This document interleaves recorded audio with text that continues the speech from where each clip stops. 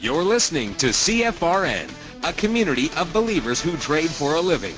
To learn more about who we are, what we do, and how we do it, call toll-free 1-866-928-3310, and we'll send you out a no-obligation information kit absolutely free. 866-928-3310. The CFRN Emini Futures Cast is now on Stitcher. Listen to us on your iPhone, Android phones, BlackBerry, and WebOS phones. Stitcher is smart radio for your phone. Find it in your app store or at Stitcher.com. Stitcher Smart Radio, the smarter way to listen to radio.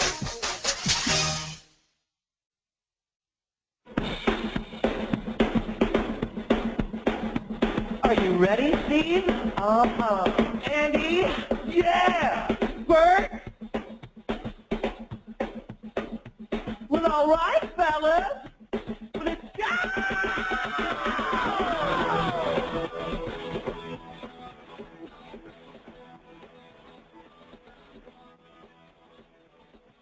You're listening to CFRN, the Christian Financial Radio Network. Today's broadcast is brought to you by Audible. Get a free audiobook download at www.audibletrial.com/CFRN. Over 85,000 titles. Choose from mystery, romance, religion, science, technology, business, New York Times bestsellers, even children's books. You name it, Audible has it. With 85,000 titles to choose from, you're sure to find the perfect audiobook for yourself or to give as a gift, and it's absolutely free. Just point your browser to audibletrial.com/CFRN. That's audibletrial.com/CFRN. And become a part of the audiobook revolution by downloading your free audiobook today. audibletrial.com/CFRN. Hey, trader, want to get rich quick? Well, good luck with that. If, on the other hand, you actually want to learn how to trade, the place to be is www.cfrn.net. Tune in Monday through Friday, 9 a.m. Eastern for our daily devotional, and then spend the next 3 hours learning how it's done from professional traders who actually trade for a living. That's www.cfrn.net. Every trading day from 9 a.m. to 1 p.m. Eastern. CFRN, a community of believers who trade for a living.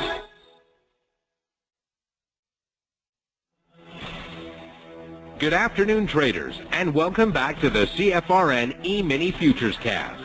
This is the daily broadcast of indeterminate length, where we discuss all things Emini, along with some really big ideas on the finer points of trading gold, bonds, crude, sugar, the euro, and even T-bills. Joining us today from our studios in Boston, Mr. Michael Bork. From our trading desk in Chicago, Mr. Burton Schlichter. Now, to get things started, let's go to our host and founder in Studio A, overlooking South Mountain, America's largest city park. Here's Dwayne. Hey, good afternoon. Welcome back. Today is Thursday, and you know it sounds funny when I have to scramble like that because I have to go from one computer to the other computer to kill the sound file so it doesn't start playing the outro before the intro is barely out of. Hey, did you know you can unring a bell? I'm serious. College student proved it. Won a whole bunch of money from GE in doing so. I'm going to tell you all about that later in the show. But to start things out, I'm going to apologize for the slightly light open. That happens sometimes on the first of the month, not because I didn't create the link prior to the show starting, but because a lot of people, they're sitting around waiting on their email, and then it dawned, oh yeah, yesterday they said we got to all go register again. So if you're listening to the audio stream and you want to see the charts, and I encourage you to see the charts, not only can you see the charts, but you can participate in the show. You actually become a part of the program. We have listeners around the world. And if you got something you want to say, share, get off your chest, rant, rave, got a trading idea, you know, something that's hot to trot about the IPO, I don't know, let her rip. All right? You do it through the chat box. But in order to do all that, you got to be logged in.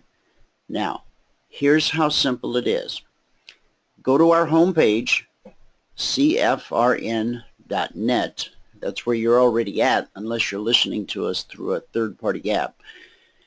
On the right-hand side, I want you to click the big microphone.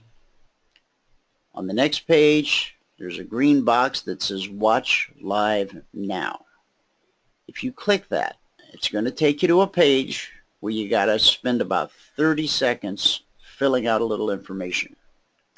However, because today's the first day of the month, you are literally trading 30 seconds for 30 days of listening and viewing pleasure. Now, I've searched high and low, near and far. That's a good deal. 30 seconds for 30 days. You don't ever have to worry about filling out that registration sheet again during the whole month of September. What happens is about an hour before the show starts, you get an email with the most clever headline. The show starts in an hour. All right? Just let it sit in your inbox. I know some people are very peculiar about their inbox, but just let it sit there. And when you're ready to join the show, when you can actually sit down and pay attention and ask good questions and all of that, click Join Now. And lickety-split, a new window will open on your screen, and you'll see our charts, and you'll see the chat box, and you'll be a part of CFRN Radio. Because without you, we have no radio. We just have me sitting behind this microphone talking to myself, and, well, that's just not that much fun. I'd much rather have you to talk to. So do that.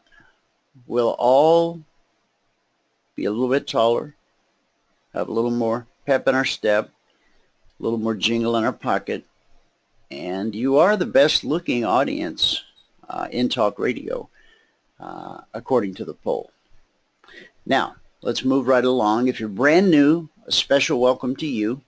We've been carrying on like this for 11 years. Sounds more important when I say we're now in our second decade, but means the same thing, right? So we're glad you're here. Those who are returning, welcome back. I'm going to start out with the numbers, as I always do. Around the world, we'll look at the Americas, we'll look at Europe, we'll look at Asia, we'll see what's cooking, because we got some big news coming out tomorrow. Now, we've all been talking about the lack of volatility in the market to the point where it's almost a little bit scary. They say, they being the smart people, they say that it's going to take some kind of shock to the markets, and that is going to light this thing on fire, and we're going to see volatility like we ain't seen in a long time. I'm ready. I don't know about you. Now, we get our points every day in the live trading room. Low volatility, lots of volatility, slow market, fast market, rainy day, clear day, doesn't matter. We have a couple of slogans. One, our main slogan is trading's not easy, but it can be simple. Our primary directive is to make money daily. Now, I've been told on this very radio show, well, that's a very foolish goal to have, to make money daily, because that'll just mess your head all up and you won't know which way's up. Well, I don't have to listen to that anymore. We are serious when we say that our goal is to make money daily. Now, Michael, I don't know if you've checked in yet. Are you there by chance? Can you remember the last time that we did not make money daily? That we did not make money daily. In the live trading room, you mean? I mean, period. Here in CFRN, you and I, with all the products, with all I the can't, products, with all that we got going on, we make money daily.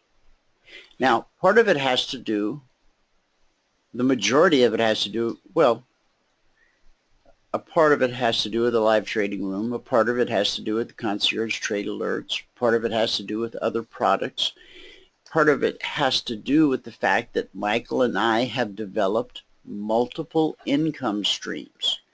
If you read any of the books written by the uber rich, people like Rockefeller, people like Trump, there's always a chapter that says, never put all your eggs in one basket.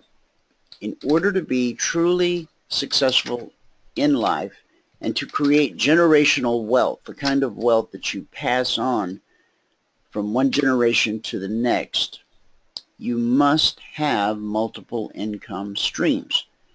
Now, our partners have the opportunity for multiple income streams. Guys, I'm so sorry that I'm backed up on ordering the business cards. If I get a chance, I'll work on it this afternoon. I still need names, phone numbers, addresses, emails, whatever you want on your card, okay? Last thing I want to do is ship you a box of cards and then you go, got my phone number wrong. Well, there's X bucks out the window.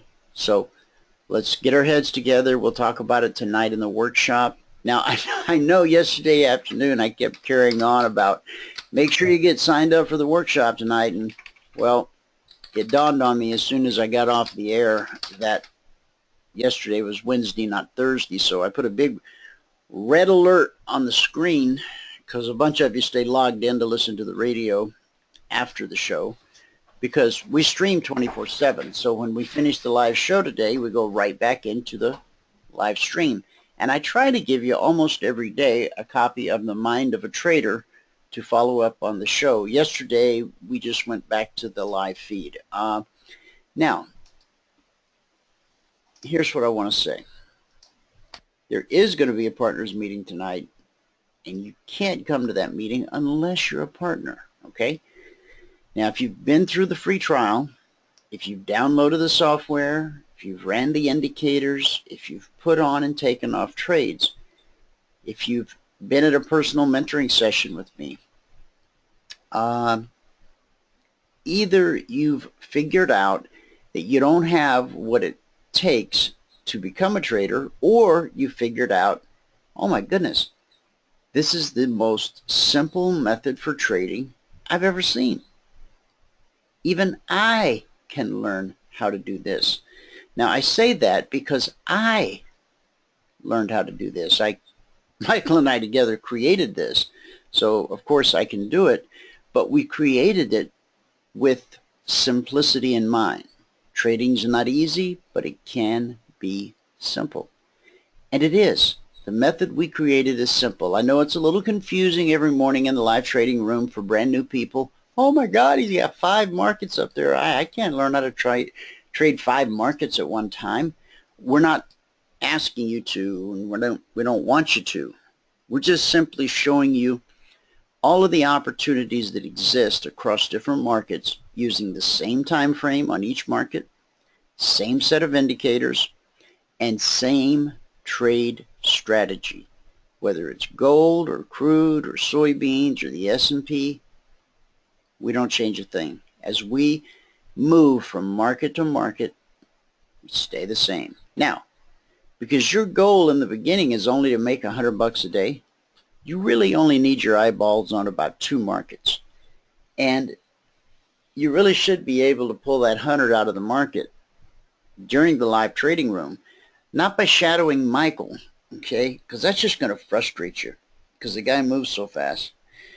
Once you learn the strategy, you don't need him to tell you when to get into a trade.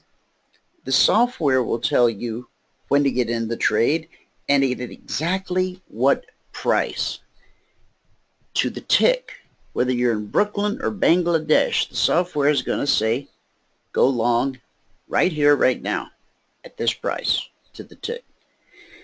If you're brand new, you're going to be using a hard target in the beginning, and so you're going to click one time. That's going to get you in the market. It's going to automatically place your stop. It's going to automatically place your target. And when price hits your target, you're done for the day.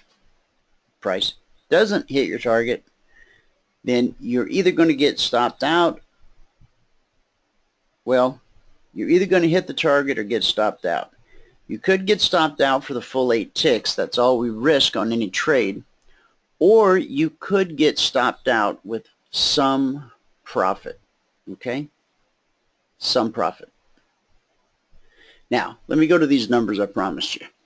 Here in the old US of A, the Dow Jones Industrials Cash Index is down 94 points. That's a little over half of 1%. If I'm not mistaken, yesterday it was down exactly I just refreshed my screen. Scratch what I just said. It's a good thing I refreshed my screen. I'll refresh it again. Jeepers. Okay. Let's try this again. I knew those numbers looked awfully familiar. The Dow is down 17 points. How about that? NASDAQ is up 7. S&P 500 is down 3.5. And the Russell 2000 is down 7.5. We only have one mover and shaker in the bunch, and that's the Russell. Because it's down 7.5 points, that's actually a little over half of 1%. A true mover or shaker is when the market moves 1%. But of late, we've had to settle for half of 1%. So we have something to talk about.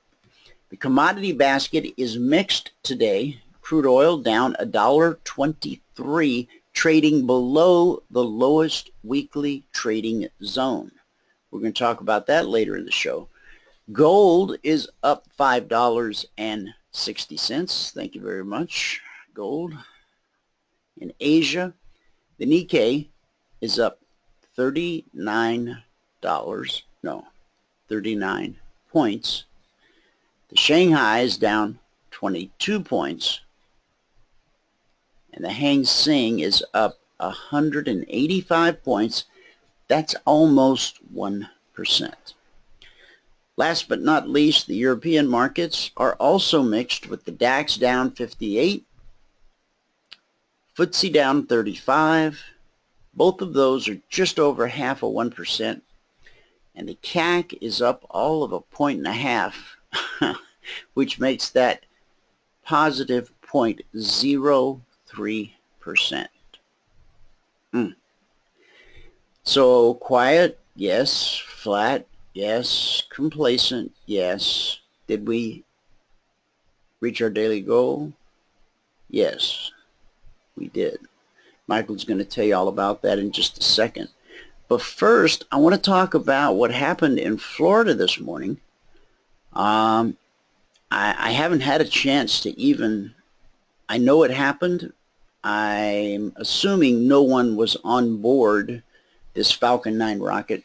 SpaceX, which is Elon Musk's rocket company, this guy's got, he's like Ryan Seacrest and the other fellow who's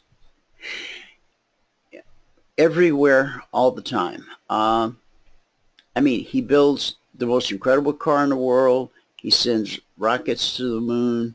I can only imagine what he's like. Never mind. SpaceX was testing a Falcon 9 rocket at a Cape Canaveral launch pad when it was rocked by powerful explosions, according to witnesses. SpaceX was scheduled to do a static test fire of a 229-foot-tall Falcon 9 rocket with no crew aborted on Thursday morning. When it exploded shortly after 9 a.m., hello, brother, I am so loving the daily double. Met the first ES target. Eliezer, I love you, brother. You just don't know. This guy encourages me. There's different ones in the audience. I love you all equally, but some of you really go out of your way to encourage me in my own walk, in my own life, and I appreciate it. Now, a static fire is when they test fire the rocket's engines without actually launching it into the air. Wow. I wonder how they do that. It seems like it would, I guess they tie it down or bolt it down. Or anyway, there were no reported injuries, so we're thankful for that. The blast destroyed the rocket itself, and Facebook's Amos 6 satellite it was carrying. Facebook is sending a satellite into space? And see, I did not know that. And so what we're going to have to do is we're going to have to, on our show notes page, which is this guy right here. Now, I just got the show notes from yesterday's show uploaded this morning, so I apologize for the delay. I really try to get them done on the same night. But if you scroll down, there's yesterday's show. Now, you got to click these three little dots, because otherwise, wow, he had 2 show notes. Big deal. Plugging himself. No. Look at that. Look at that. Look at that. That's all the stuff we talked about yesterday. From the Mad magazine's War on Privacy cover, to the creature from Jekyll Island, to the sinister side of cash, and of course Wayne Jett's book, The Fruits of Graft. Order it today by going to his site, classicalcapital.com. This guy poured 6 years of his life into this book. It's over 500 pages. It's only $25, and it would mean the world to him to see a few orders come through. Unfortunately, because of the people he went after in this book, he's not going to get on Oprah. He's not going to get the big fancy book tour, because he doesn't talk about conspiracy theories. He reveals the facts. He names names. It's all in the book. Now, he said yesterday on the show, and it was quite a bold statement, he said that he believes his book reveals even more than the creature from Jekyll Island. I did put you a link into the creature from Jekyll Island. You can go in and read the entire PDF. Copyright's expired on that, and so you're not robbing anybody, because you know I don't like that. And if somebody finds out I'm wrong about that, I'll take that link down. I want to know why Facebook is sending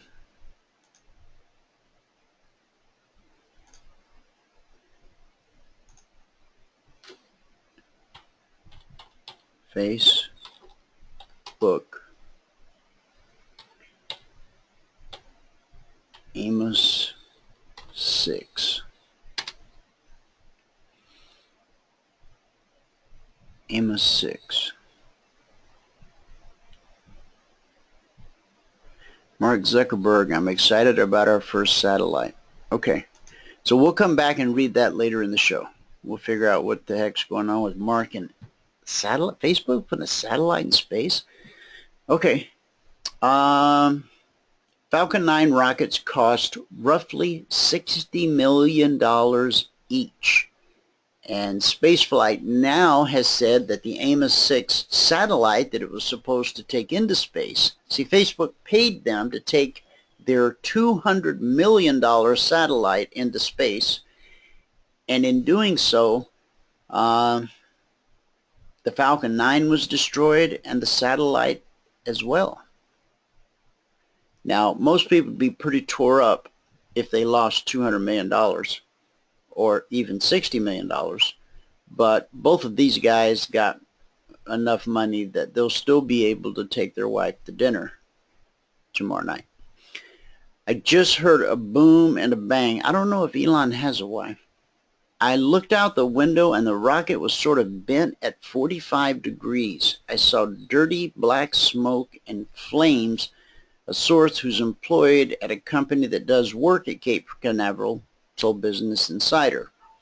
He asked to remain anonymous due to security concerns. He was within 5 miles of the launch pad and said the blast reminded him of a giant fuel air bomb exploding. It was like a video game cutscene. I'll never forget the image. According to Shannon Butler, Channel 9 reporter at WFTV in Florida, the test ended in what is technically called a catastrophic abort. The aerospace company owned by Elon Musk confirmed on Twitter that in preparation for today's static fire, there was an anomaly on the pad resulting in the loss of the vehicle and its payload. Per standard procedure, the pad was clear and there were no injuries. Wow, I can't wait to find out what this anomaly on the pad was. We contacted SpaceX for details about the blast, but representatives for the company did not immediately respond. A representative at NASA's Kennedy Space Center in Cape Canaveral told Business Insider that its environmental health unit is monitoring the air quality to ensure it's safe for employees. The Cape Canaveral employee said the test was a standard short-fire test to verify proper engine functioning. They partially fueled it up just to verify there are no anomalous conditions with the engine. It's on the pad, ready to go. He said these rockets actually have bolts that will detonate and let the rocket go once they know everything is good to go.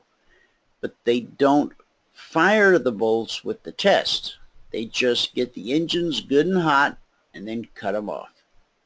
However, he said the first explosion happened at least 5 minutes before the engines were supposed to briefly ignite. The explosion propagated from the center of the rocket from what I saw, and after the initial explosion, he said a second and a third blast went off. I'm still shaking, he said. The rocket itself, according to one source, was not the recycled one that is supposed to carry the SES-10 satellite into orbit later this year. Eyewitnesses on Twitter are reporting the test ended with several powerful explosions that rocked the area. Scott Gustin, the national content editor for Tribune Broadcasting, had a crisp view of the launch pad blaze. And let me show you. That's what it looks like when your rocket doesn't perform like it's supposed to. All right. One eyewitness reported the blast shook his office building as well. All right. That's it, guys, for right now. I got much more to come. Oh, I'm just going to tell you up front so you don't think I pulled a slick willy on you. Ed Curry can't be here today. He called me yesterday. He's going to the dentist today. I don't know what kind of work he's having done, but he's having a bone graft, which sounds incredibly painful.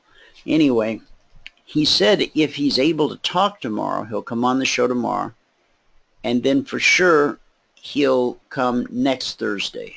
So I was deeply saddened to hear that he would not be here today, and even more saddened to hear that he's got to go through all this pain.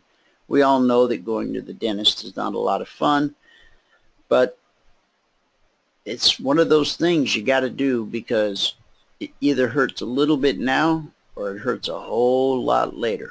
So if you haven't had your checkup in the last 6 months, call and make the appointment today. Okay? All right. Michael's going to come in now. give us a recap of the live trading room. Michael, I want you to take a look at this.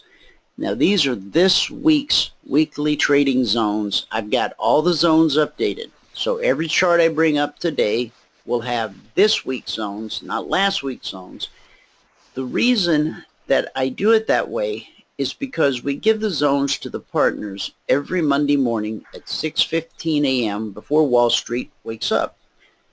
They get to use them all week long. And then on Thursday, I share them with you, our community at large, those who have not yet made the commitment to become a partner, but yet you're part of the radio audience.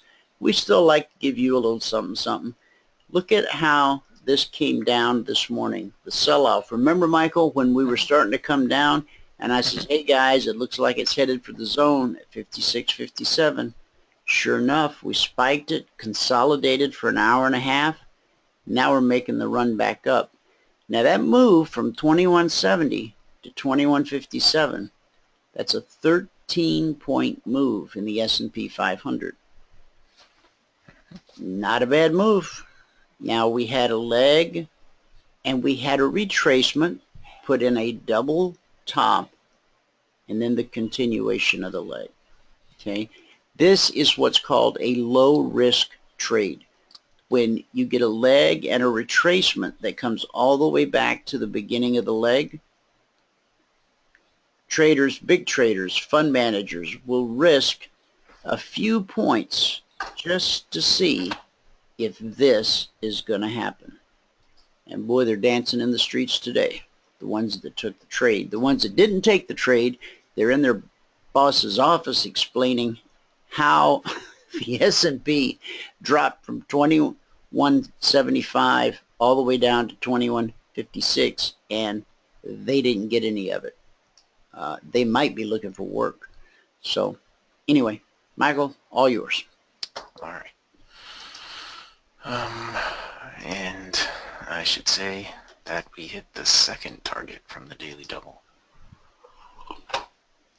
That's very awesome. In fact, you know, do you want to put the second one together, or I can work on it? Let me work on it a little bit while you're talking.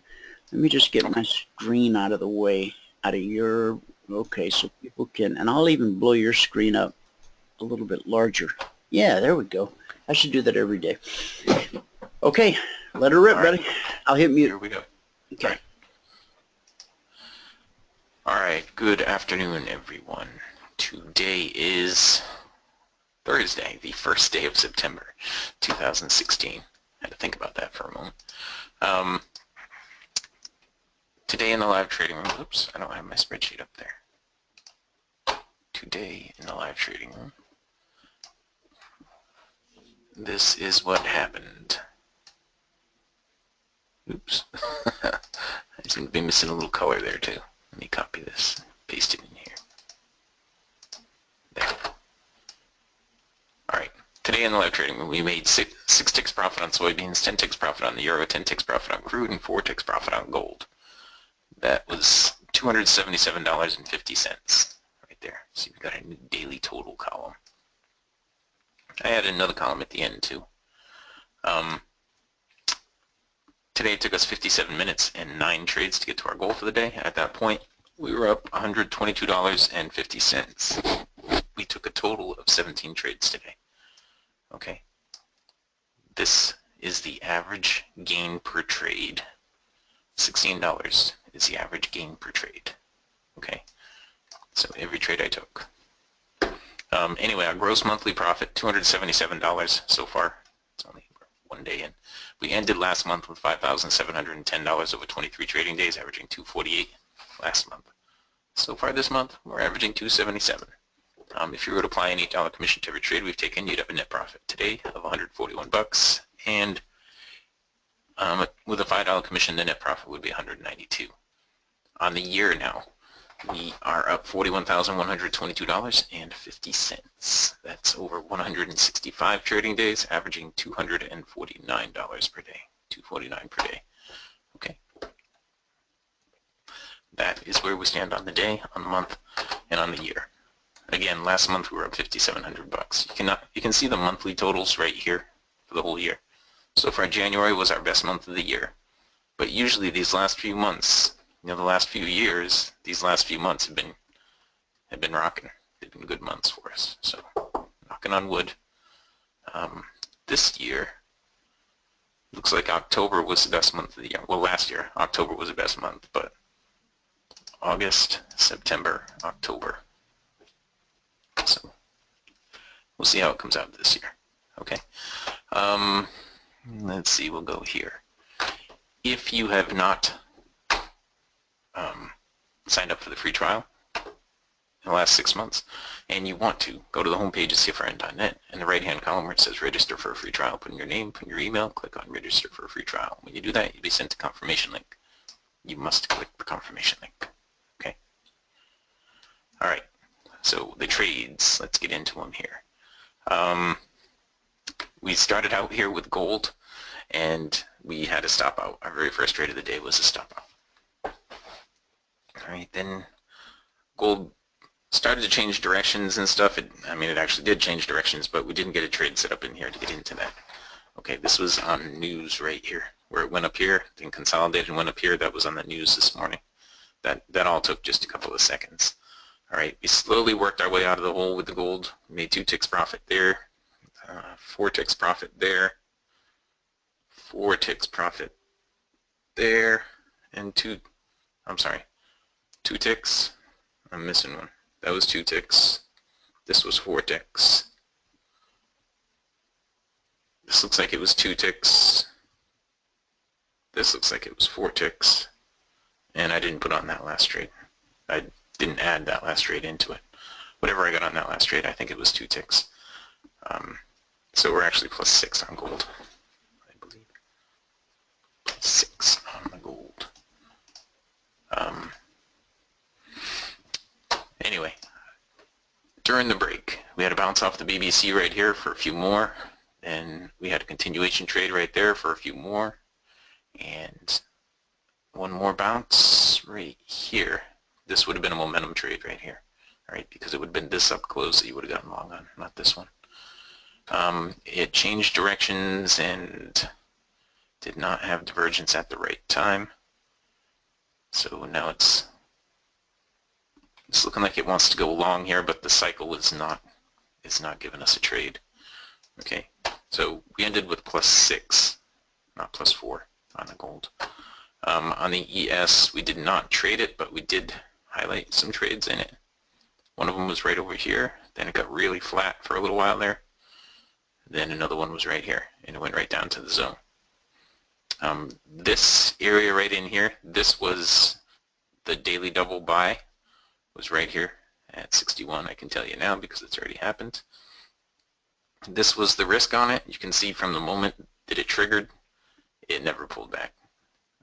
It went straight up here, almost up to our second target, which was 68. Our first target was 65. It went straight up to the first target, then consolidated a little, then went up to the second target, which was 68. Okay.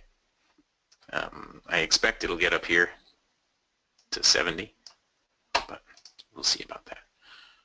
Okay, that was our daily double for today.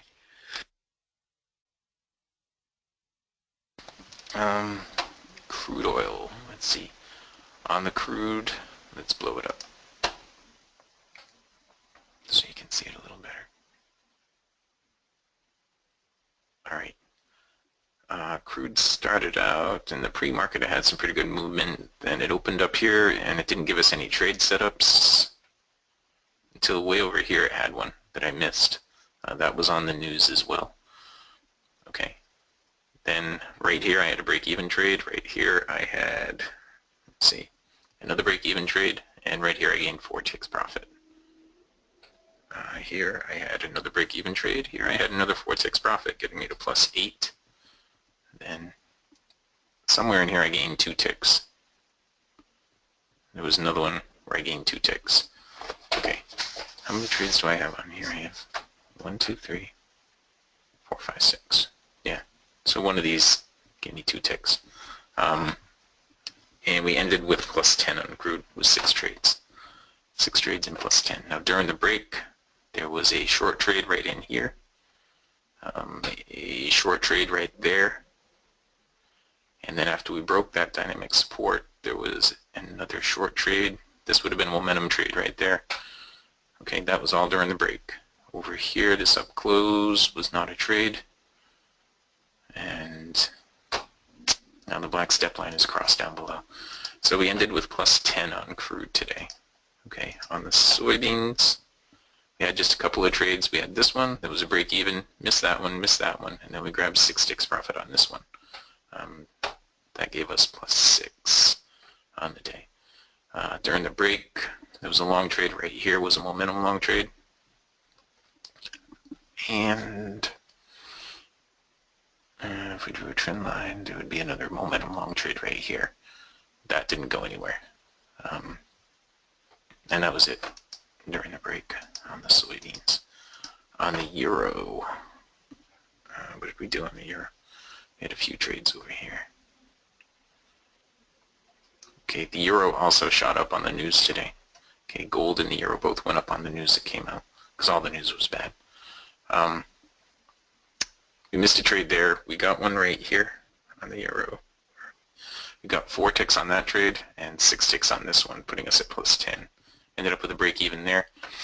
There was no trade here because it would have been a momentum trade going into dynamic resistance. Okay, there was a trade here that I missed and a trade over here that I missed. During the break, well, it got really choppy here as we got into the last half hour of the trading room. I wouldn't have done anything in here during the break because of the chop that it was in. Okay, and that is all that. Now, let us go here. Whoever is calling me from Anaheim, California, I cannot take the trade call at this time. Alright, so that's that. Now, I was texting you. You were texting me. Oh, I see it. Okay.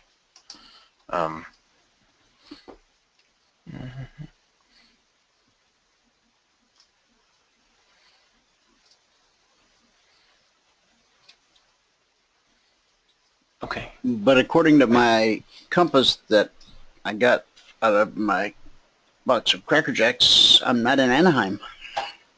You are not in Anaheim. You are not. So the email I sent Dan yesterday, was that a little too strong? Was that a little over the top? Because I never heard from him. Well, you know, I think the ball's out of his hands. Okay. You know, I think he's counting on other people. If you're gonna post that other one, it looks good, you should post it quickly before All right. it's too late. Okie doke. Okay. So, there it is. That was quick. Yeah, I didn't hear back from him either. So, we'll just have to wait and see. The last time, you know, he helped me out right away. You know, we actually spoke on the phone, and he did everything he said he was going to do right away. And Yes, he said yeah, guys, that's what a busy broker's like. You can't ever talk to them on the phone. Yeah. And, Okay. and then he actually told me that, you know, the people that needed to do the work were in Russia, and Oh my God. you know, there was going to be some sort of... Putin's going to use our code to take over the world. Yeah. All right. So, let me finish up. All right. I'll shut up. If you want to take a free trial with us, go to the homepage at CFRN.net. In the right-hand column where it says register for a free trial, put in your name, put in your email, click on register for a free trial. When you do that, you'll be sent a confirmation link. You must click on the confirmation link. Okay. And we'll go through the spreadsheet one more time really quickly. Here it is. Today in the live trading room, we made 6 on beans, 10 on the euro, 10 on crude, and 4 on gold. That was $277.50. Today it took us 57 minutes and 9 trades to get to $122.50. That's when we reached our goal. Then we traded 8 more times and added another $150, it looks like. So on the day we're up $277.50, And on the year, we're up 41,122.50 over 165 trading days, averaging 249 a day gross. There. Now I am done. So I can shut off the recorder, and I can pass it all out to fabulous Phoenix, Arizona, because I know Phoenix is there. I know it. I can feel it.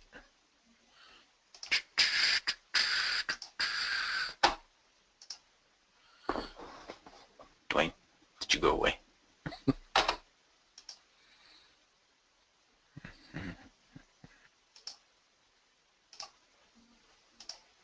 There. Passed to the picture.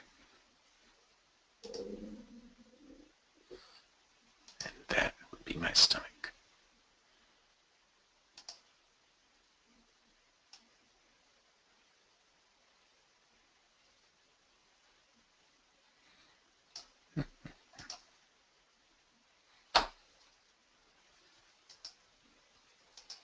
Dwayne? Hello? Your microphone is not on. We have no audio from you. That's because I stepped away from my desk. Ah, okay. I know that's not in my contract that I'm allowed to step away from my desk during show hours, but my agent's working on that. Okay. That's good. I'm just teasing. No, I need to heat up my coffee. I have this new silent fan that it's so awesome, it makes my coffee cold. And hang on, now I've messed up my screens and I can't do what I need to do. Hang on. Hanging on. There you go. Now you've done it. Okay. All right. Now we're good.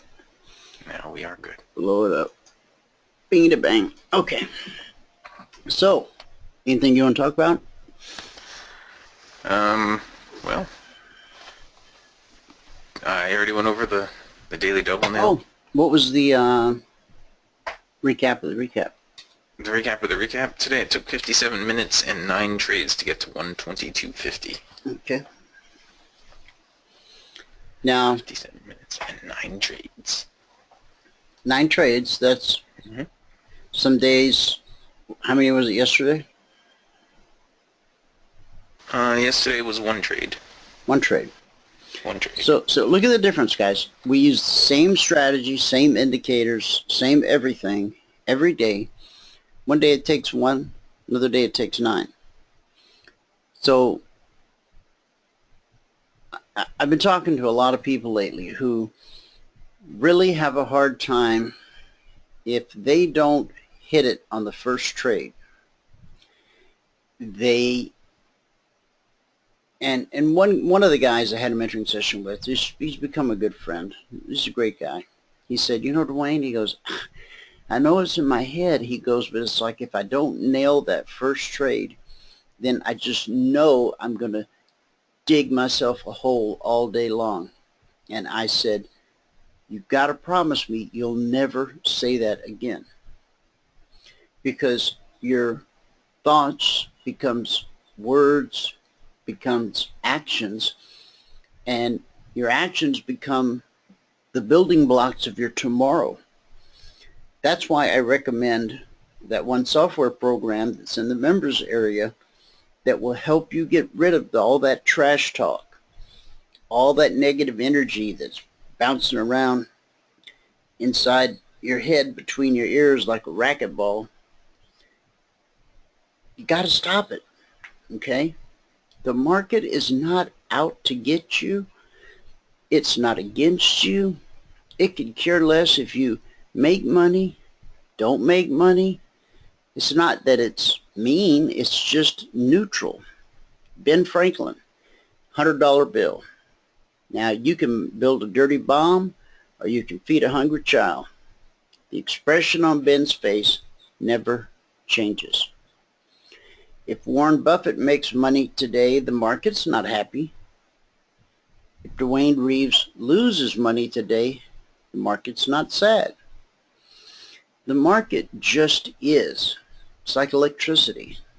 It's a power. It's a force. You tap into it and you use it to your benefit to the best of your ability. Now, I use this example so much, but I mean, it's just the truth. The best trader on the planet, and I don't know who that is. You can go to a lot of websites and they'll tell you that it's them. I'm not going to argue that point. But the best trader on planet Earth is going to be profitable 7 out of 10 trades. Anybody that tells you anything else, well, they're just pulling your leg, okay? Now, why then do we mere mortals who aren't the best traders on the planet and don't pretend to be and don't play one on TV, why do we insist upon chasing gurus and gladiators and crystal balls and mystical indicators and magical oscillators, trying to do what the best of class can't do? And that's be profitable on every trade. Now, when I tell you that the best trader on planet Earth is going to be profitable 7 out of 10 trades, Mark Douglas addresses this in his book quite well. The random distribution of profitable and non-profitable trades. He calls it wins and losses, but Michael and I, we're not so big on calling them wins and losses because those are gambling terms. And we do often use gambling examples because they do work kind of well, because so many people treat this like gambling. If more people treated it like a business, then day trading wouldn't have such a bad name. Unfortunately, a lot of people treat their trading like a weekend junket to Vegas. And if you've ever been on a weekend junket to Vegas, well, let me ask you, how much money did you bring home? Probably out of the whole bus, you know, 50 people on the bus, luxury liner, you know, 5 people might have came home with more money than they went with. And I think that would be a high number, okay? So the more you treat it like a business, the more it will behave like a business, and the more business-like results you're going to get. If the Subway franchise owner, if one of his employees says, "Hey boss, we're just about out of Swiss," the business owner doesn't go into his office, slam the door, double over in pain, get a grimace on his face, and then his head spins round and round like Linda Blair. No, he just picks up his phone, calls the supplier, says, "Hey man, this is Joe over Subway 37. I need 2 cases of Swiss." And the supplier says, "Okay, Joe, I'll drop them off this afternoon. Thanks, bye." Boom. Now, what just happened? Well, the owner of Subway got stopped out almost because he almost ran out of cheese, but his employee alerted him, and so he called a supplier and he restocked his inventory with a phone call. See, that's how you have to look at your stop outs. That is your cost of doing business. It's comparative to your inventory. So if the Subway guy went into contortions every time he needed to order more product, he wouldn't be in business very long. They'd carry him out on a stretcher. So when you get stopped out on the first trade, big deal. When you get stopped out on the second trade, big deal. Go take a walk. Clear your head. Go stare at some larger time frames. Now, some days we don't hear the music clearly and we step on our partner's feet. We apologize, but we keep dancing. There is the occasional rare day where you cannot hear the music at all. If that's the kind of day you're having, you need to take the day off. Okay? Something's bugging you. It's a personal relationship. It's a financial problem. Because this market is all about the rhythm. Okay? Leg, retrace, leg, retrace, leg, retrace, leg, retrace. Oh, where's my next leg? This is either a pullback, a deeper retracement, or the beginning of a reversal. How can I know? Well, if those legs were to the long side, the bearish cross is your best indicator that what you're staring at is not merely a deeper retracement, but actually a reversal. Okay? Stop letting yourself get eaten up when you get stopped out. More traders fail, throw in the towel, give up, revenge trade, and blow up their account because they got stopped out on a trade.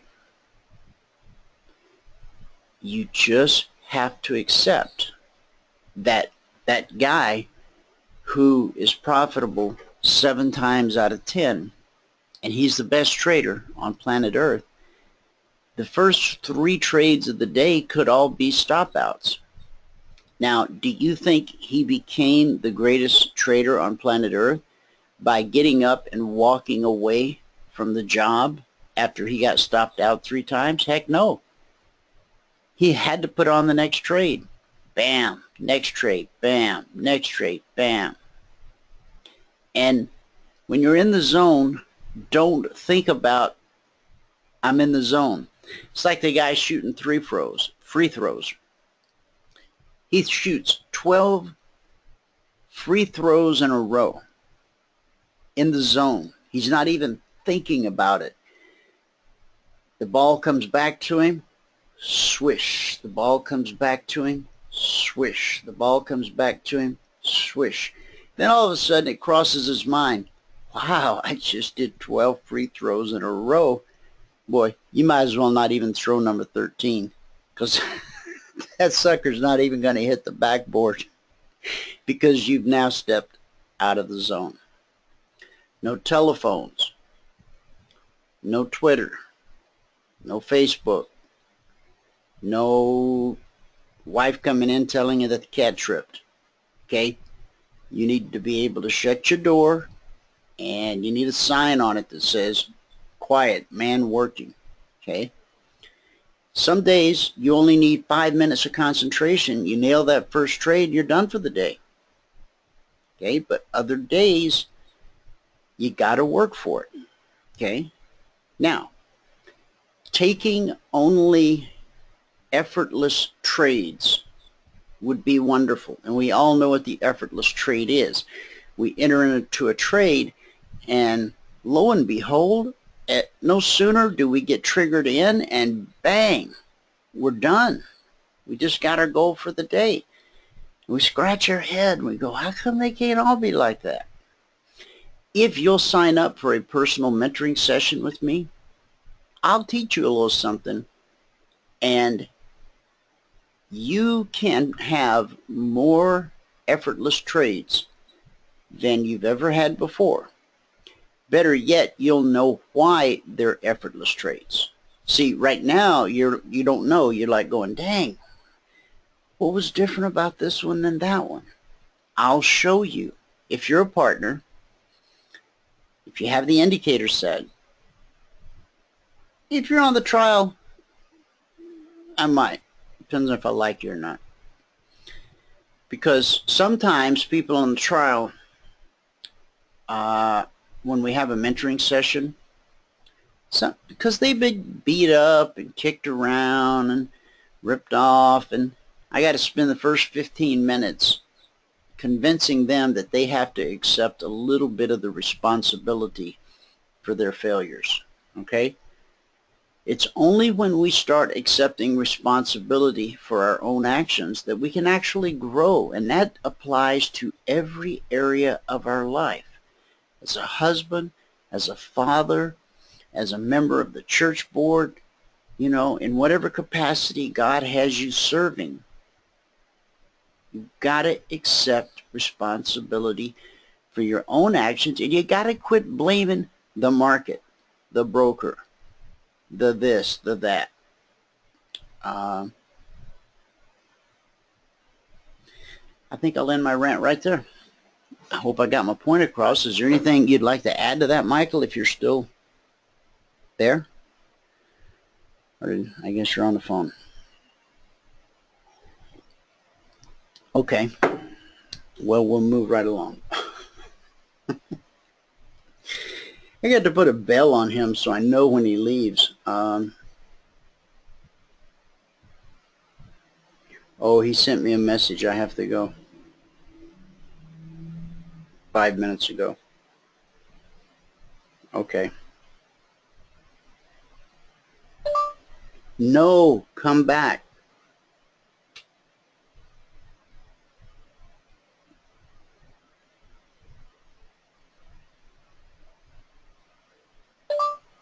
Just kidding.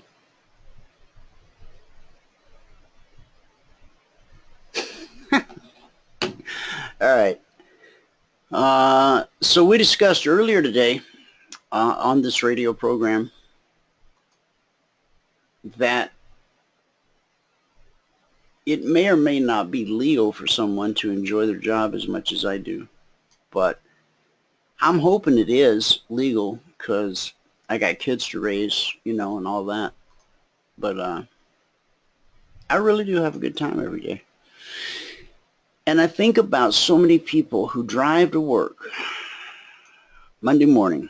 I mean, Sunday night, their stomach starts to get tied up in a knot. And then Monday morning, they're driving in, and they're just miserable. A friend of mine, Max Licato, he was one of my first radio interviews with a true celebrity. He wrote a book. I'm trying to think. He wrote a lot of books. That's what he does. He stopped preaching because he had some heart trouble a couple years ago. But Finding Life's Sweet Spot, I think that's the name of the book. It's a picture of him on a couch with a yellow lab. If you're one of those people who are unhappy in your work, whatever it is, please read that book. It's worth whatever he charges for it. I don't know, it's probably 20 bucks or something. It will help you identify what your sweet spot is. What kind of job would not make you nauseous going in every morning, but that you would actually wake up before the alarm clock because you can't wait to get there, and you even stay late when you're not asked to because you're working on a project of some kind and you're just so into it. And the wife calls and says, "Honey, dinner's on the table. Where are you?" "Oh my goodness, I'm sorry. I'll be there as quick as I can." We only have so many days on planet Earth. That's how we want to spend our days, passionately pursuing whatever God created us for. And so in Max's book, he first helps you identify what that thing is in your life. And then after that, he then walks you through a plan of how to get from where you are to where you want to be. It's not going to happen overnight. You can't just walk into your boss and say, "I quit," and go paint or make pottery or whatever it is you want to do. It's a gradual process. You might have to take some night classes, you know, to learn how to do this other thing that you want to do. Or maybe you already know how to do it. You just don't know how to find a job doing it. Max has got so many tips and tricks and just helpful he's a wonderful author. If you've not read any of his books, I can't encourage enough that you pick up any book by Max Lucado and just start reading. His style of writing, his sense of humor, his ability to take things that happened in the Bible and transport them into modern day settings. It's incredible. We all know the story when Jesus was over at what's his name's house, and Mary showed up and she broke the alabaster box on his head. Now that's something, it's not cultural today, so it was a very expensive perfume, like a month's wages or something. But see, Mary was a little bit of a naughty girl. This particular Mary that we're talking about. Yeah, she was a lady of the evening, if you know what I mean. So when Max writes about this scene, lifted straight out of the Bible, he says there's a knock at the door, and there's Mary in her 6-inch heels and micro miniskirt, and nobody knows what to say or do. Jesus turns around and sees who it is and says, "Hey, Mary, come on in." She comes in, she gets down, and starts kissing his feet. Now everybody knows she's a lady of the evening. And this guy's supposed to be the Messiah, and he's got some hooker kissing his feet. Well, more than a few feathers were ruffled that day. Then, show off, she gets up and reaches into her Gucci bag and gets her little alabaster box and breaks it on his head and gives him a little scalp massage with that perfumed oil. She's preparing him for his death and burial. But none of them get that. And no, they don't sleep together that night.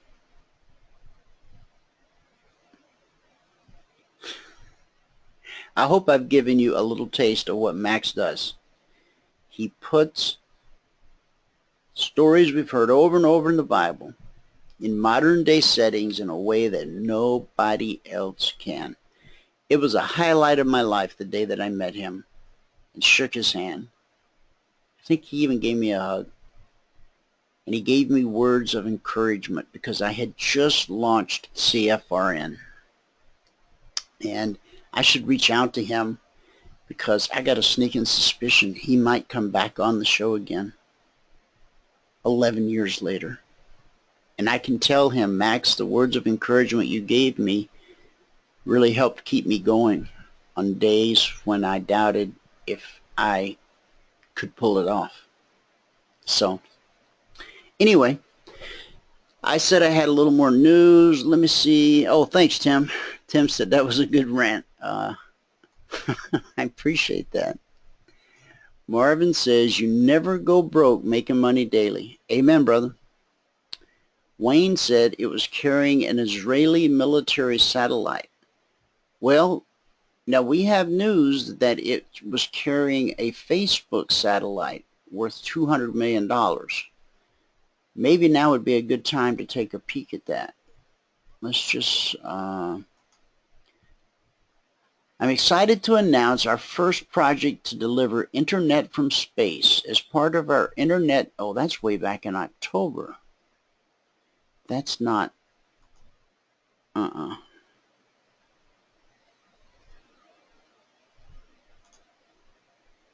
That's last year. Come on, we need news, baby. A major SpaceX explosion just destroyed Facebook's first satellite. Okay, I bet this is about Zuckerberg's initiative to provide internet to all people. I just didn't know he was going to do it with a satellite. We already talked about the explosion. The satellite Amos 6 was a project of Facebook's Internet.org program to deliver internet to the developing world. It was intended to ride a SpaceX Falcon 9 into orbit this Saturday and would have been the first satellite the internet giant put in orbit. It was valued at approximately $200 million, according to Spaceflight Now. Zuckerberg has released a statement on the incident. As I'm here in Africa, I'm deeply disappointed to hear that SpaceX launch failure destroyed our satellite that would have provided connectivity to so many entrepreneurs and everyone else across the continent. Fortunately, we have developed other technologies like Aquila that will connect people as well. We remain committed to our mission of connecting everyone, and we will keep working until everyone has the opportunities the satellite would have provided. The rocket on the launch pad, when it was on the launch pad, when an explosion rocked Cape Canaveral, ARS Technica reporter Eric Berger tweeted that the problem was the result of a launch pad anomaly, not a problem with the rocket, and the Amos 6 was on board. So per SpaceX, the issue is not the rocket. Okay. But now I'm interested in something else. I want to know what Aquila is. Now these will all be in the show notes tonight, okay? So you can look them up and read about it yourself. But let's find out what Aquila is.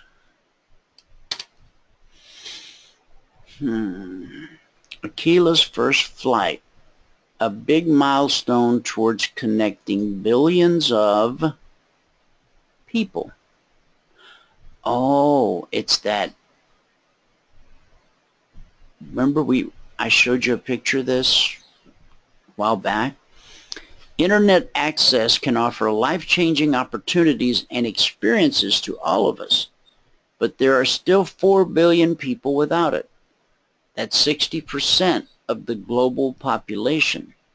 Hey, if you got some kind of idea to be an internet entrepreneur, 60% of the global population is still not online. As many as 1.6 billion of those unconnected people live in remote locations with no access to mobile broadband networks, where implementing existing network technologies is so challenging and costly that it'll take years to bring everyone affordable access. As part of our commitment to Internet.org, we formed the Facebook Connectivity Lab to build new technologies, including aircraft, satellites, and wireless communication systems to help solve this problem more quickly. Today, Connectivity Lab announced a big milestone in this work, the first full-scale test flight of Aquila, our high-altitude unmanned aircraft. Aquila is a solar-powered airplane that can be used to bring affordable internet to hundreds of millions of people in the hardest-to-reach places. When complete, Aquila will be able to circle a region up to 60 miles in diameter, beaming connectivity down from an altitude of more than 60,000 feet using laser communications and millimeter wave systems. Aquila is designed to be hyper-efficient, so it can fly for up to 3 months at a time. How amazing is that? They're going to send this thing up to 60,000 feet. It's solar powered. It's going to circle a 60 square mile area, 60 miles in diameter. Aquila is designed to fly for 3 months at a time. The aircraft has the wingspan of an airliner, but at cruising speed will consume only 5,000 watts, the same amount as 3 hair dryers or a high-end microwave. We've been flying a 1/5 scale version for several months, but this was the first time we've flown the full-scale aircraft. The test flight was designed to verify our operational models and overall aircraft design. To prove out the full capacity of the design, we will push Aquila to the limits in a lengthy series of tests in the coming months and years. Failures are expected and sometimes even planned. We learn more when we push the plane to the brink.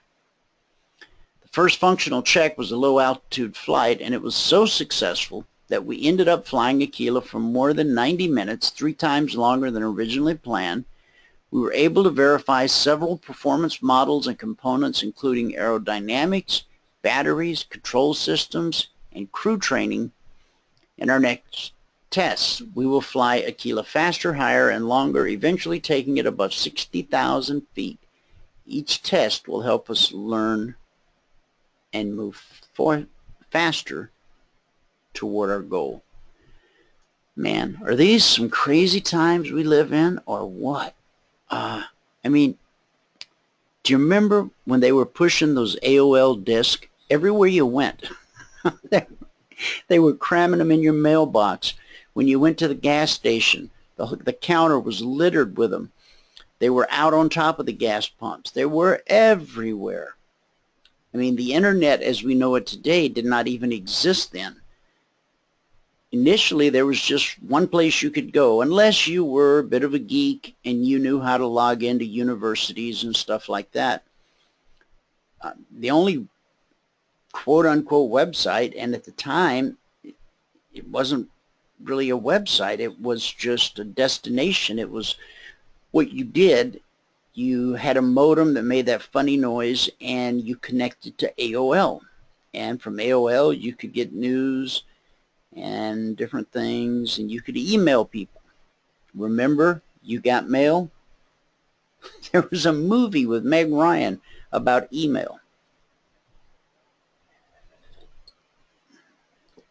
Most people would watch a movie with Meg Ryan about anything, even email. Frederick says, you need to buy a Yeti tumbler for your coffee. Keeps coffee hot for hours. Price $39, but Walmart has a knockoff for $9.95. Yeti is suing Walmart for patent infringement. You know, I have these little, I don't know what you call them. I guess it's like a mini thermos, but it's made to be drank out of. It's got a little thing on the top. Now, this could be one of them knockoffs. My wife goes to Walmart a lot. I don't know. But if I would remember to put my coffee in that every morning, it'll keep it warm almost all day. It's amazing, the thermal capabilities that it has. But some mornings I just forget. But I do love my new fan. Thank you for that, Frederick. I'll check it out the next time I go over there, which will probably be today. David says, basically they're trying to keep it above 2165, which is what everyone is talking about as bear territory. Okay, referring to the S&P.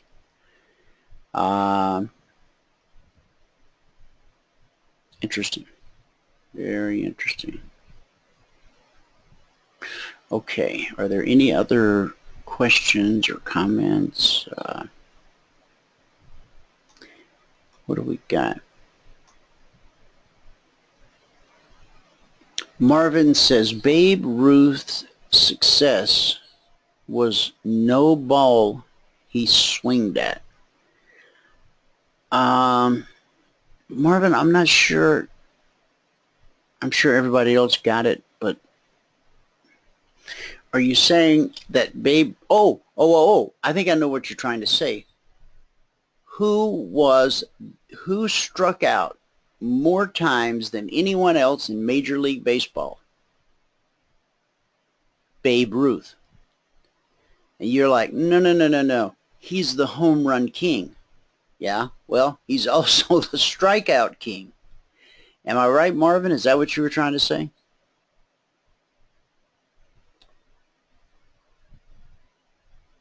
Marvin says, yes, that is what he was trying to say. Wayne says, I happened upon this and thought you might be interested in checking out some revelations about Trump. Yeah, I'd love to. Let me just copy and paste it into my little window. And Skip, I'm going to go look for that email right now so I can put a star on it, because every day that I don't do something, oh my, Trump's the antichrist. Okay, I'm going to read you this article about, is Donald Trump the Antichrist? I'm not saying he is. I mean, if you put a gun to my head and said, okay, who's the Antichrist, Hillary Clinton or Donald Trump?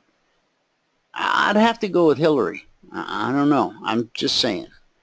Trust me, I never dreamed that at the first presidential debate, when there were 16 Republicans on that stage, that Donald Trump would be the last man standing.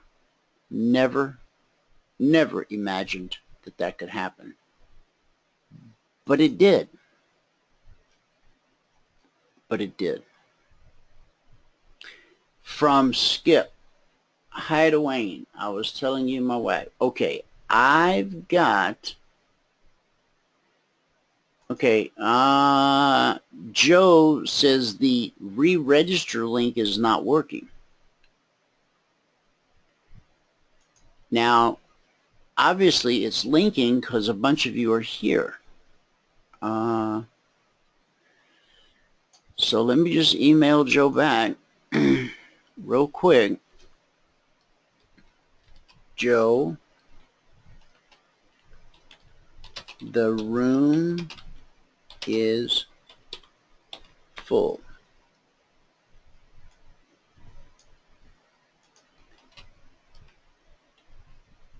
Please refresh your browser.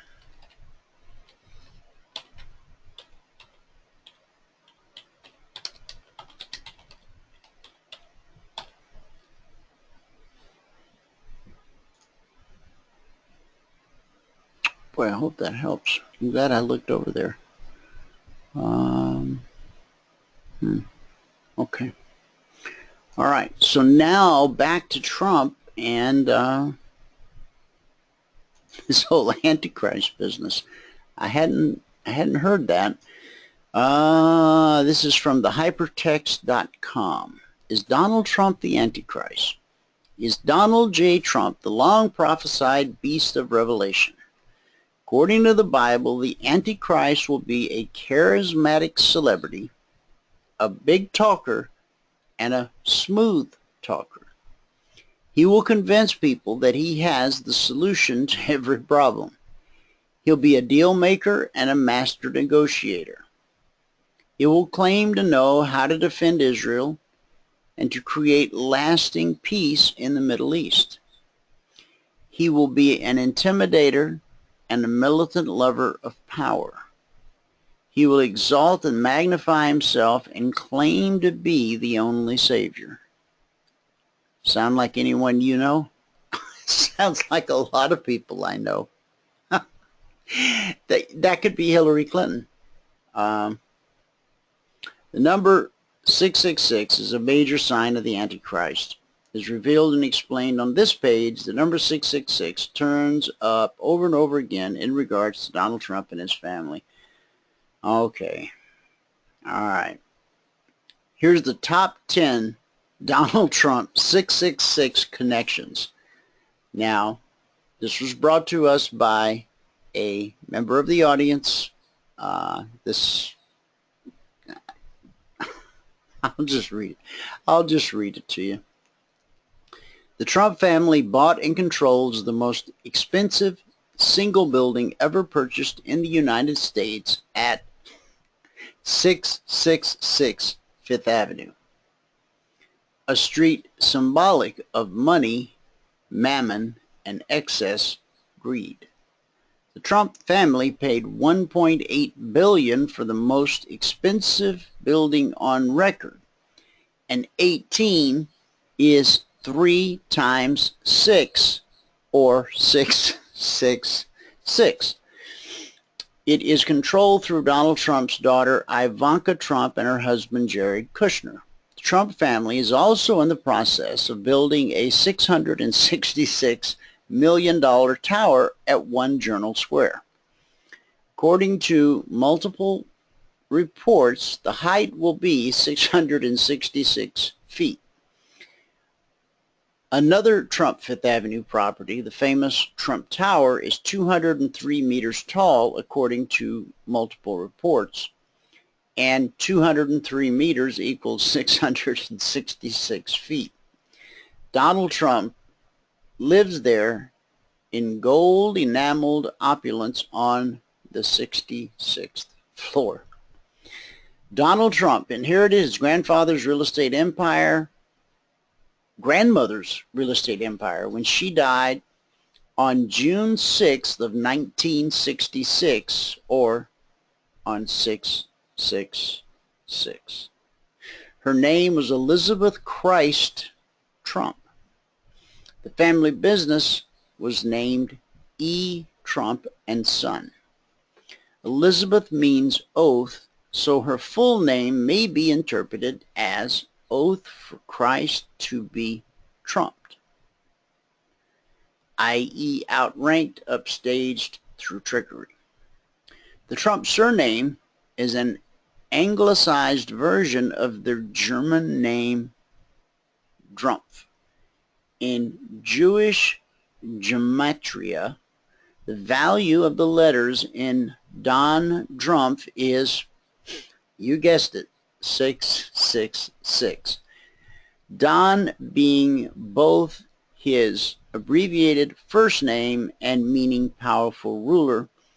Trump first made racist remarks about Hispanic immigrants on June 6, 2015. 6 plus 6 plus 1 plus 5 equals, you guessed it, 666.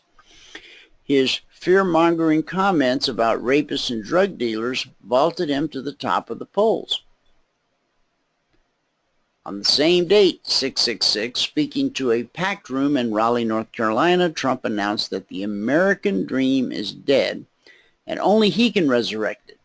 Only he, not even God Almighty, can make America great again. Did he really say that? Trump announced his candidacy for president on June 16, 2015. 6 plus 1 times 6 plus 1 plus 5 equals 666. The 2016 election is all Trump all the time, and 2016 equals 666 plus 666 plus 666 plus 6 plus 6 plus 6. Believe it or not, this is just the tip of the 666 iceberg where Donald Trump is concerned. More 666 connections appear below. A trump is a little horn. The ancient Hebrew prophets said that the Antichrist would be a little horn, making big noises and deluding even the very elect. Prominent evangelical Christians have been endorsing Trump, a man who is the antithesis of Jesus Christ, who says that he never asked God for forgiveness and who mocks Holy Communion and the body and blood of Jesus by speaking dismissively of his little cracker and little wine. The prophets warned us to listen for the trump of doom. The Donald tells us that we are doomed unless Trump saves us. Where was the prophet speaking literally if ever there was a little horn spouting big noises and deceiving gullible people right and left? Surely it's Trump. Okay, so I'm going to have to ask Google, is Donald Trump the Antichrist? Because we've got to be fair and balanced here. Like Fox News. Fair and balanced. That's so funny. Is Donald Trump the Antichrist? And I wonder if the folks over at Snopes have attacked this. Which I'd be surprised. Well, the first thing that popped up is Barack Obama the Antichrist, and Snopes has, of course, come to his rescue. Donald Trump Archives, Snopes.com.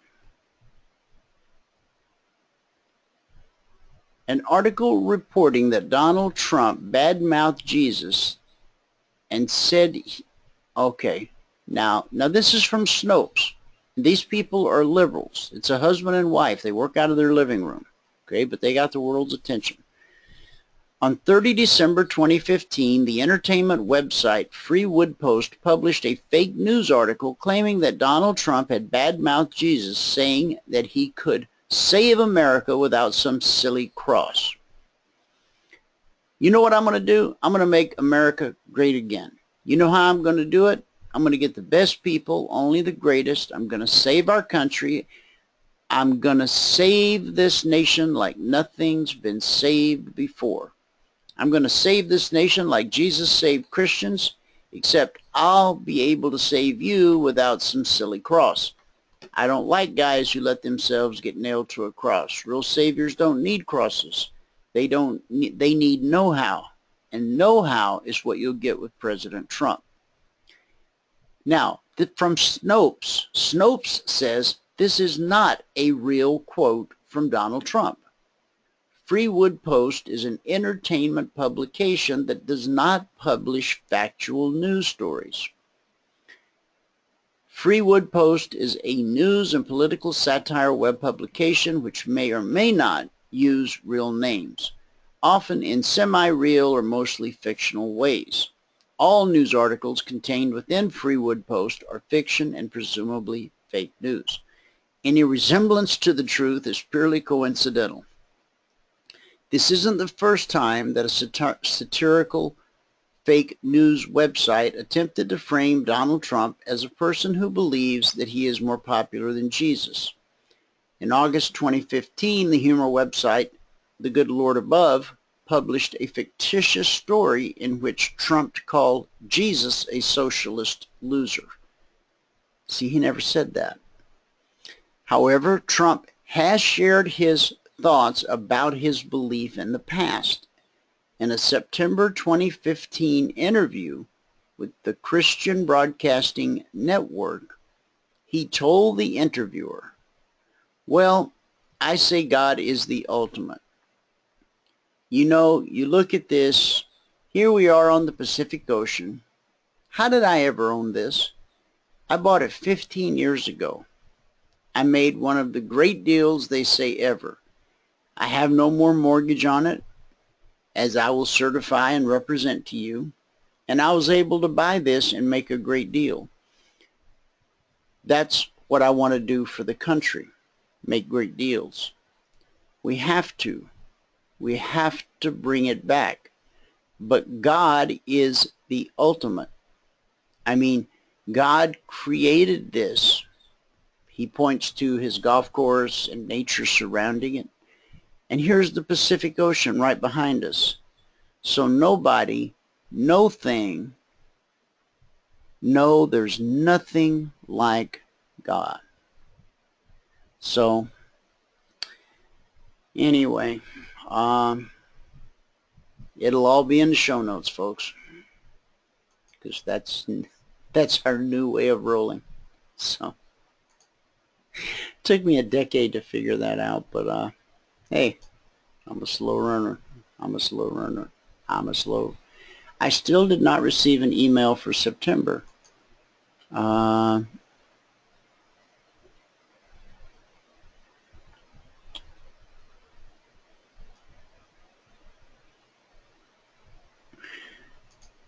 Maria.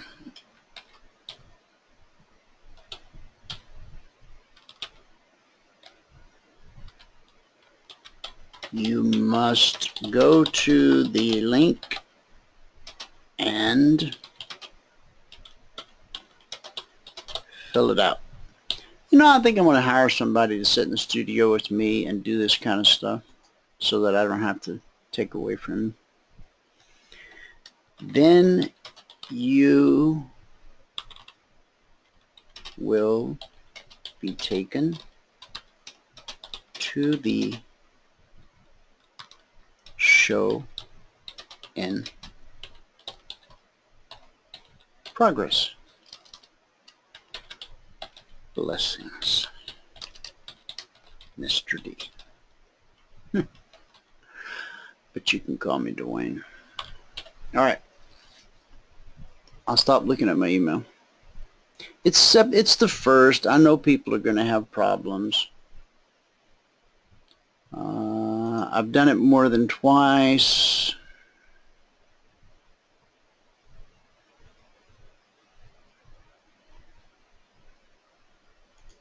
Oh, goodness. Use a different browser. Guys, whenever the internet doesn't work right, almost always, if you just open up a different browser, it'll fix the problem. Or hold down the control key and tap the letter R. That does a hard refresh of that browser window. Okay, I can't spend any more time on that. All right, because I got to get to the good word for the day. Now, you know what happened yesterday, right? Wayne Jett was here for quite a while, and then we were rush trying to get the Concierge Alerts recapped, and we didn't do the good word for the day. We started out, I think last week, Overcoming Temptation. Part 1 said in 2 Chronicles 20:12, "Nor do we know what to do, but our eyes are upon you." When Jesus told Peter he would soon deny his Lord, Peter virtually boasted, "Others may, but not me."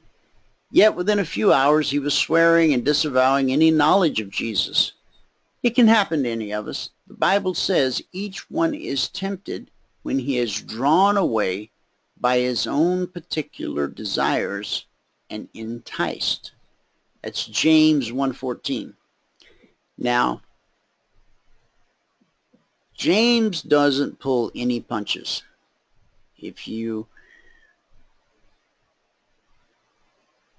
want to feel like you've been to Sunday school, old-timey Sunday school, read the book of James. Okay, Overcoming Temptation, Part 2. From Luke 10:19 in the Amplified Version, it says, "I have given you physical and mental strength." So, here's the plan for victory. You might want to take a few notes, because we all face temptation over and over, day after day. And we either resist it or we succumb to it. There's really no middle ground. So here's the plan for victory. Number 1, no matter how often you fall, get back up. Proverbs 24:16 says, "Though a righteous man falls 7 times, he rises again." Man, when life knocks you down, get back up again. There's a song there. I can't remember it. I get knocked down, I get back up again. Is that those Australian boys? 5,000 miles? I don't know. Okay. Becoming spiritually mature is a lifelong process. It happens every time you turn to God in weakness and allow Him to do for you what you can't do for yourself. It's called a broken and contrite spirit. And I'm going to tell you, nothing turns God on like a broken and contrite spirit. When you come before Him truly broken, God, I got no way out of this mess but you. He lights up because you're finally giving Him the chance to do what He's supposed to do, and that's be God over your life. And He gets excited because He's been patiently waiting for you to reach the end of yourself so you could find the beginning of Him. Number 2, whatever it is, don't deny it. I don't care if it's alcohol, it's prescription drugs, it's pornography, it's you're kind of a wandering husband or whatever, okay? Don't deny it. The first step in Alcoholics Anonymous and Narcotics Anonymous and all these other anonymous groups, the first step, because we all know it's a 12-step program, the first step says, I admitted to myself that I had a problem and that my life had become uncontrollable. That's the starting point, admitting you got a problem. Quit trying to cover it up, quit trying to hide it, quit trying to make excuses for it. Just admit it. It's like lifting 10,000 pounds off your shoulders. I mean, you're not fixed, you're still broken, but at least you have confronted it and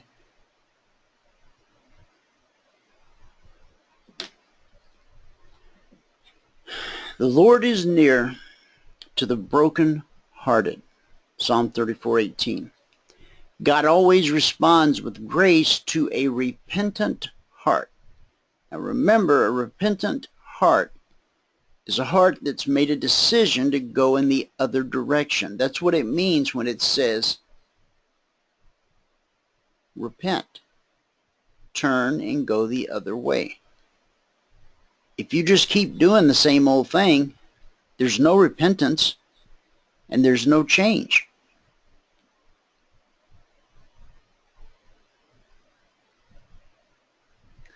God always responds with grace to a repentant heart. He'll meet you at your lowest point, walk you through the valley of regret and repentance, and bring you out stronger. Number 3, write down what you've learned through temptation. As you reflect on it, you'll see what needs to be transformed by the renewing of your mind. Romans 12:2. And be sure to write down new habits that you want to integrate into your life: prayer, accountability to a friend. If you don't have an accountability partner, I mean a physical friend that you can call up and say, hey, can we meet for coffee? You need that person in your life who 99 times out of 100 will say, yes, I'll be right there. I mean, you know, life happens, so there may be that one time when, you know, he's in the hospital or his wife's in the hospital, and men, your accountability partner needs to be a man. Women, your accountability partner needs to be another woman. Well, how about a gay guy? That's probably okay. Now, you understand that, well, if you go into one of these anonymous programs AANA, Chocolate Anonymous, whatever, your sponsor is always supposed to be the same sex as you are. You know, so many teenagers today are so gender confused, they're passing laws to let them go to whichever bathroom they want. And it's making me a little crazy in the head because they haven't done it at my kids' school yet, but it's coming. Now, I don't, you know, Gabe can take care of himself. He's a big strapping 14-year-old boy, and nobody will mess with him. But I worry about my little girl in these public places where they're forced to provide these, you know. Ally McBeal, they had a unisex bathroom. In Europe, unisex bathrooms are not that uncommon. They really aren't. Maybe we're making a bigger deal out of it here in America than we should. But you see, when you go into a unisex bathroom, you know you're going into a unisex bathroom. When you go into a men's restroom, you expect to see men. When you go into a women's restroom, I expect, I guess you expect to see women. I haven't been in any lately, but I suppose that's who inhabits them. Okay. As you reflect on it, you really should read Romans 12. 12:2 says, you'll be transformed by the renewing of your mind. Be sure to write down the new habits you want to integrate into your life. Maybe you know you don't pray enough. Well, how much is enough? You know what's right for you. For some people, hours a day is right because that's what they've baked into their own cake. For other people, you know, 10, 15 minutes in quiet contemplation, more than sufficient. I've already told you where most of my praying gets done. I tend to follow the Paul model, pray without ceasing. So if I'm not talking to you, and I'm not talking to my wife, or I'm not talking to my kids, I'm probably talking to God in my head without moving my lips. We have that kind of a relationship where we just talk to one another. And,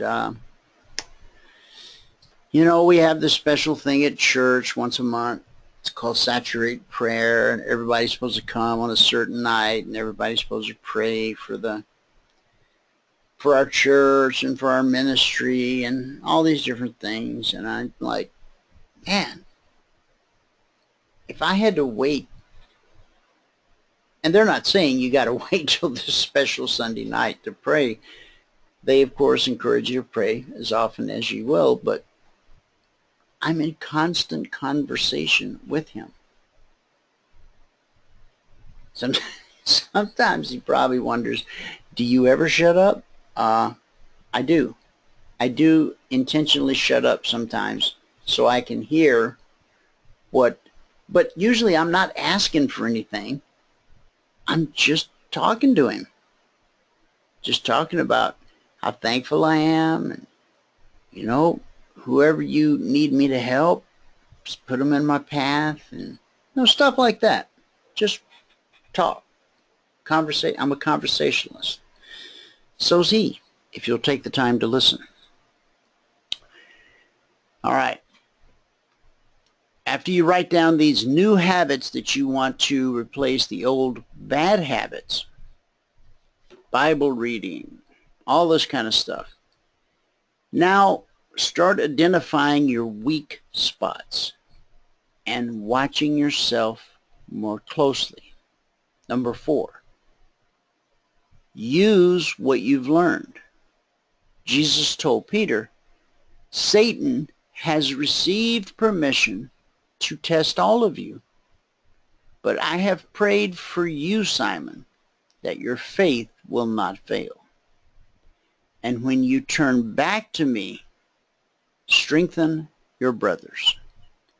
That is in Luke 22:31. Let today mark a new beginning by using what you've learned, not only to avoid falling to temptation yet again, but to help others who are facing perhaps the same temptation or a similar temptation or any kind of temptation. Why don't you see who you can help? When we get our attention and our focus off of ourselves and onto the problems, wants, needs, and desires of other people, do you know we get happy feet? Because when we aren't dwelling on our own woes, what a hard life we got, when we're focused on helping other people, God has a way of just sneaking in and cleaning house. Hours pass and you start thinking about, and you find out that this has been handled, this has been fixed, this has been done.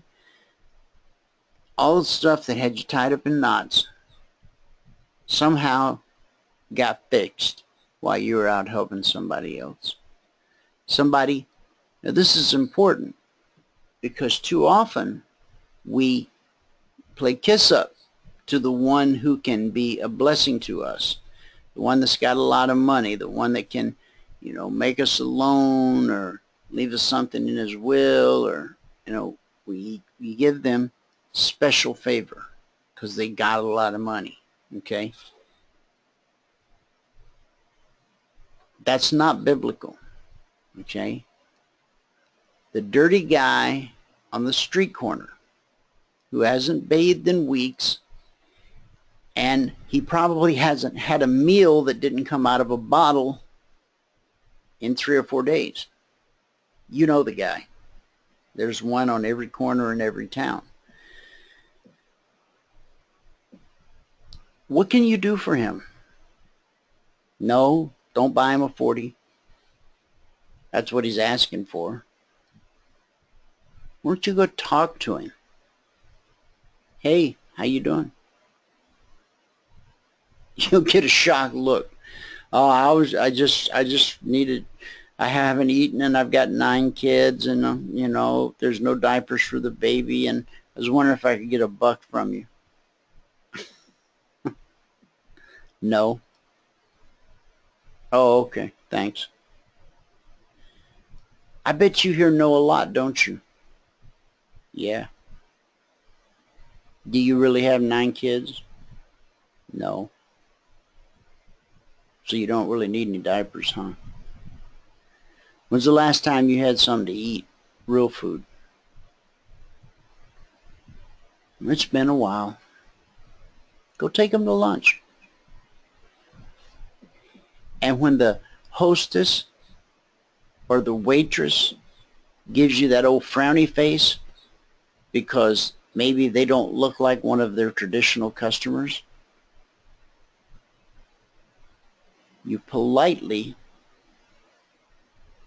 and firmly say, "This is my new friend and I'm buying him lunch."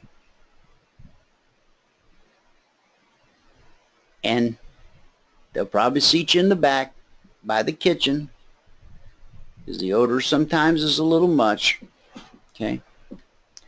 But you can impact that person's life. I'm not talking about beating them over the head with the Bible. I'm talking about, when's the last time somebody asked him, how's he doing? What's going on in his life? What brought him to being out in front of the Circle K, panhandling, telling lies about 9 children and diapers?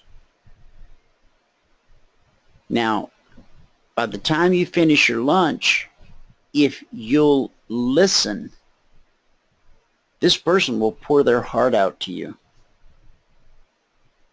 Sometimes you gotta prod a little bit, gotta ask some good questions. But then it'll be like a dam bursting, because no one has showed genuine concern for them in way too long. You'll find out what life was like when they grew up as a child.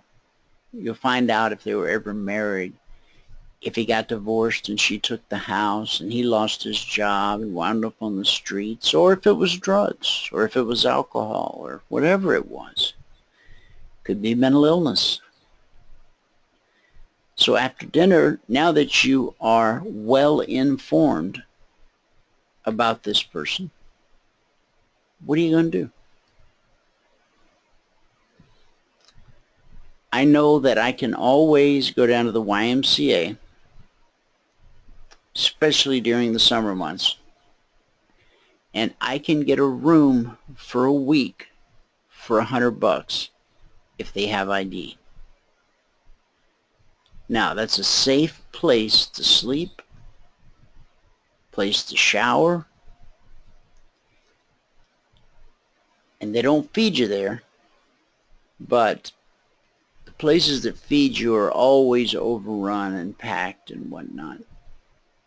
But I'll take him to the store and get a few groceries. Wait a minute. You're thinking, hey, wait a minute. Now you done took the guy to lunch. You paid for a room. Now you're going to buy him some groceries. Wait a minute. This is going to take all day. Well, what else you got planned? Huh?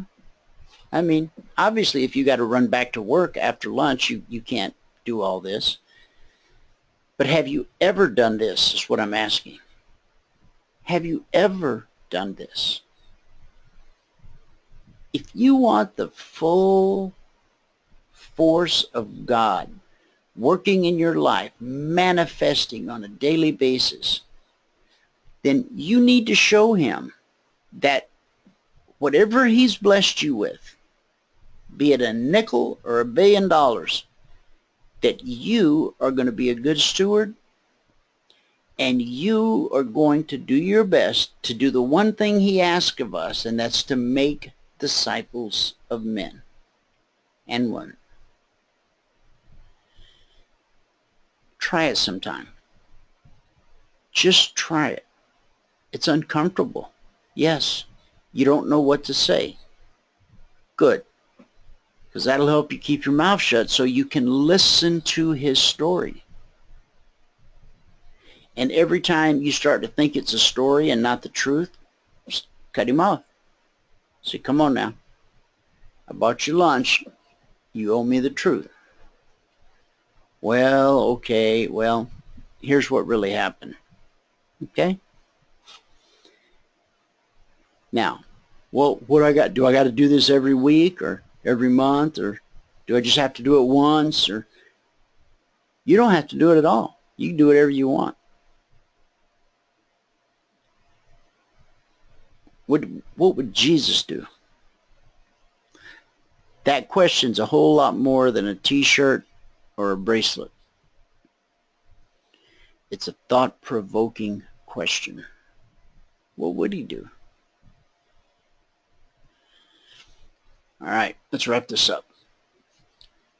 Jesus said, I have given you physical and mental strength over all the power that the enemy possesses. So I encourage you, let today mark a new beginning by using what you've learned, not only to avoid falling again,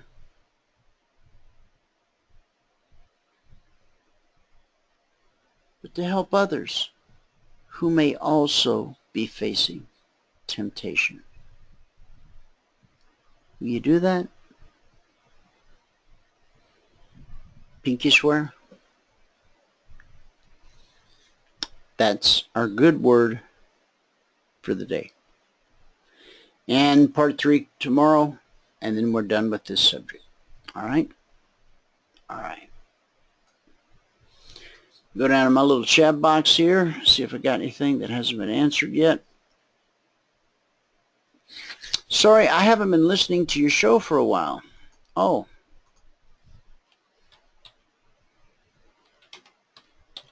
I will answer your question in the chat box. Okay. Jake says, wow, I love it that Jesus prays for his disciples whom he has called his brothers. Amen. Amen. And he says when he goes back home that he is going to be an intercessor. In other words, as you pray for those that you know, Jesus is actually praying for you.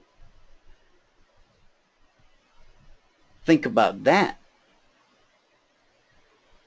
Now, somebody brought up something the other day that I had heard before, but I hadn't heard it in a long time. And it's one of those things where you go, I knew that, but I've somehow forgotten, kind of. Now, this is a theory, okay? But it comes from someone who, she doesn't use a lot of idle words. She explained to my son that when you pray to God, he assigns angels to watch over you and to help you in whatever area it is that you need help, like with this temptation that you're facing. And you may not believe in angels. I don't know. But as the story goes, they will follow you and be with you until the need is met, the temptation is gone, whatever it might be. No, you can't see them unless you're on LSD. But I think you can feel their presence. We'll talk about that whole subject on another day. We've kind of gone on a little long here. Eugene says, Dwayne, thank you for such a powerful word of the day. Yesterday you forgot it, but today you sure made... Oh, Eugene, that's very kind of you to say. And I'm so sorry that I did miss it yesterday. That is, to me, the most important thing that we do here each day is that we get into the Word just a little bit, and I just want to encourage you to be all that you can be. Let's see. Okay, Tom's posted a couple things.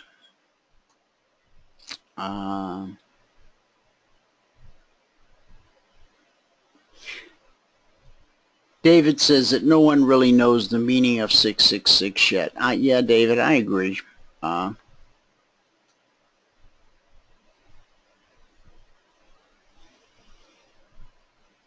The only thing I sense is that the reign of big government is over.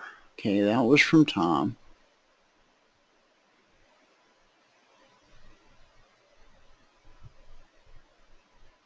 Oh, Skip, I absolutely will. I can't wait to read that email after the show when I can really give it my full attention. David W. says, some said that Obama was the Antichrist. In fact, when I did my little Google search, that was the first thing that popped up. Well, Obama did get the Peace Prize, which is a prophecy that the Antichrist would pretend to be a man of peace. But in the end, he's a man of war. LOL. Interesting perspective, David. Thank you. Tom says, based on the 30-minute chart you present, even though price broke the prior low, I'm curious about the long tails on the candlesticks. Okay. Well, every time price would come down and touch the zone, it would get rejected. Touch it, get rejected. Touch it, get rejected. It's a pretty good indication that the market is going to attempt to move higher. Okay.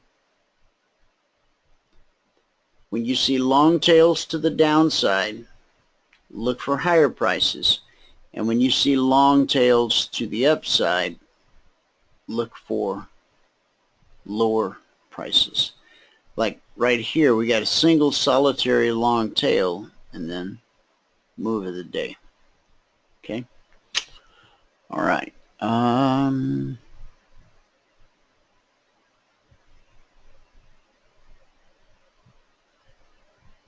Now, Tom, if your question is a little more about why there's a tail, I'll explain it to you. Oh,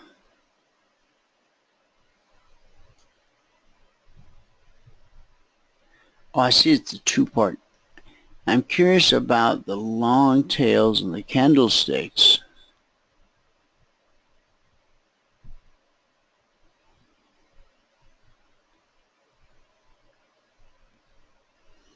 All right.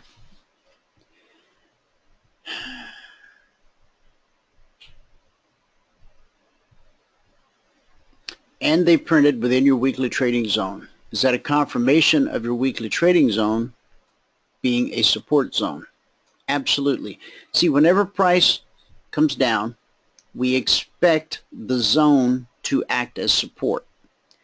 We expect the market to consolidate at that zone, which we basically did, not in the standard fashion, but like see here on the rally up, consolidation. But then there was a lot of momentum in the market, and so it made a run at the zone higher. But, and I pointed this out earlier, it ran into a double top. So this double top prevented it from reaching this zone. Now, if you're not running a 30-minute or an hourly chart, along with your 4-tick range chart, you would never know that this double top was in existence, okay? Double tops are very powerful. Double bottoms are very powerful. Look at what it did. Sent the market all the way down. Now, what I want to say to you, Tom, is that this this candle here, let's start here. This candle opened here. And for a moment, it was a green candle. Or moments, however long. But then once price came back down and got below where the candle opened, see the candle opened right there. As it moved lower, what was once a green candle became a red candle, and it went lower and lower and lower.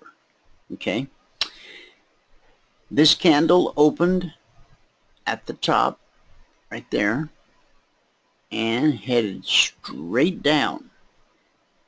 Now what happened in this candle here is it put in a swing low of 21.5675. Okay. So then price came down, then it moved back up, leaving this wick. Okay, it was red all the way down.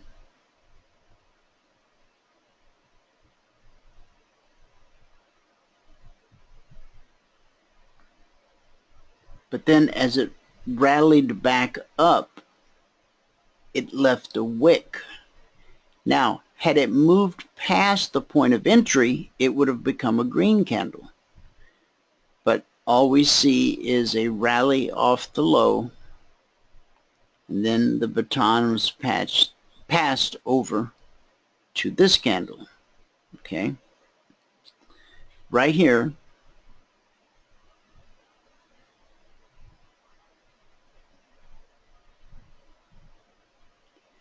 Right there. Okay. This candle closed here, opened here. It was a red candle to start with. Probed a new low and snapped right back up and turned green. Okay. All right. I hope that answers your question, and if not, sometime maybe I can do a mentoring session with you and help you better understand those. Okay. All right.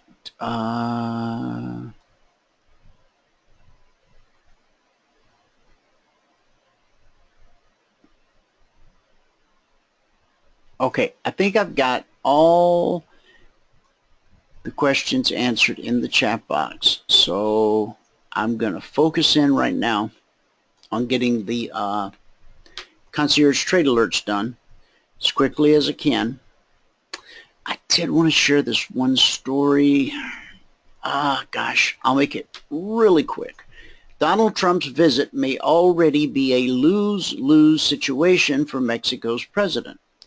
To the shock and wonder of many on both sides of the border, U.S. Republican presidential nominee Donald Trump announced this week that he would visit Mexico on Wednesday, yesterday, ahead of his much-anticipated speech on immigration, a trip confirmed by Mexican President Enrique Peña Nieto. Peña Nieto said he extended an invitation to both Trump and Hillary Clinton, the Democratic nominee, but the visit by Trump, after months of his disparaging Mexico and Mexican immigration on the campaign trail, he had already been decried by observers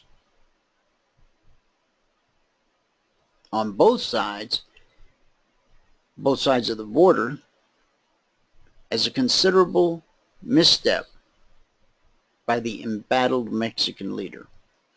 Much of the criticism has centered on the notion that Peña Nieto, in an attempt to be diplomatic, has played into Trump's hands. I think President Peña is taking an enormous political risk by hosting Trump. That's from former Mexican president, let me make a mess out of this whole country, Vicente Fox. He said that on CNN Wednesday. If he's perceived as going soft on Trump, it will hurt him greatly. He will even be considered like a traitor. So,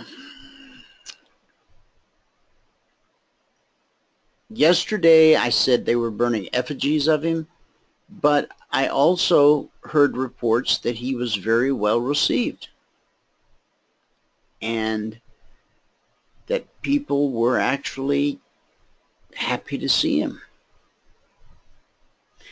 Nieto repeated time and time again that he would not put himself in the foreigner's election. He is doing that, and in the worst way, lending himself to help Trump, according to a professor in Mexico City on Twitter. Regador added that Peña Nieto would try to show up so that he could moderate Trump's rhetoric, but said it wouldn't work as Trump would return to the U.S.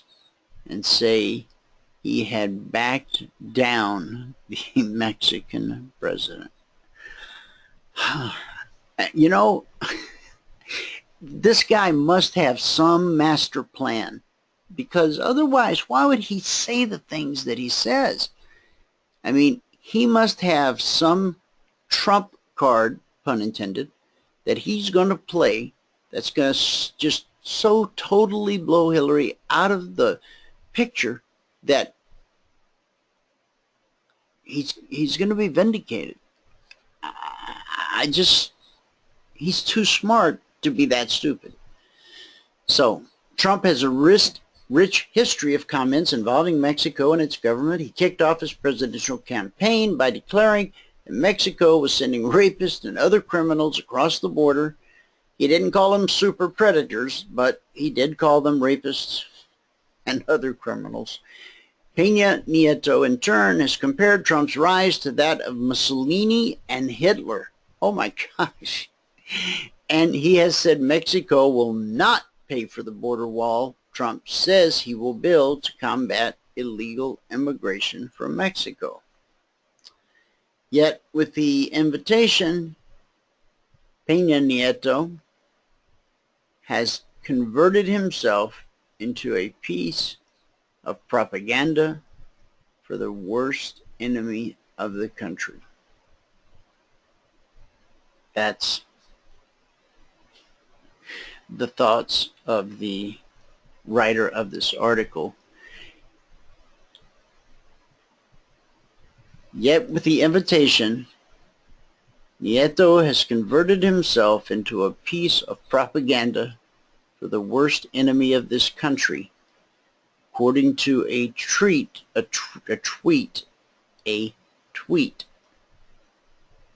from Jesus. Actually, his name is Jesus Silver Herzog Flores, a government and public policy professor at the Technological Institute in Monterrey, Mexico. Now, this is interesting. A government and public policy professor, okay? He works for Nieto. I mean, and he's calling him out on Twitter. And I'm wondering if he'll still have a job this time tomorrow. Interesting times we live in, to say the least. Okay. All right. I need to put this in my show notes.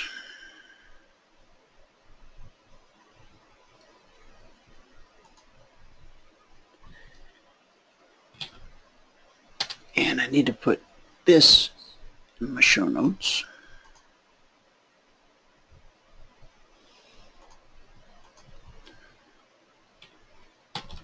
We had a lot of show notes yesterday. I think Monday and Wednesday we'll always have a lot. Okay, one more.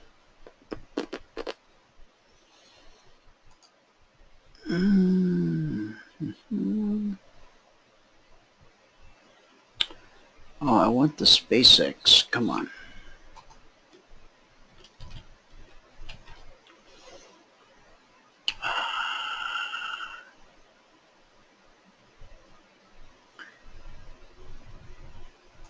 They should come up with a way. You know how you pin a chart? Maybe you don't. Maybe this is a good opportunity to teach you if you don't know. I mean, maybe you're new to trading. I'm not trying to, certainly don't want to insult anyone. But,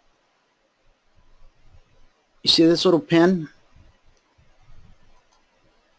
If I push it down and make it yellow, then it's going to always stay on top. I can't lose it. It can't get hidden behind other stuff. It stays on top. I'll tell you where you will probably find the most use for that little thumbtack is on your DOM, okay? On your DOM, thumbtack it. This way, you can still click your chart. Okay.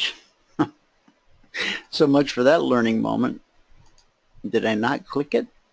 Oh, it was already clicked, I guess. Okay. So now, see, I can click around on this chart, and that doesn't disappear. I'll just be clicking and clicking, but as soon as I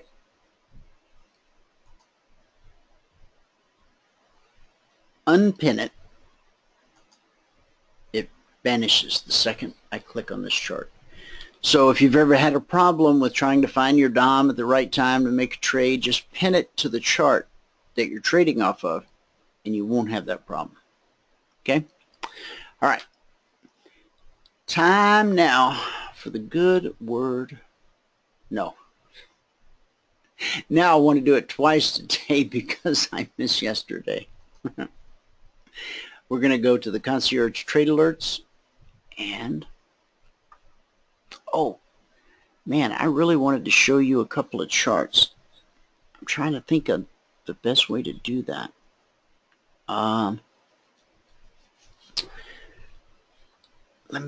Give me just a minute. And because this really is actually important. Not that everything isn't important, but that's not it. Not it. Come on.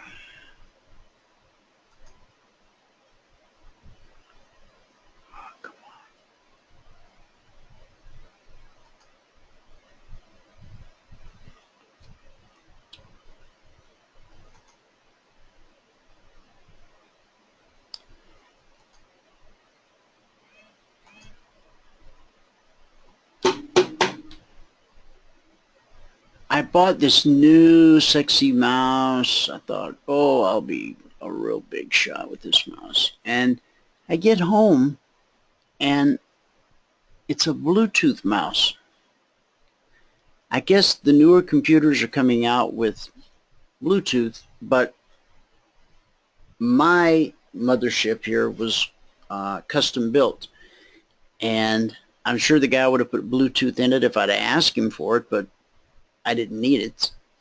Turns out I get this mouse home. It's all sleek. It's got a lot of features, and I can't hook it up to my computer because I don't have Bluetooth. I'm wondering if there's something, and maybe somebody in the audience knows, is there something I can buy and plug into a USB port that will give me Bluetooth connectivity?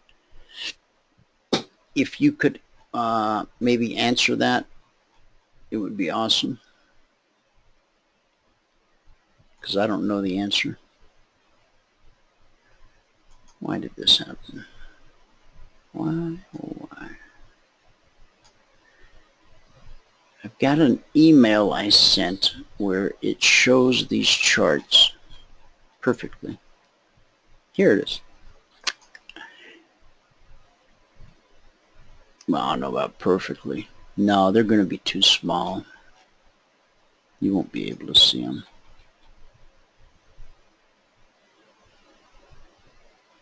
Unless they're clickable. Maybe they're clickable.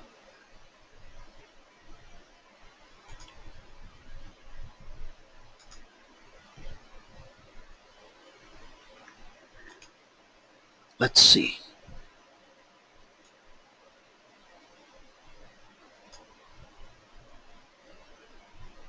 I don't want to reveal anybody's email address.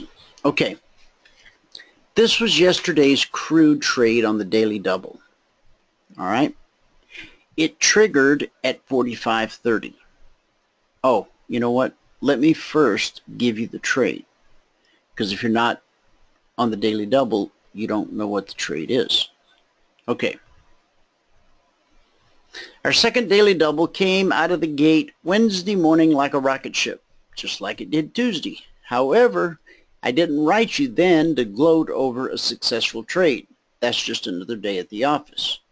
The Wednesday disaster was both unexpected, and sudden. They say a picture is worth 1,000 words. Look at how this played out. First, the trade that was sent to smartphones all over the world. Daily double number 2, 10:40 a.m. Eastern.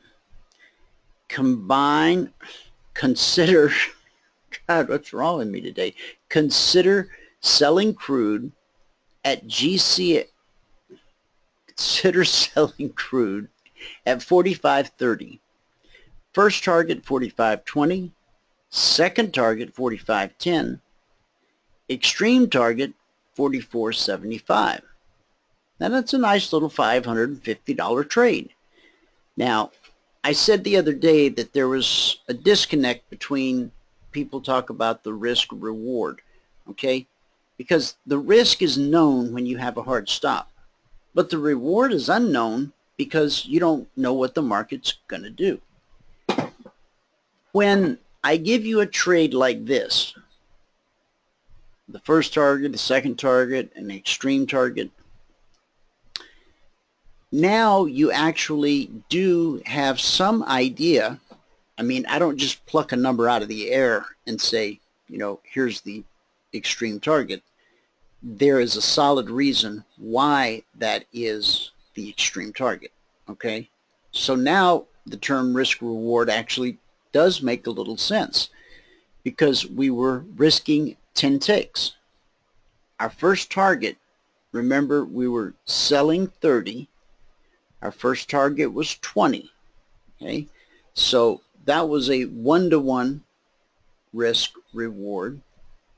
But then our second target was 45.10.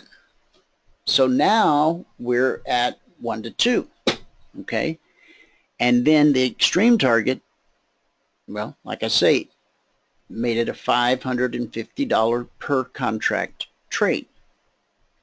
Now, it looks just fine here. Target or trigger 45.30. Then it hits the first target. Then it hits the second target. And then right here, it hits the extreme target. So from here to here, from here to here, it's a beautiful trade. And if you were trailing your stop, there really would have been no reason to stop trailing your stop because there was still, I don't know, another 15 cents in the trade, just from what's showing in this picture that I snapped earlier. Now, let's go to this chart. Now, this chart is a 30-minute chart, okay? Now, this is a 1-minute chart, okay? The trade went off at 10:40 a.m. Eastern. Got it highlighted, okay? We got triggered into the trade at 46.30. Now, we already told you to use a 10-tick stop loss.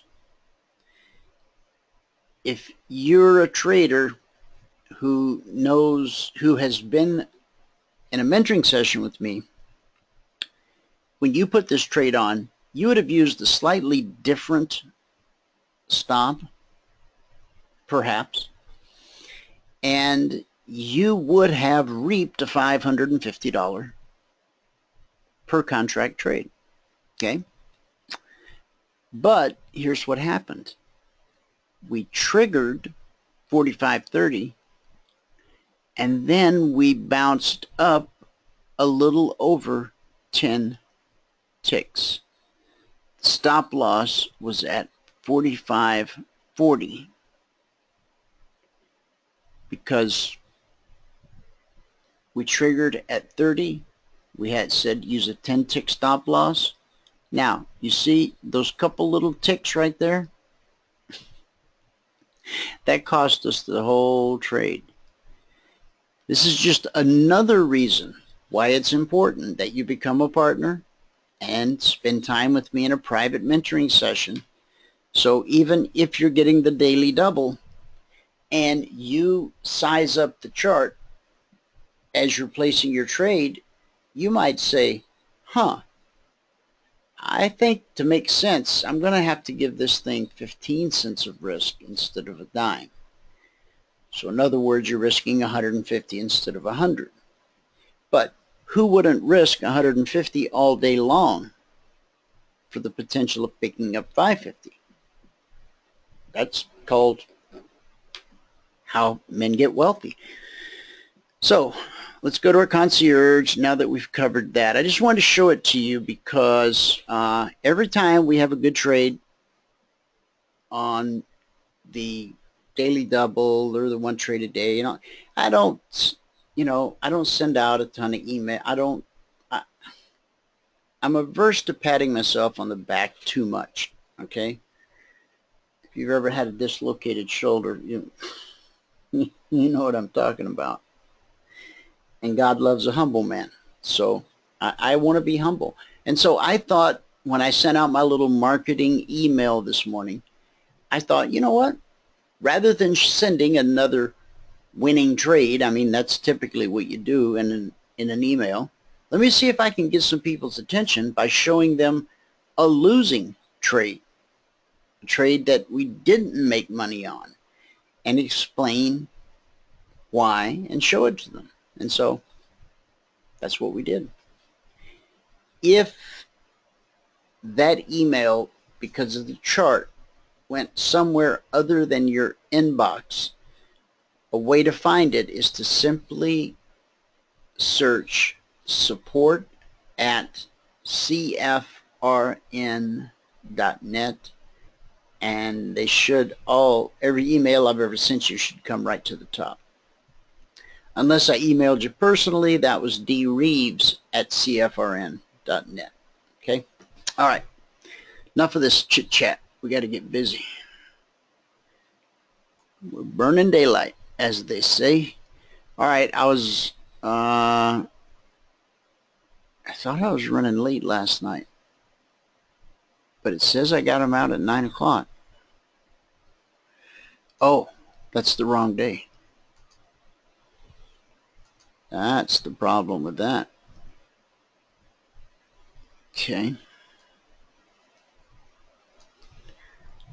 Let's go to view email.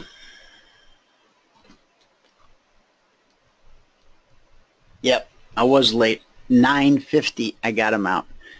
Sorry, life happens. I got kids. So 10 o'clock last night. 10 o'clock would be 2200 hours. So that big green candle right there. Okay.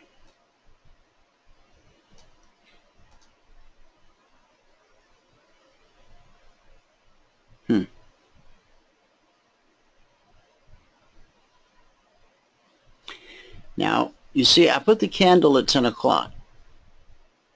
I actually sent the email out at 9:50. So it said to buy the ES at 2173 or sell it at 2167. So was it possible to be a buyer at 73?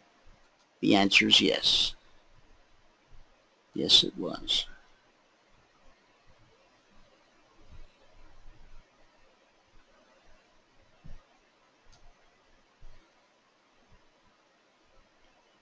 Buy 2173.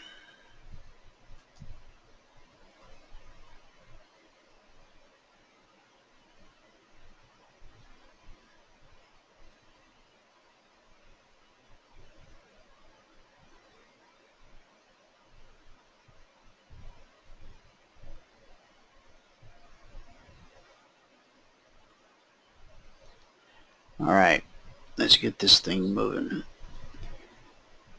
We're going to buy 2173.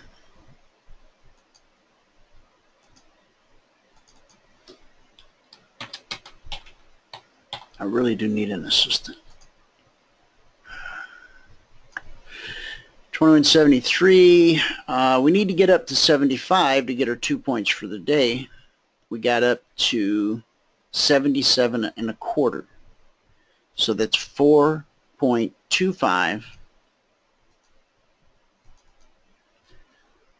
4.25 points available per contract. Okay. All right. Now, The alert also said be a seller at 2167.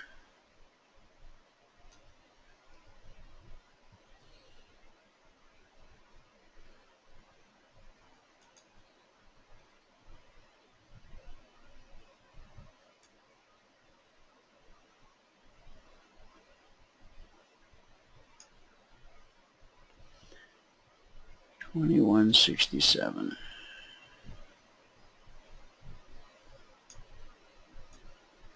These interruptions are killing me.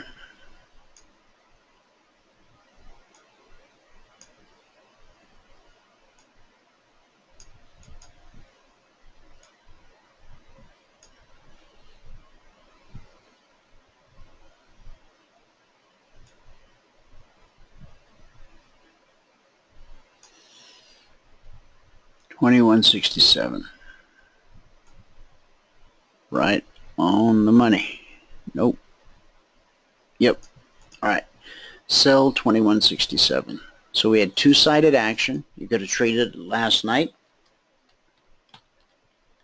and you could have traded it this morning. 21.67. This triggered at 9:30, right at the opening bell. I'm not a huge fan of the opening bell, honestly. So sometimes what I'll do is wait a little bit, and if you had waited a little bit, you'd have been just fine, because important prices, important areas are almost always tested. This first little drop took us from 67 down to 65 and a quarter. All right, so that's 1.75. 1.75 points available. Okay.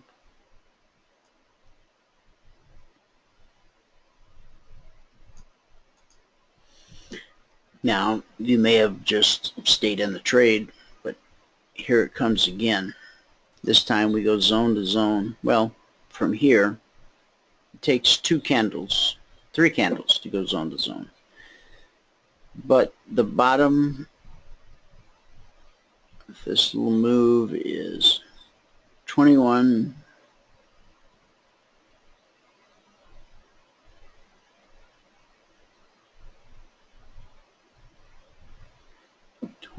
Oh, come on. 21.56 and a quarter. So 21.56, that would be 9, so it would be 8.75. 8.75 points available per contract. Now, I just counted to the little red one. I didn't count down to here. I should have. It would be more awesome. But here's my thought. As most of you know, when we hit a weekly trading zone and we start to bounce up out of that thing, if you got a trade on, you probably take your profit right about here. Okay. We never get out at the exact swing high or exact swing low, because we're always trailing our stop. Okay. All right. 2,200 hours.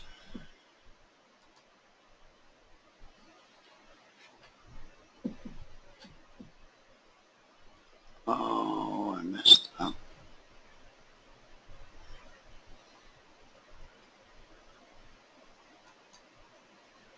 Huh. Got it right. Okay. All right. So the Dow on the buy side, we want to do buyers at 18.4 and a quarter. 18.425.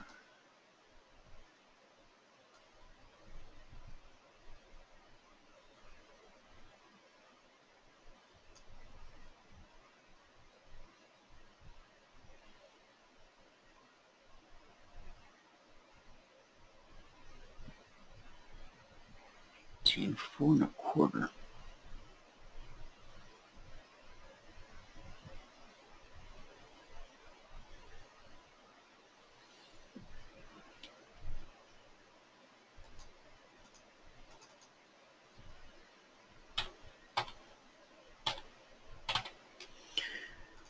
Okay, by 18.425.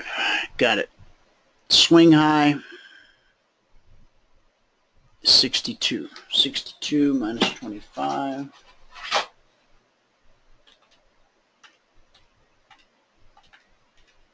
$37 points. So you need 20 points on the Dow. If you decide the way I'm going to get my daily goal every day is by trading the Dow, you need 20 points. This move offered up 37. Okay? And then you had this little guy here, which got up to 440. Did it really? 18.425. And then the high of this candle is 440. So that's 15 points. So that little candle gave you 15 points. Somehow that doesn't seem right. What am I missing here? Somebody straighten me out.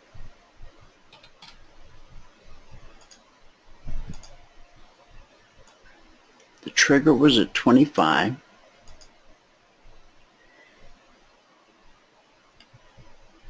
And the swing high was 40. 25, 35, 40. That's 15 points. Okay. But from over here at 25, the swing high was 18.462. 62 minus 25.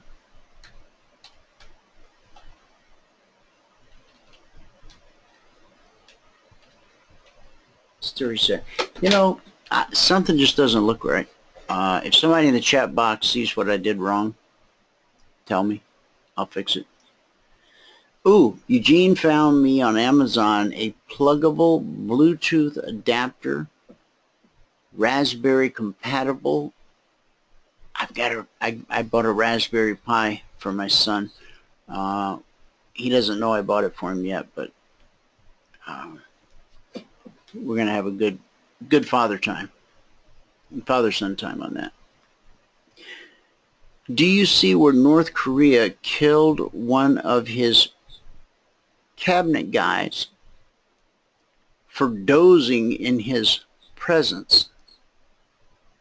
If that was the case in the USA, most of Washington, D.C. would be gone. Well, I don't want to laugh because a man lost his life, but your comparison and comment, I gotta admit, is funny, because I have seen on C-SPAN, yeah, I'm that boring, I watch C-SPAN, I've seen those guys dozing in the Senate chambers or on the Senate floor.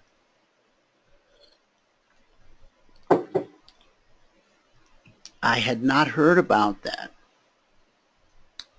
That deserves to go in the show notes.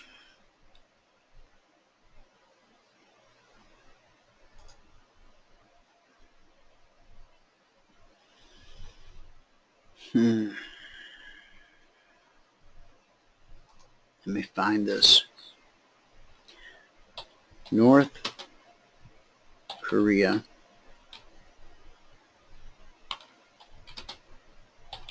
kills cabinet member. In the news, North Korea executes 2 more cabinet officials as Kim Jong-un's reign of terror goes on. Holy smokes. Sorry, God, I didn't mean no harm there. Oh my goodness. North Korea has executed 2 more members of its cabinet using a firing squad as Kim Jong-un continues his internal purge, reports from South Korea claim. Kim Yong-jin, North Korea's vice premier for education, and Wang Min, a former bureaucrat in the agriculture ministry, were allegedly gunned down in July under dictator Kim's tyrannical regime. According to South Korea, according to South Korea's unification ministry, the 2 officials were killed using an anti-aircraft gun. An official from the ministry has claimed that Kim Jong-un was killed under the orders of North Korea's leader for being an anti-party, anti-revolutionary agitator. South Korea's Junang Libo newspaper has called the killings the start of a new reign of terror as the dictator seeks to gain a tighter grip of control over his cabinet. Man, if that doesn't scare you, what's the date line on this thing? Published today. Unbelievable. Yep, that certainly earns a spot in the show notes. That guy is, I don't know, man. You can't be playing with a full deck. 2 fries short of a happy meal, as they say. Pray for him, I guess. That's all we can do. 18,380. Sell 18,380.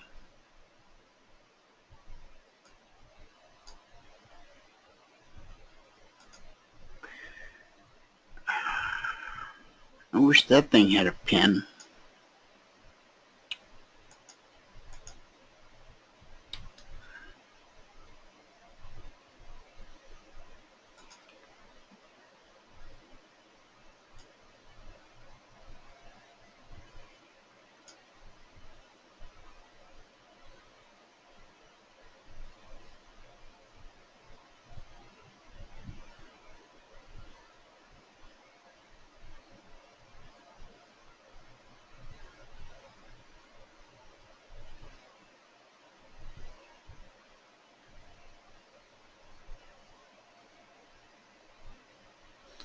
All right, let's get this going. We know it paid well. Let's just see how well. Oh, that offer I made you guys yesterday that I would send you the Concierge Trade Alerts to your inbox for just $1, it still stands. It's a true story. Okay. Now, where did my trade alerts go? Come here. Dow. Sell 1830. Okay. If you say so. Sell 1830. Now this one had a pretty healthy pullback. Question is you shouldn't have really gotten into this trade until the pullback. Huh? I know.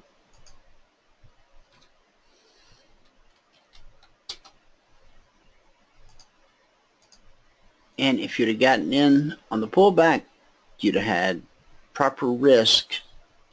Thing went zone to zone. These are this week's zones. Let me scroll back here a minute.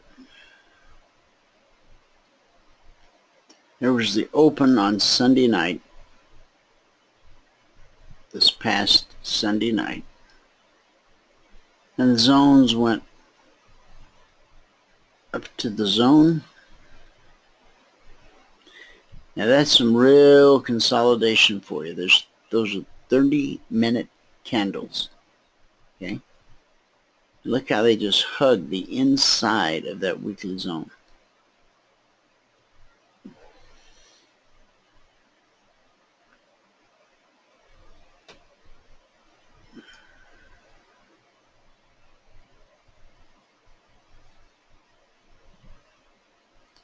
Okay.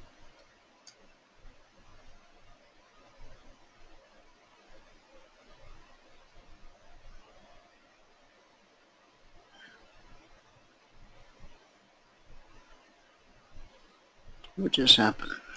Oh, I was showing you the zones. I wanted to go back to Sunday night. So we traded up to the zone. We hugged the zone all week long, or a couple days. Then we came down to the zone.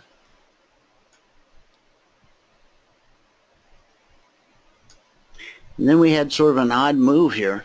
A hop, a skip, a jump, and we didn't quite make it to the zone below. Let me make sure I didn't miss anything. 1828 to 1825 down here. Yep. Missed that by 5 points. Whoa. It's hammer time. This time, this morning, it came right down to the tick. And you couldn't ask for anything better than that. Okay. So 1830 minus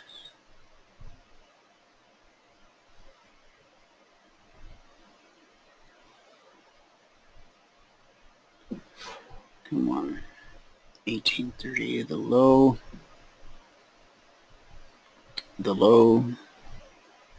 is 286.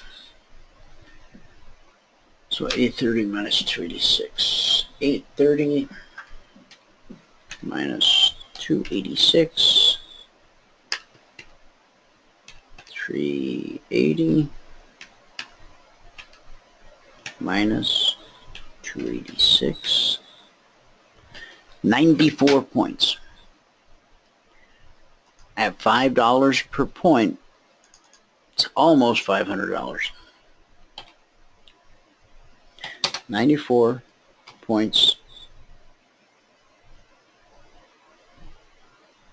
available at $5.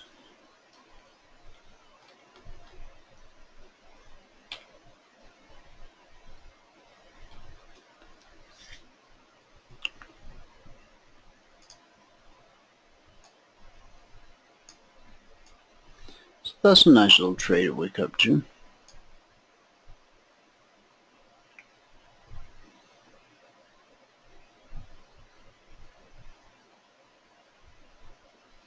See, now we had news come out right about this time, and we missed on all three of them, and that sent the markets down.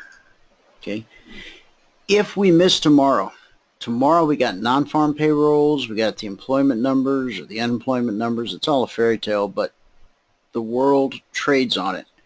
So tomorrow could be the shock that unclogs the arteries of this market. Otherwise, it's going to be next week. Now, today people are already thinking about their holiday. Tomorrow they're going to leave early. They've got Monday off. Tuesday they're going to be sunburned and hungover. So it's probably going to be next Wednesday before we see some real action. All the kids will be back in school. See, my kids out on the West Coast, they've been back in school for a month. Kids back east, they don't go back till after Labor Day. So, and that's when the big boys come down from the Hamptons and kick up their heels until it's time to take off for, see, in October, don't we have Columbus Day? And of course, November we have Thanksgiving, and then in December we have Christmas. Followed by New Year's, followed by a few months of unknown trading because we're going to have a new president. The most hated president in American history, no matter who wins. They say Trump is coming up in the polls, and people are starting to like him and all that rot. So, but if he's the Antichrist, I don't know. Maybe he won't win. The low was 347. It's not possible.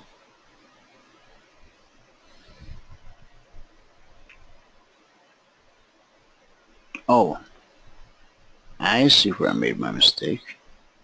This was 18,380.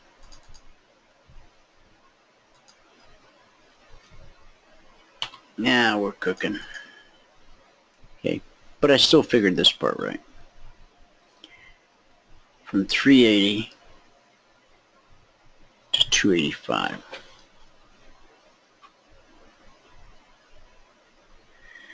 All right. This low.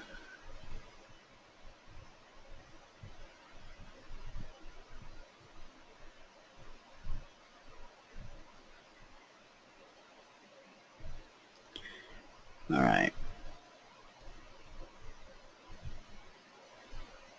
47. 80 minus 47.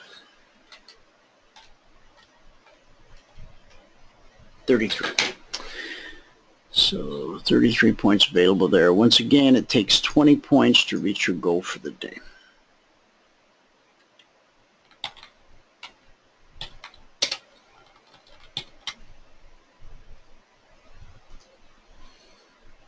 And if you hold the shift key down and you're typing a 3, that's what'll happen. And now look at here. Important prices, important areas. Boom, boom. You get the idea. I won't drag it out too long. Let's go to goal. I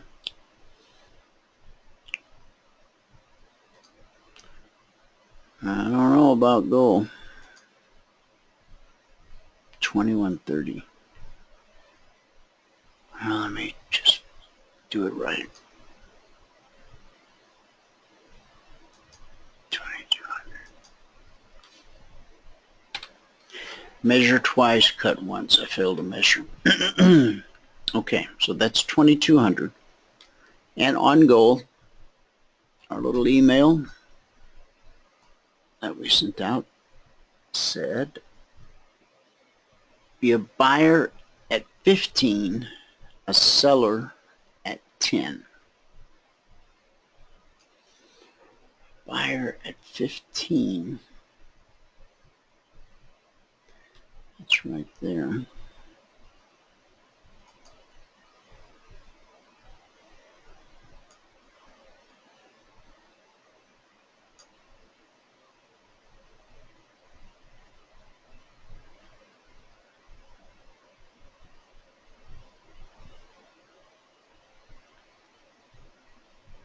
Okay. On goal by 13, 15.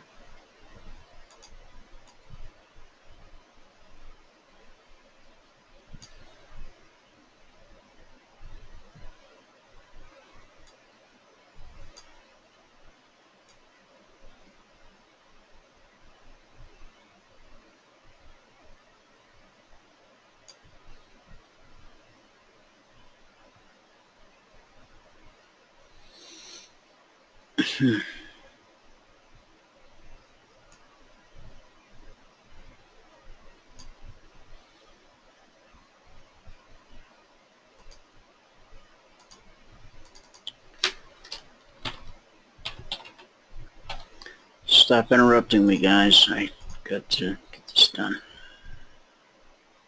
I'm not talking to you in the audience.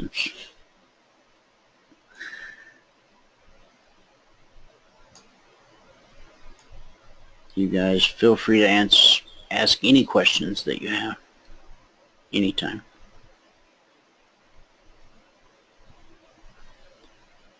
$13.10. Okay.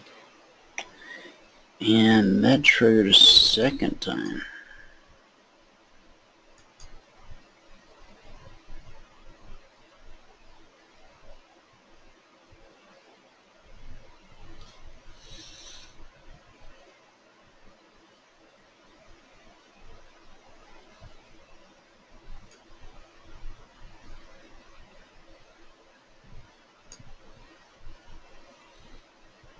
Okay. So from 15, we put in a swing high at 1860. Right. So that's $360 per contract available.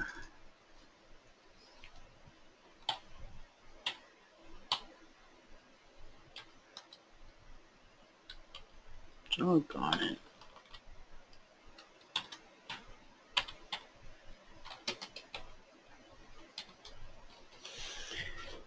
Okay. Is that a PDA or PCA? It's a C. Thank goodness. All right, and then we're going to sell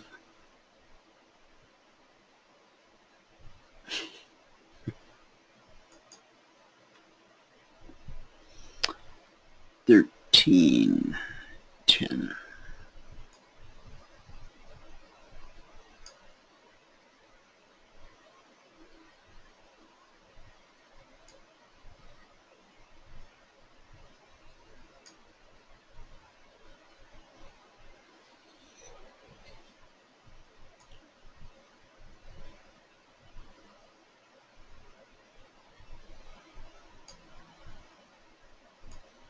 What's wrong with me?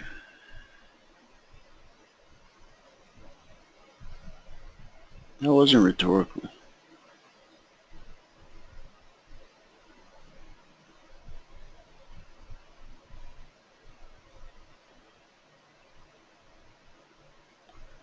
It's stress.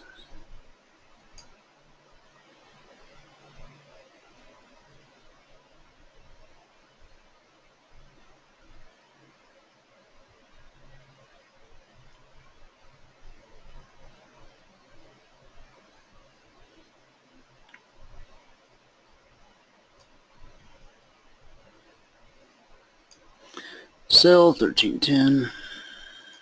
I promise you we're going to get through this. Sell 13.10.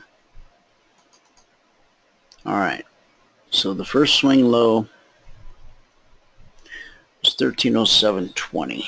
So that's $280 per contract.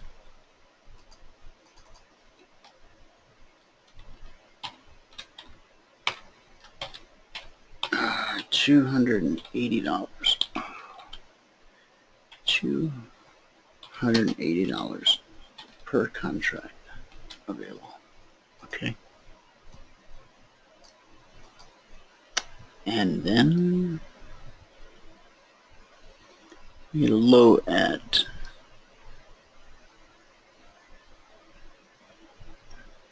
305.50.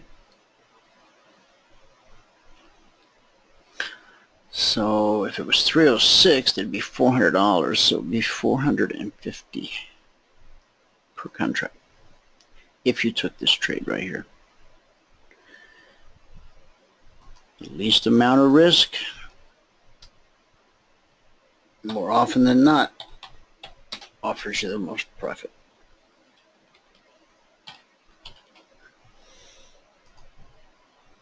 Perfect example. Okay. All right. Did I lose my gold sign? I did. Gotta make another one real quick.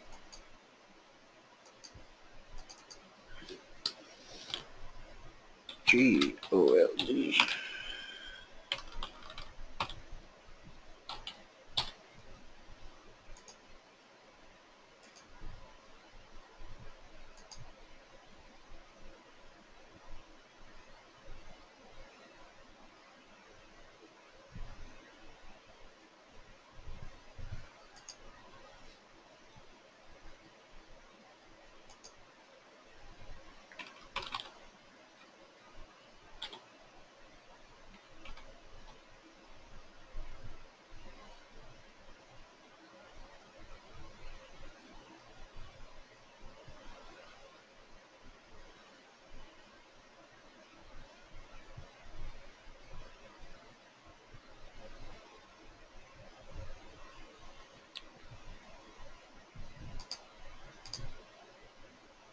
Okay, so on the long side,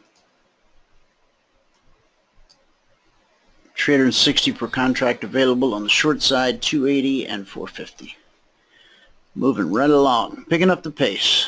Ooh-wee, bonds looking mighty pretty. 2200, measure twice, cut once. Okay. It's an odd little candle.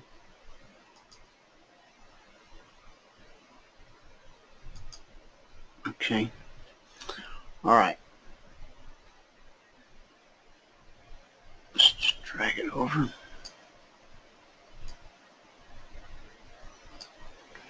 New traders, this is a difficult market. It pays $31.25 per tick when you're on the right side of the trade. But when you're on the wrong side of the trade, it costs you $31.25 per tick. Now, I don't know how big your account size is, but you can't be wrong for too long on bonds. So I'm just saying, there's so many other markets to choose from. Maybe this shouldn't be your first pick. It's seductive in that, wow, $31.25 per tick, only 4 ticks a day and I'm done. And I exceed my goal by $25 because $31.25 times 4 is $125. $31.25 times 3 is $90 and change. $31.25 times 3, $93.75. So you almost get your daily goal with 3 ticks. Now, important thing to note, if you're trading bonds, if you're only looking for 3 ticks, or if you're only looking for 4 ticks, you can only risk as much as you're looking for. None of that crazy science, crazy math, you know, risk, 10 points to make 5. That might serve you well for a day or two or a week, but eventually it's going to come back to bite you. The pendulum's going to swing the other way and it's going to eat you alive. And because the money has seemed so easy, and nothing in trading is easy, but it can be simple, you have not bothered to learn how to trade. It just seemed like some magic money printing machine. Well, it's not, I assure you. There is no free money. There's no free nothing. And people always go, yep, Jesus' grace, that's free. Huh. Man, the ultimate price was paid for that. You and I didn't have to pay for it, but it was paid for. No doubt about that.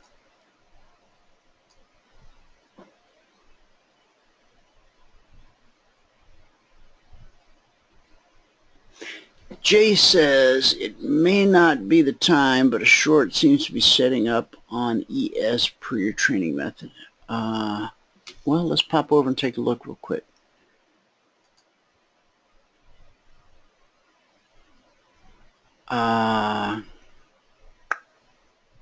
Gosh, we've had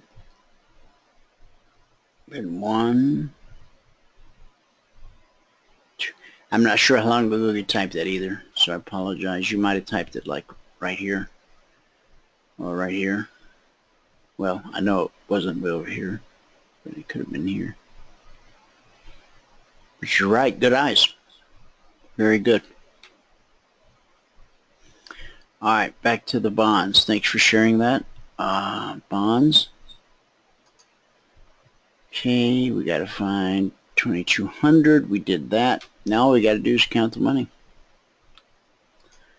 Bonds. Be a seller at 937 and a buyer at 948. So the first order of the day is going to be the selling, I think. What was I looking at? Bonds by 7206, sell 7119. Sell 7119. Okay. We can do that. Now, with bonds, unlike the other markets, because it's 32 ticks to a point, you gotta line it up like this. What did it tell us again? Bonds. Sell 171.19. So that's got to come way down. Okay, how's that? One more tick.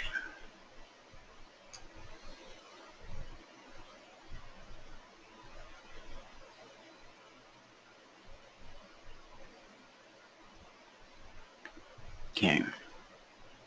Sell 171.19.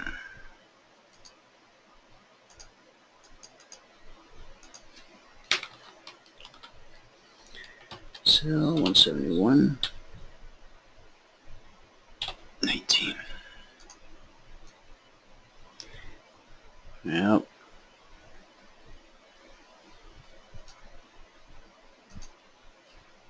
Oh, I thought I was going to get to play my sound file.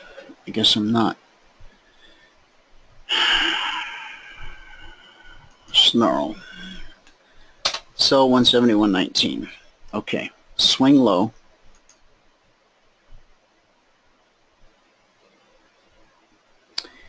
Is 170.20.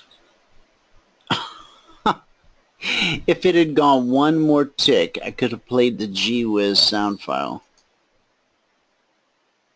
Now, I'm going to do a couple different things here. Number one, because I know not everybody stayed in this thing.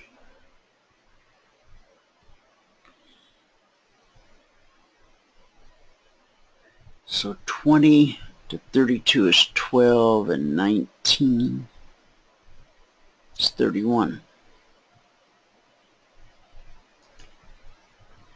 So 31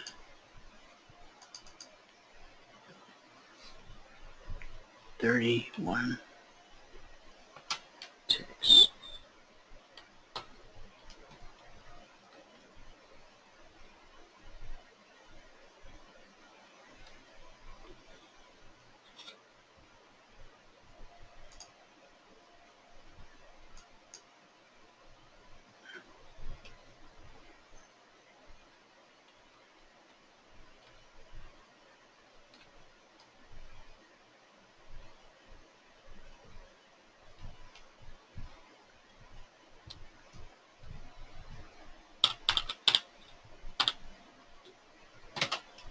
Per contract available. Okay.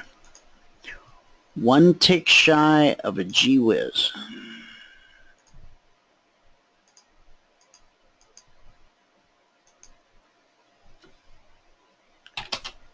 One tick shy of a Gee Whiz. And for those that don't know, a Gee Whiz is $1,000. We have a rule of thumb that says anytime you make $1,000 per contract on any one instrument, you get up and walk away. You take the money and run. Go on, take the money and run. Remember that song? I didn't sing it very good, but anyway. Okay, the swing low was 170.31.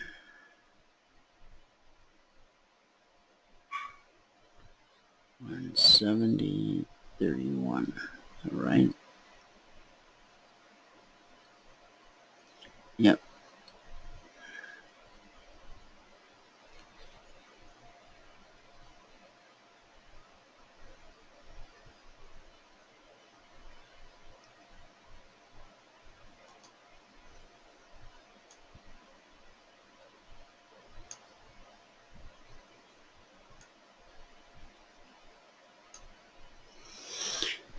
So there's 32 ticks to a point, and that this is 31.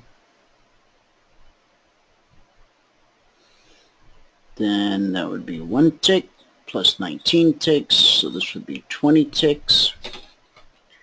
And so 20 times 31.25 equals $625 per contract available. Now, the reason of doing this is because of the pullback. That pullback most probably stopped you out. And that's okay because it stopped you out with profit. And anytime you get stopped out with profit, that's a wonderful day.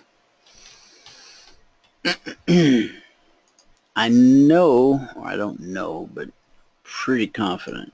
If I throw the indicators on them, it will show you where the indicators would have chosen to be in your best interest to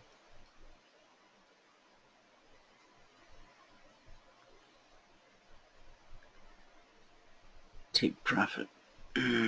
CFRN.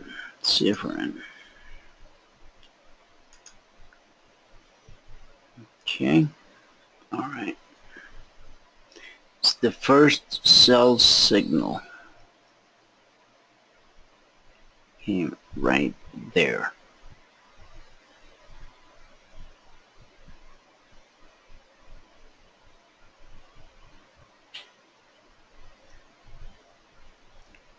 Okay.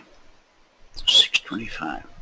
So as price is coming down, when the black step line on a short trade gets on the north side of the CFMA1 and you have a candle close in the opposing direction, instead of red, a green candle closes above the step line, which is above the MA1, and you exit the trade at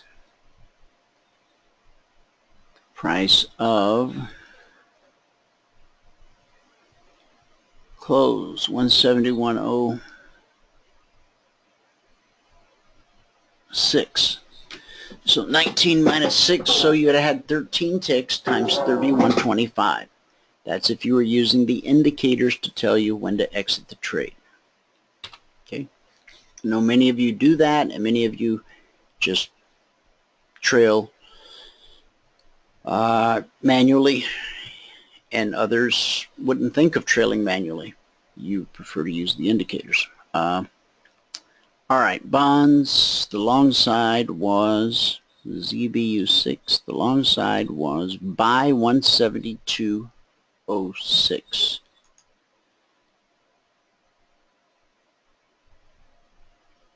Oh, man.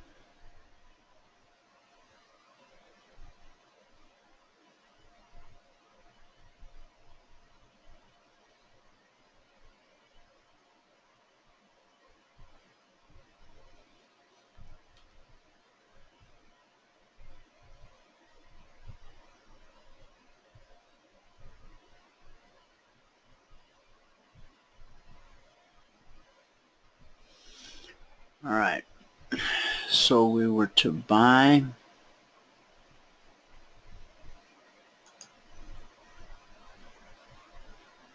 172.06.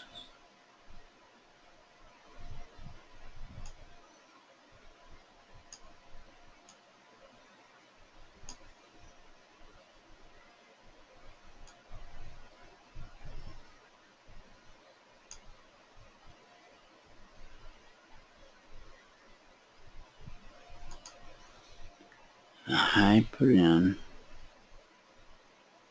was 172.09.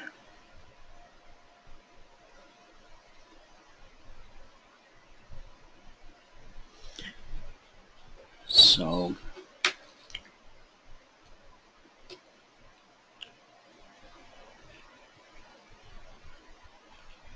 you know what that is.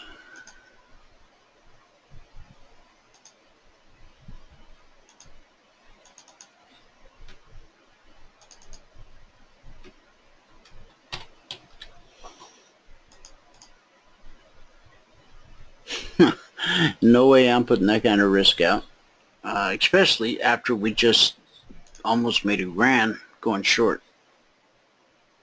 No way. No way, Jose. Sorry, Jose. All right. This is the lowest weekly trading zone on crude, which has me a little bit disturbed perturbed, whatever you want to call it, because, doggone it,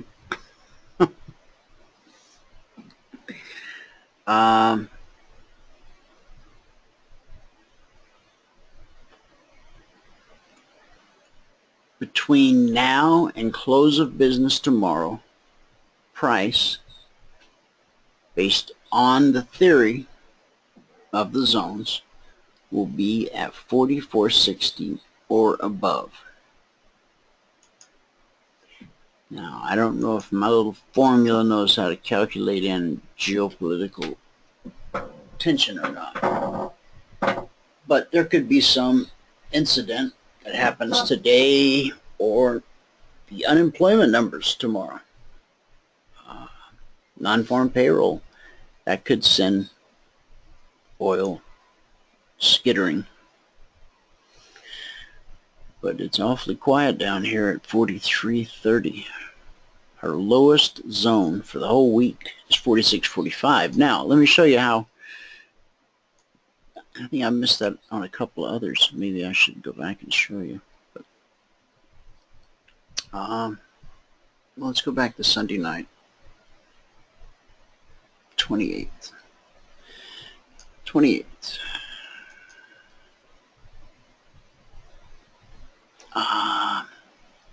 Okay, Sunday night Globex open on the 28th. And so price, it took it a while, but it meandered its way down to the zone. And then it meandered its way back up to the zone. And this is just a reminder that zones are an area. We get accustomed to them turning right on a dime, but that doesn't always happen. They get close, they get near, and that happens. Here again, price came down, hot knife through butter, and you expect price to come back to the zone, consolidate, and then your next powerful move is to the downside.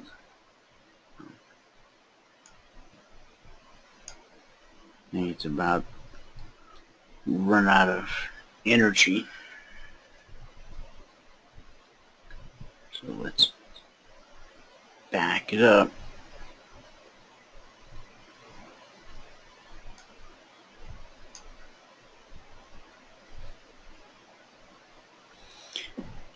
Leg, retrace, see all this consolidation here? That's always the most likely thing that's going to happen. The second most likely is rejection. The third is the hot knife through butter. So we get leg, retrace to the tick. See, we can sometimes fall into a false sense of complacency by expecting the market to always turn right at the number, but it doesn't. Sometimes it'll consolidate and then actually continue higher, continue lower.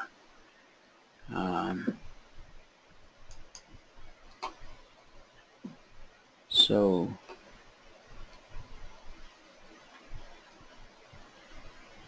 this was crude back earlier in the week on Monday. So $1,000 day Monday in crude.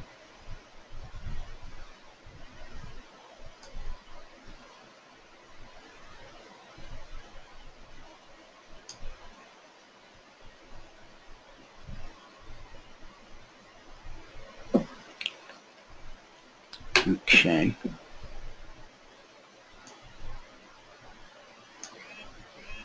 Back down to the zone, more consolidation. And here we hang. Let's go to the beans. 2200.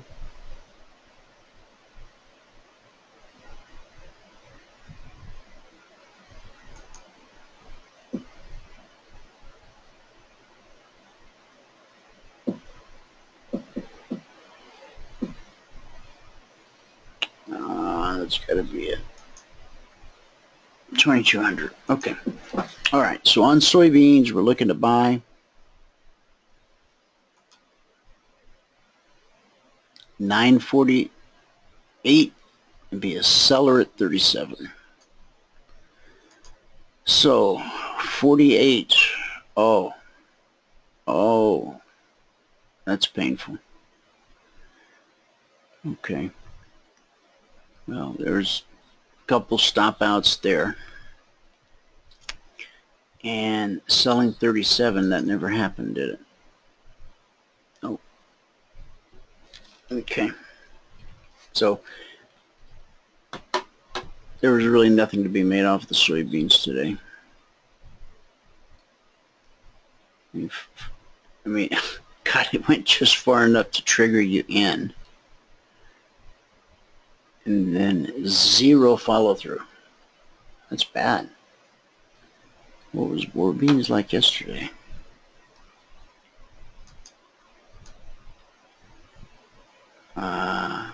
Yesterday they were very nice.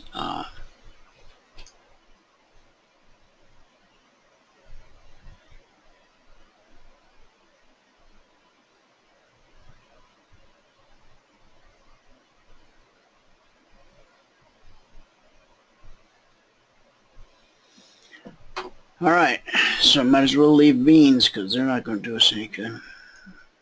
Stare at them all day. Ain't going to change the fact, is it, chat? Okay. We're almost out of November beans, and November beans are the kindest beans of all, and I think it's about played its hand out. Now my arch nemesis, the NQ. Oh, so today you show me a little kindness. Biggie, biggie. 2200. Okay. NASDAQ. I want to be a buyer at 77 and a seller at 66. Here we go again.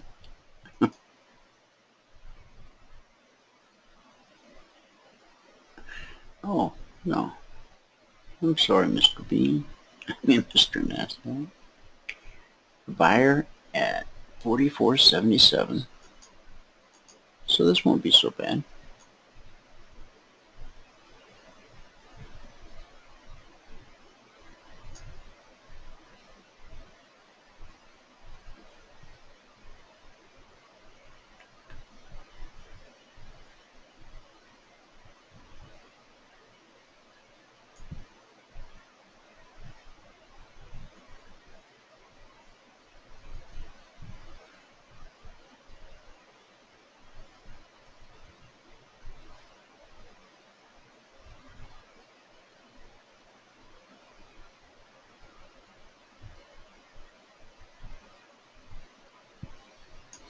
Okay. I still don't think I got it.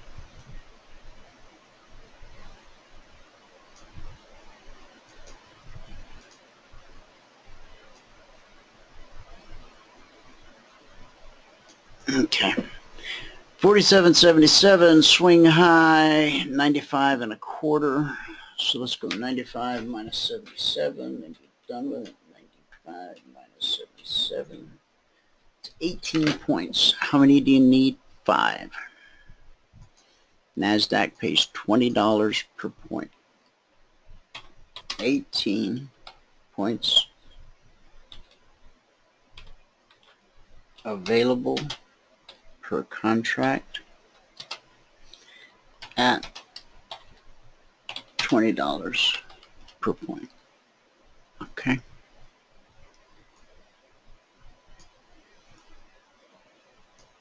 Okay. Now, 18 points available per contract, so that's almost $400. 2 to 8, 18, $360 per contract if you got out of the exact swing high. And we've already covered the fact that that doesn't happen around these parts.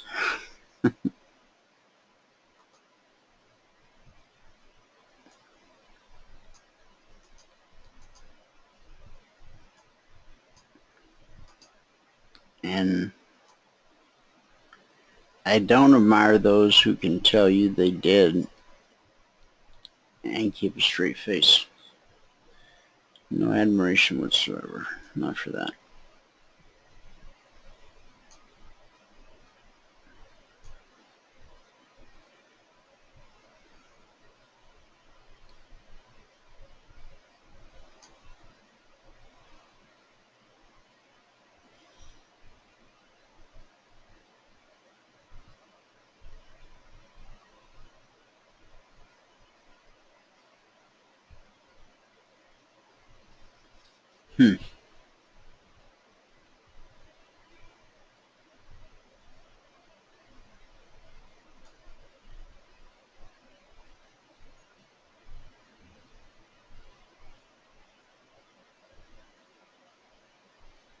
Hey, are there any locksmiths in the audience?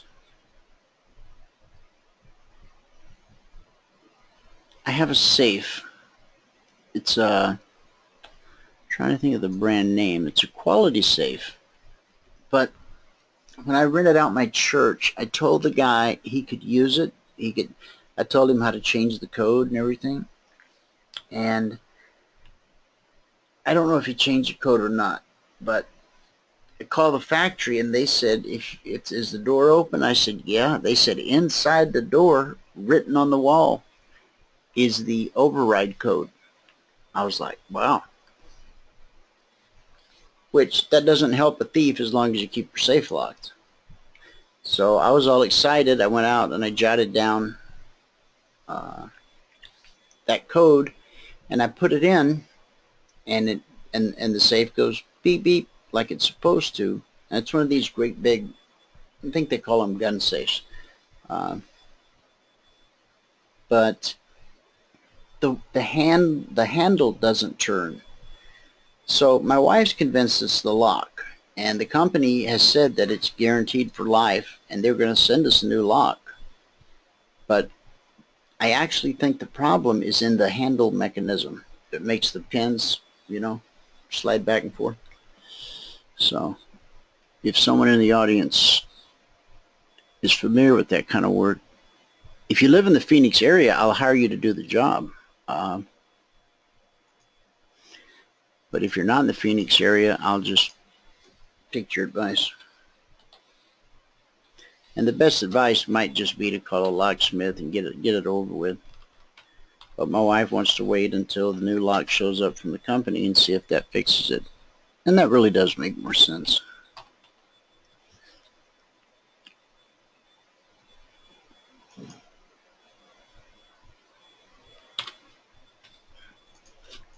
I'm always Mr. Jump the Gun.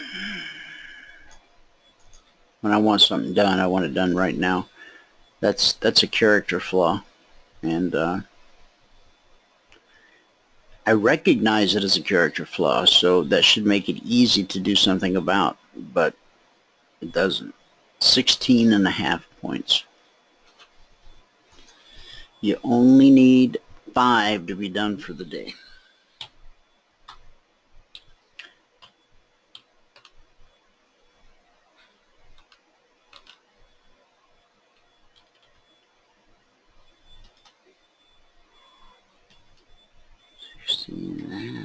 Points.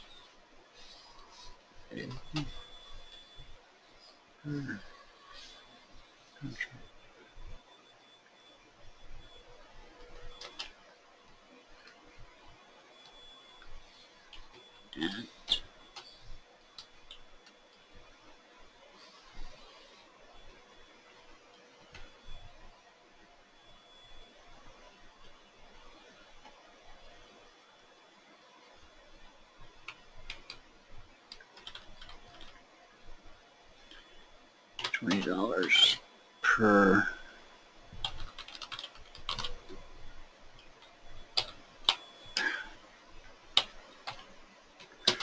point. Oh my goodness. I'm gonna go take a nap. I don't have a mentoring session immediately following the show. I'm gonna go take a nap. I haven't had a nap in a long time. I used to nap every day. Naps are good for you. But they say you don't want to take too long of a nap. I think 15 minutes is like the limit. 15 minutes and you're recharged, you're ready to go. But anything more than 15 minutes and you wake up all grumpy. Arr. I don't want to be that guy. All right, one more market, Russell, right? Oh, the Russell. It got busy. 2,200.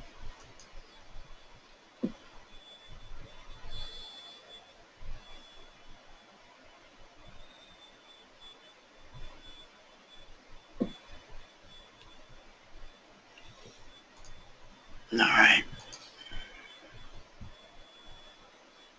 2,200.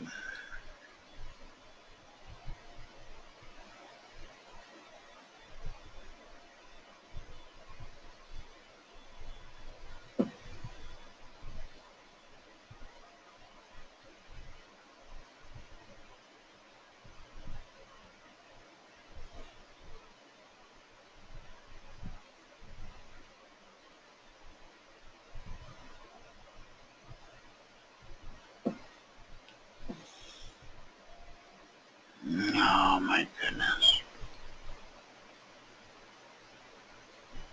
Any one thing? It's something else. 2,200 hours. Okay, this is our last market, and I know you're so glad. Oh, let me show you how the Russell zones did this week. Here's Sunday.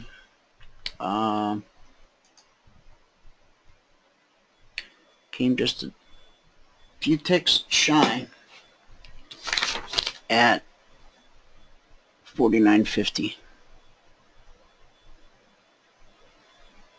Now don't let it throw you, because you come a few ticks shy there and a few ticks shy here. There's still plenty of money to be made in this move here and in this move here. Okay.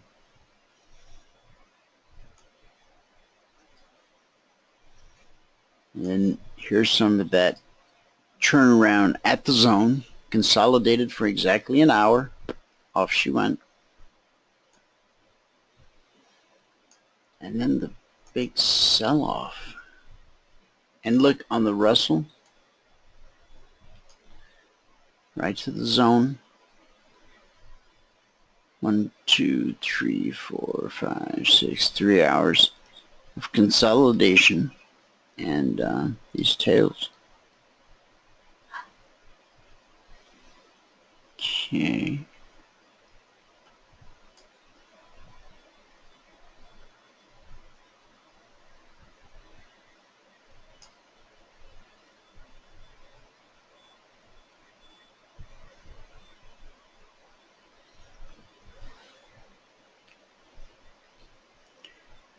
So the zone's held there.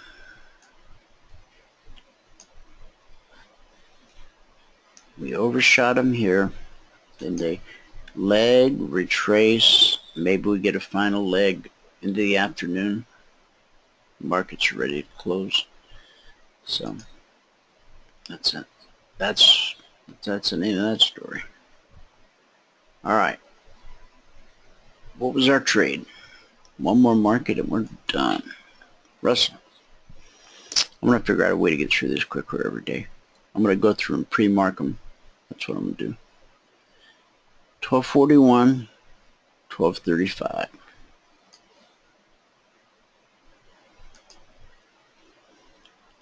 $12.41. Ooh, that's not right.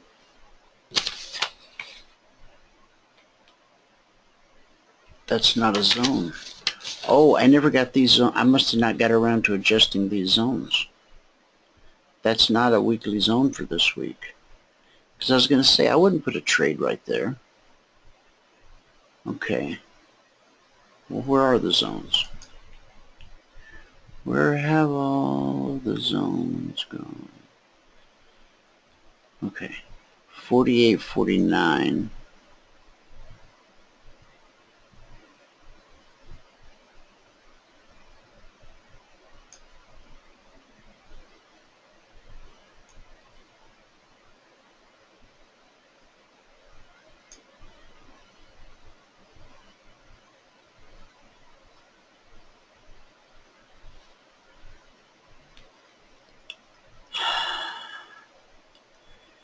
So the zone is actually 48.49.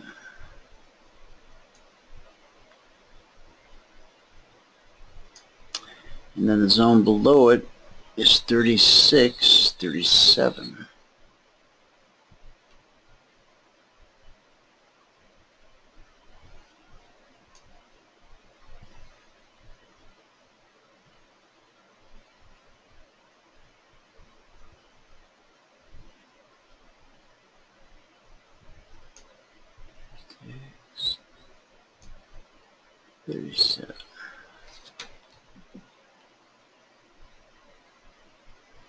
Okay.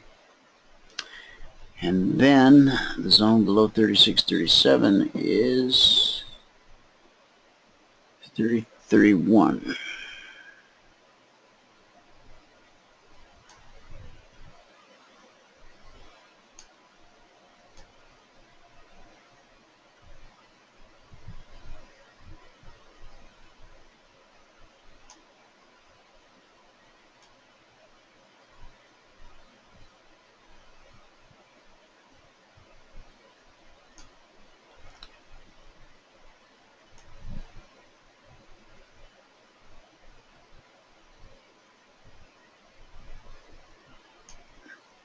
All right, 30.31.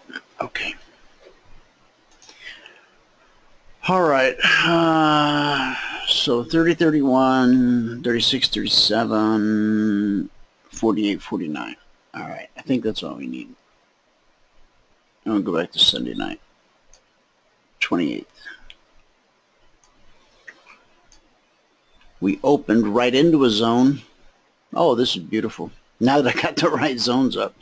Consolidated for all these hours, and then we made a beeline from 37 to 48. That's $1,100 per contract on the Russell because it pays $100 per point. Okay. Then we just dinked around and finally made the move down to the zone below, overshot it with a lot of momentum, consolidated below it, attempted to rally up above it, didn't quite make it up to the zone, came down to the zone, up to the zone,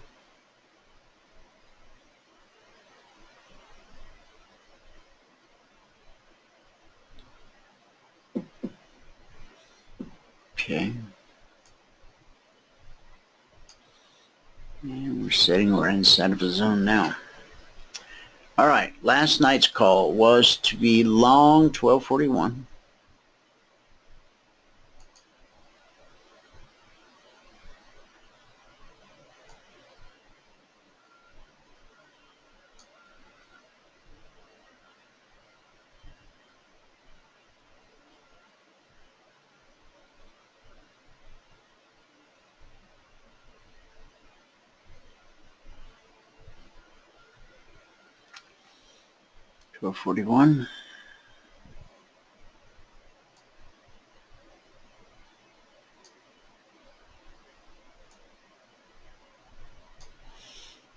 And the first little move up took you all the way to 44.10. So that's 300 and some odd bucks. Swing high is 1245.80. So if you're buying 1241, buy 1241. Okay. Now 1241 up to 45.80. That's $580 per contract available.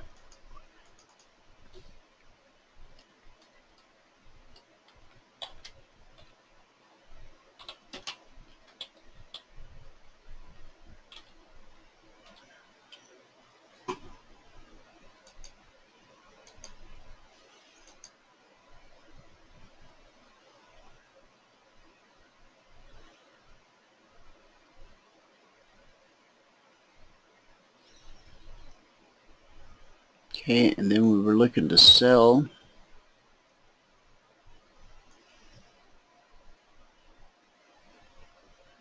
1235. 1235.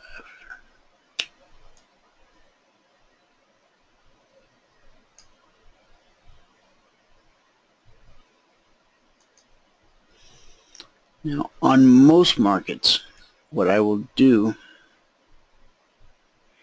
is I will get 2 points away from the zone for trade alert. I've learned on the Russell that 1 point is usually enough. I mean, the Russell pays $100 a point where the S&P pays 50, so it kind of all just works out some sort of way. So the Russell, we're selling, doggone it, 1235.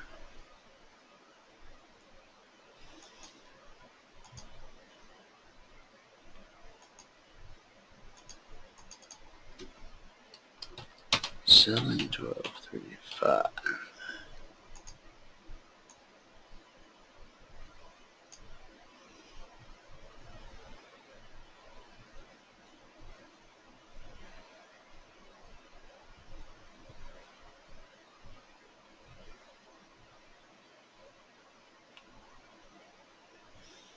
All right, 1235. The first move took us to a swing low of 26.1. So 1235 to 1236.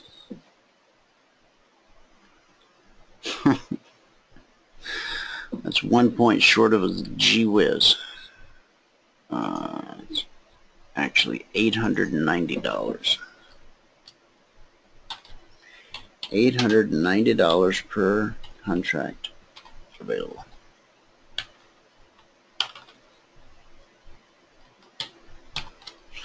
Okay, 890.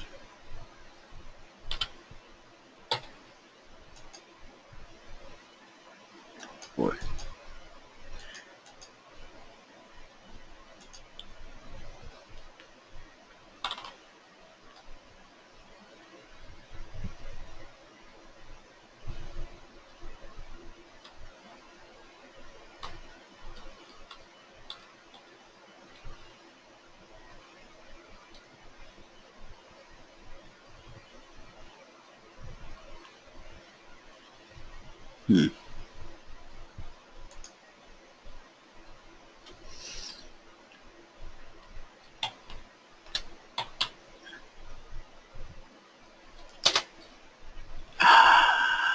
You rascal. $890 per contract.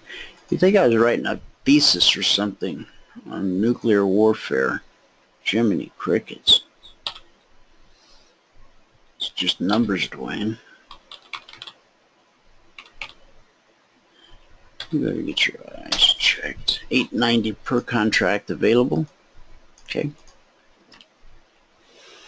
Now think about it. If you're starting out on the blueprint, you're making $100 a day. In a 5-day week, you make $500. Yes, it doesn't pay your bills, but it's $500 of honest money. But in 6 months, you can be at 4 contracts. Now, at 4 contracts, that 500 becomes 2,000 gross before commissions. Trading is risky. You can lose all of your money. You will consult with a licensed investment professional when you open your account. Now, I said that to say this. This one trade from here to here, $890 per contract. And so you're probably thinking, well, man, I want to learn how to make those kind of trades. I don't want to just make $100 per trade. Okay. Then let me teach you how to trade. Take the mentoring course. Once you got that nailed, then take the Concierge Trade Alert product. If you want it or need it, maybe you don't need it. Maybe you don't have time to learn how to trade, but you want to take trades like that. Okay, then become a Concierge Trade Alert client, because I can train you to trade these trades. And if we spend 2 45-minute sessions together a week, in 30 days you'll have it nailed, and you should be able to pay for your quarterly or annual subscription pretty quickly.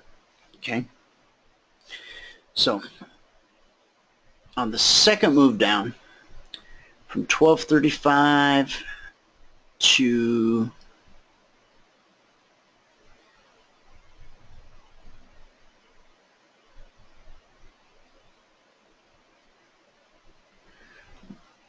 the low is 33.90, so I rounded up to 34. That's not right. The low is 31.60. So let's round it up to 32. That'd be 300. Well, the actual figure would be $340 per contract.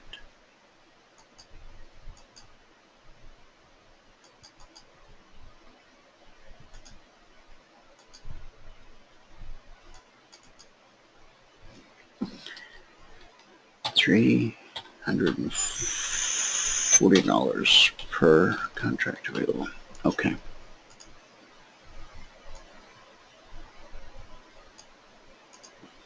And then, as you can see, it got one tick above. Then it came back and did almost the same thing again. Now it's shooting for the stars. Okay? All right. So we had an awesome time with the Russell. Yes, sir, we did. Butterfly sign, Russell. Now, if you're on the trial, or you've been on the trial and your trials are running out,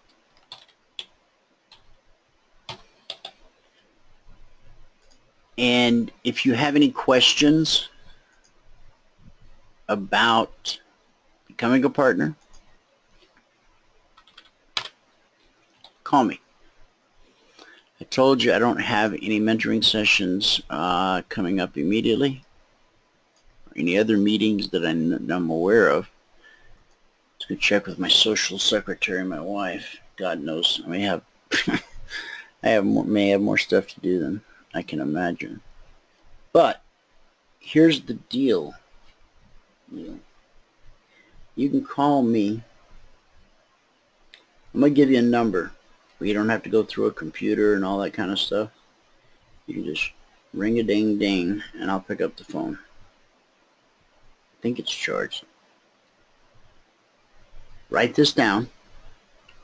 623 500 1355. Let me put it in the chat box. 623 500 1355. If you want to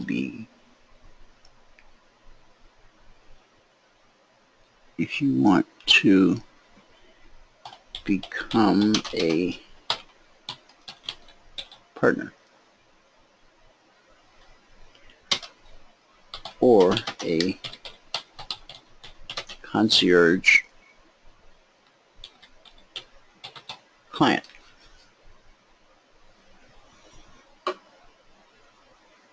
And I'll hit send to all. There you go. Let me check that phone and see if it is charged. I think it is. It's got a green light. Oh yeah, that baby's just ready to rock. Now, if you catch voicemail, because I'm on the phone with somebody else, leave a voicemail. Okay? Because if you don't leave a voicemail, then I won't call back a missed call. Because I figure if you aren't interested enough in the conversation, having a conversation to tell me who you are and why you call, then you probably really don't want me to call you back. So it would be an intrusion to do so. So just, this is Joe, I'm interested in becoming a partner. Now, this phone has caller ID, so call me at the number on the caller ID. So you don't even have to give me your phone number. It's always confusing when people call from one number, but they want you to call them back at a different number. And I know that, you know, that like maybe you're at work, you're using the office line, but you want to get called back on your personal phone later. Yeah. That's okay. I can write down phone numbers. Okay. Let's stop messing around here. All right. So that's it, man. Speaking of which, do you think you and Michael would have time after the holiday next week to chat about the site? Latrell, I think I got time to talk about it over the weekend. I got time to talk about it this afternoon. What's your schedule like?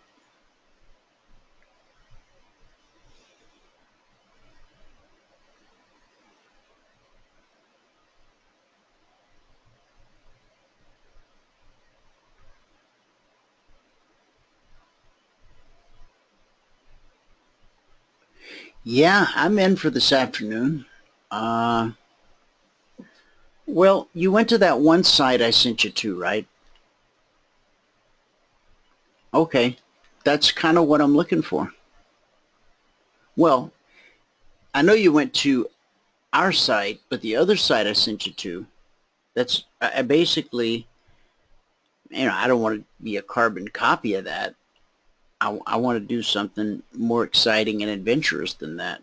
But let me see. Oh, I can talk into this baby.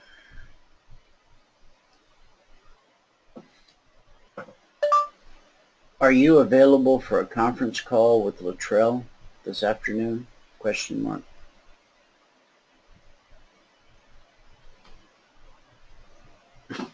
Uh-oh. It didn't do justice to your name. Let me just say that. Maybe I said it wrong.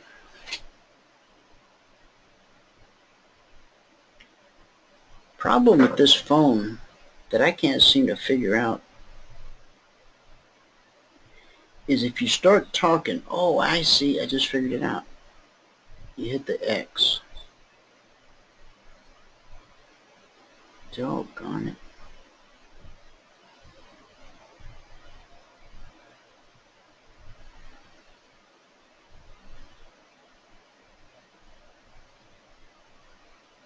It's no iPhone. That's for sure. But for 20 bucks, I mean, what do you expect?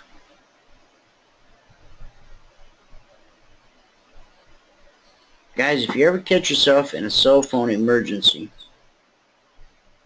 and you need a handset, go to Walmart and buy the Cool Pad Rogue. For 30 bucks, you get unlimited text, voice, and data. I'm sure they throttle you at some point if you use a lot of data.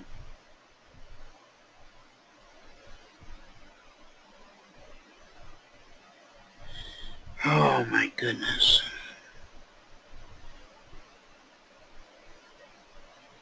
Could you change your name, please? This phone won't type your name.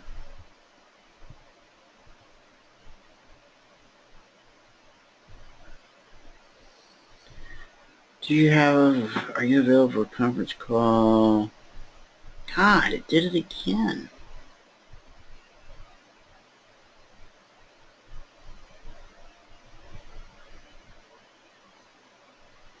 I guess it's spell correcting me. And I'm not smart. Oh, I guess I am smart enough to overcome it. Try this.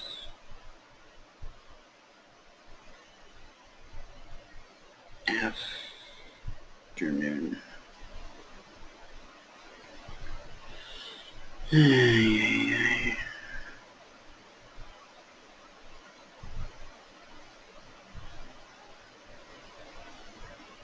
Okay, I sent him a message. I know he's got your number, and you can email me your number. And if he's too busy, I'm not. So I'll talk to you about it, and we'll get this thing rolling because I want to get busy. We're burning daylight here. And then I got another site after that I want you to work on.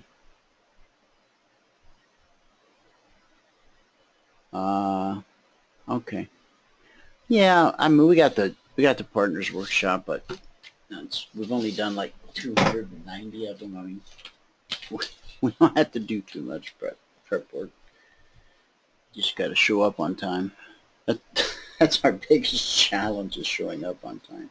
I'm glad you mentioned that, though, because I need to send out the invitations. Okay, I'm writing your number down right now.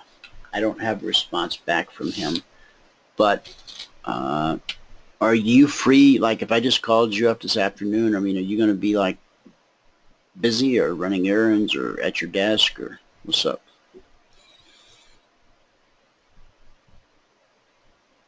Oh, Lord, you had to ask that. I don't know. Later? I don't know, in an hour or something.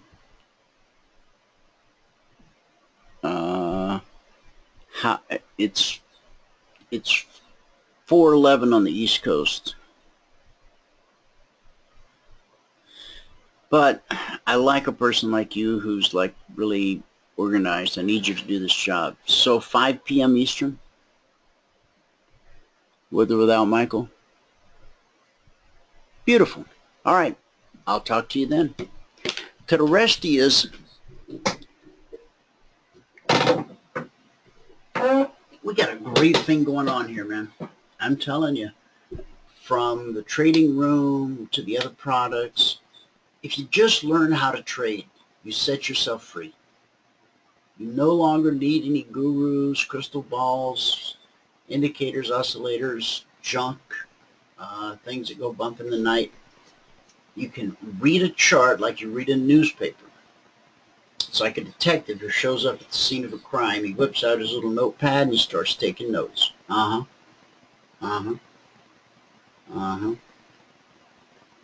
The butler did it in the library with a pipe wrench.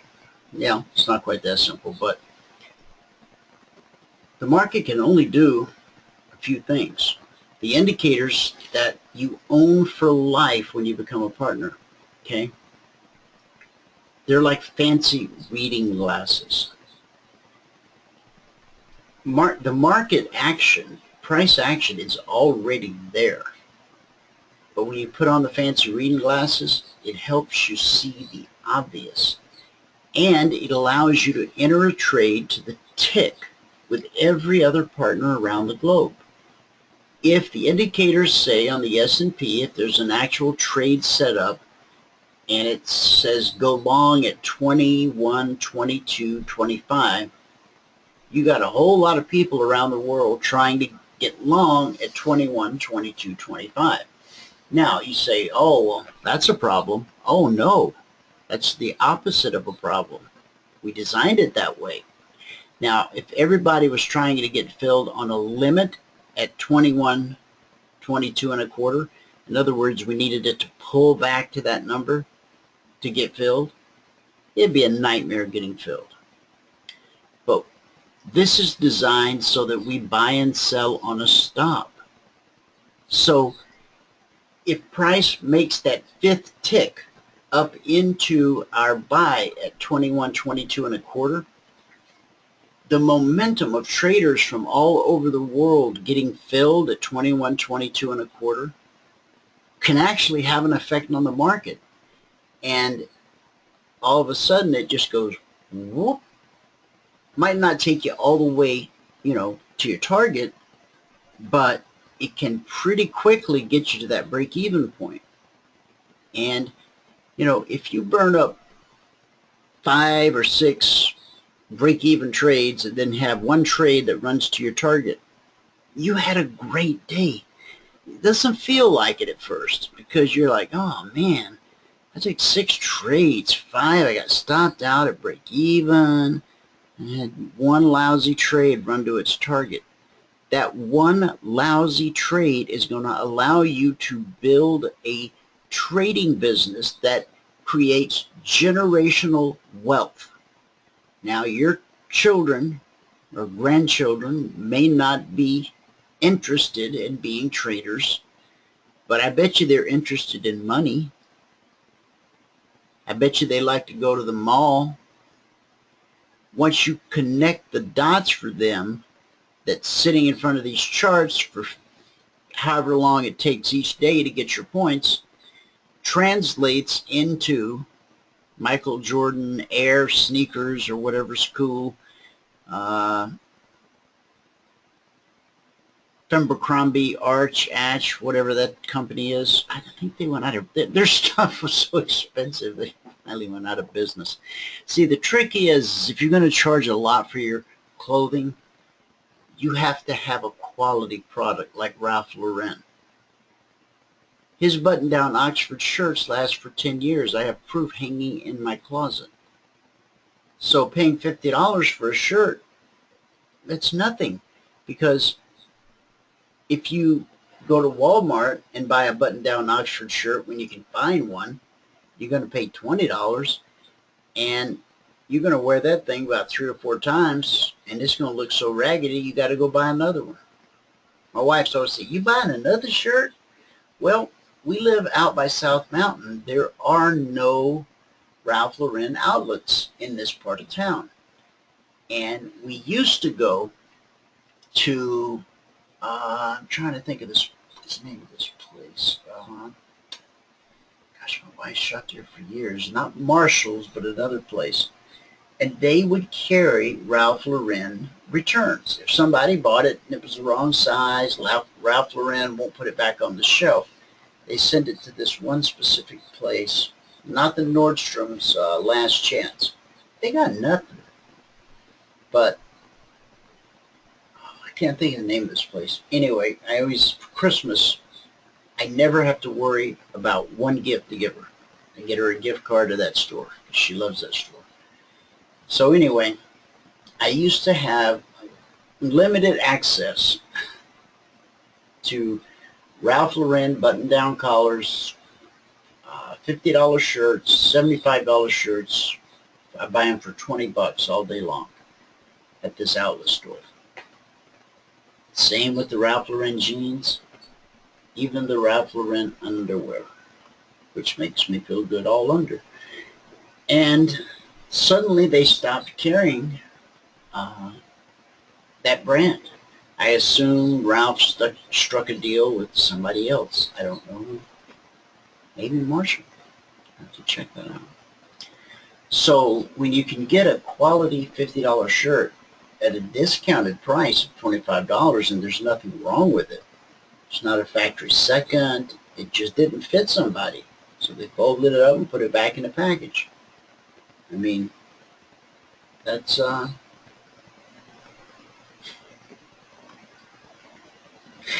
oh me. I'll talk to you guys about anything. That's how intimate our relationship is. I'll just prattle on about anything. All right, I gotta go.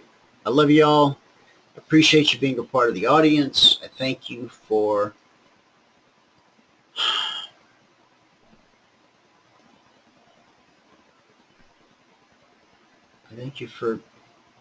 everything.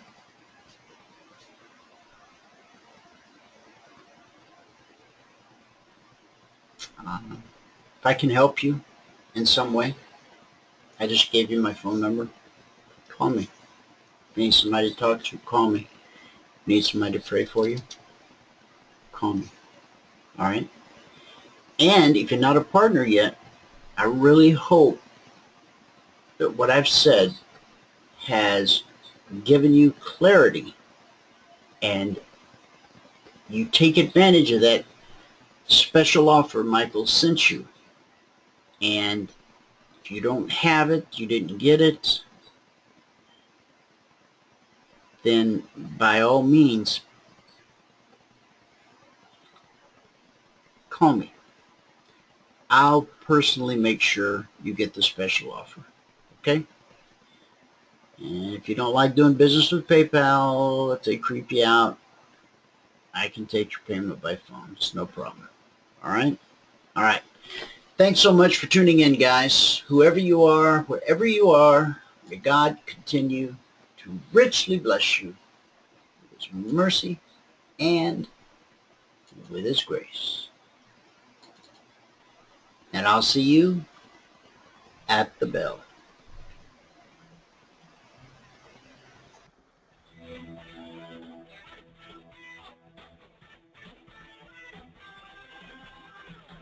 Remember this, there is no greater return on investment than to see a human life changed and given hope. As always, pray hard and trade safe. Any financial information discussed on this show is simply the opinion of our host, Dwayne Reeves, his co-host, and guest.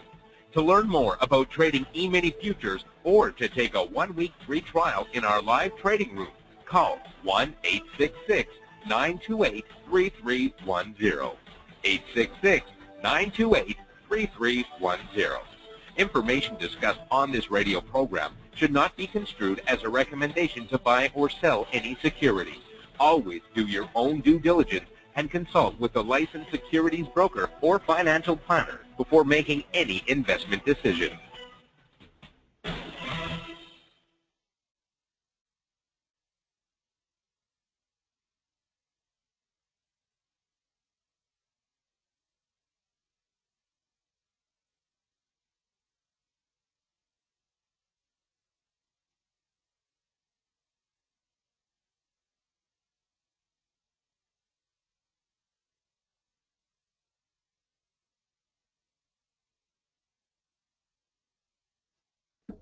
Trading Metro, the definitive destination for all your trading needs. Forex, futures, options, and stocks. Visit tradingmetro.com. Hello and welcome to the Mind of a Trader. This is Steve Croft. Og Mandino, the great speaker and author, was quoted as saying every memorable act in the history of the world is a triumph of enthusiasm. Nothing great was ever achieved without it, because it gives any challenge or any occupation, no matter how frightening or difficult, a new meaning. Without enthusiasm, you are doomed to a life of mediocrity, but with it, you can accomplish miracles. Now, I love what Og is trying to get across to us here, because specifically for all of us who are striving to get better and better as traders, sometimes we approach our trading with zero enthusiasm because of maybe what's happened before, maybe that we haven't grown as quickly as we want to, maybe we're confused about this new strategy we're trying to work with. Maybe it was a seminar we just went to and it sounded great and everyone was talking about all their success and it was absolute Greek to us when we heard it. And we're thinking, I'll never get this. And we find out that there's just no enthusiasm coming into it. I mean, look at things that happen in your life. I mean, if you were going into surgery and you're lying on the table and they roll you in, the doctor comes in and introduces him or herself to you and says, well, I just really don't feel too well today, but might as well give this a shot. I don't think you'd really want them to put the mask over your face and say, breathe deeply and fall asleep, because who knows what's going to happen. Okay. I don't know if you get on an airplane and all of a sudden the pilot comes on and says, well, good morning, everybody. This is Captain Smith. I can't stand flying. I didn't want to come to work today. You know, I'm not even sure I remember how to get this thing off the ground, but I'll just turn it on and see where we go. I mean, how would we feel? But isn't it interesting how sometimes we come to our trading with the exact same focus of, man, I just don't know if I'm going to do it. I don't know why I'm going to trade, but I guess I told myself I was going to spend some time trading today, so I'll just push some buttons and see what happens. What if we would take a few moments beforehand and just get ourselves to get rid of all of the negative or ugly thoughts that we have in our mind and just go at that session with a lot of enthusiasm. Now, I'm not talking about that false positiveness that, I'll never lose, and if you keep going, you'll win every time. And, I don't mean the false aspect of being fictitiously positive. What I'm talking about is being enthusiastic, that you and I have an opportunity to sit in front of our charts, something that we have spent time on. And once again, if this is your first week of trading or if this is your 50th year of trading, it doesn't matter, okay? We still have learned something. Take what we've learned and say, hey, I'm going to really go at this with a lot of fun, a lot of enjoyment, a lot of enthusiasm. And as long as I go at this session with that game plan in mind, then whatever the results are, I'm going to accept them. I promise you that if you will take the time to just prepare for that, you'll see a huge difference in your trading. So you generally, and you've heard me say this before in the Mind of a Trader, generally people just jump up and run in, turn their computer, pop open their charts, pop open their brokerage account and start making trades. And they've hardly even rubbed the sleep out of their eyes, or they've hardly even had a chance to grab a cup of coffee or a glass of juice or eat something, or if it's in the evening they haven't eaten in hours, or they just got home from work and they're tired, they just had an argument with somebody and they're kind of stressed out. You have to make sure that when you approach your time of trading that you set the groundwork in mind, okay? Those of you who are gardeners out there, you know that if you just went out and just threw a handful of seeds out there in the backyard, something might grow, but if I don't do anything with it and it's just hard as a rock out there and I don't water it, it's not prepared for the seed at all, the seed's probably just going to die and nothing's going to happen.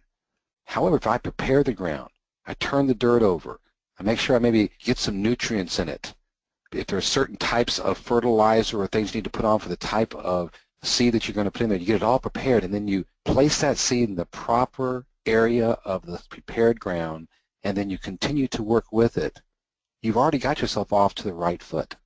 And sometimes even there, if you don't have a green thumb, if you've done the preparation, sometimes if you don't even have that perfect, gardener green thumb, you might still get a pretty good growth out of whatever that seed is. Now, those who are the experts, they might get more out of it. But at least you set the groundwork for how it's going to go. If you and I will just take, I would guesstimate if you'll just take 15 minutes before you begin trading to sit down, grab a piece of paper, and just kind of jot down one or two things you want to accomplish today. Something that you have confidence in, something that you really want to make sure you're focusing on. Like I say, just 2, no more than 3. You don't want to put 20, it's too much.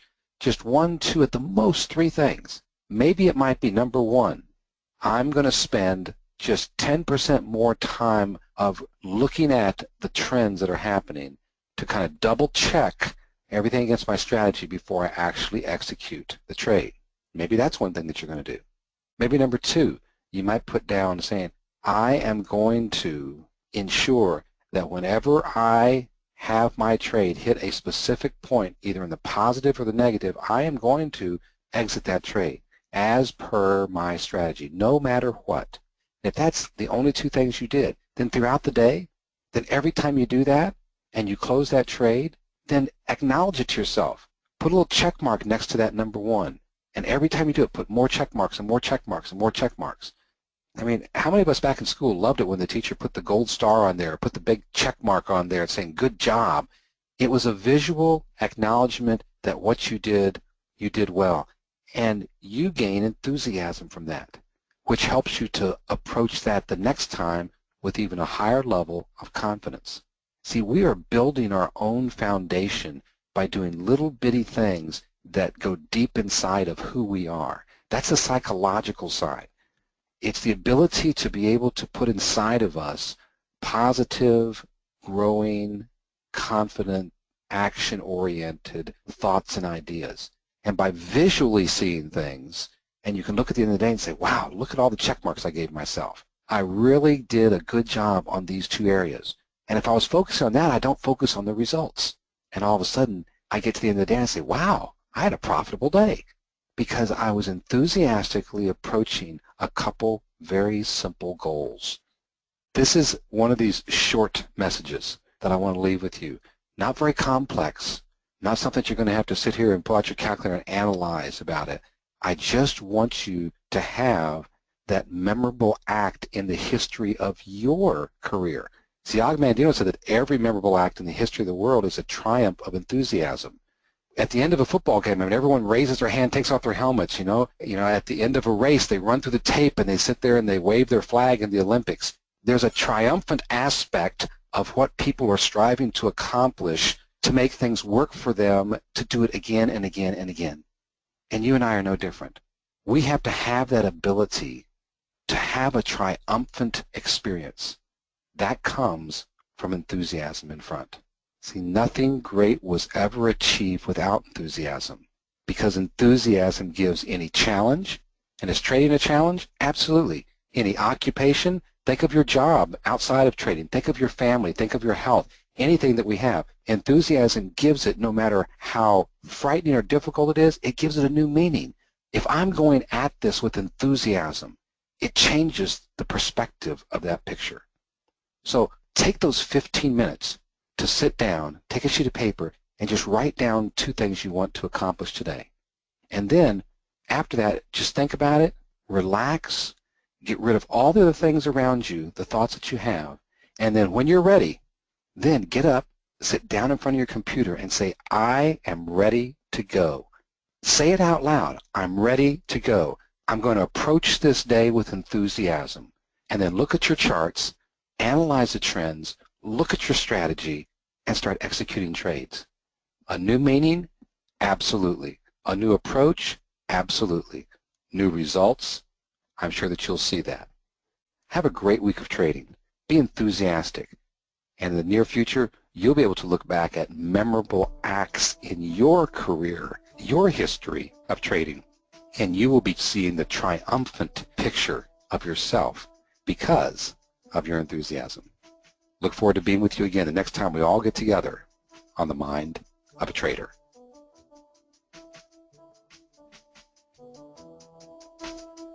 This podcast was brought to you by Trading Metro. For more information on our company, visit tradingmetro.com.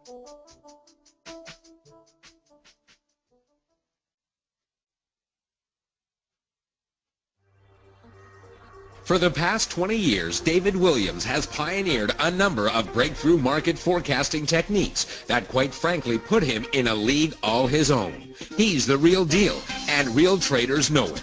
Market technicians are flat out mystified by the accuracy of his mind-bending market calls. Did I say mind-bending? Check this out. On June 3rd, 2010, David forecast if the S&P doesn't touch 1111 on June 4th, it will immediately crash 64 points to 1047.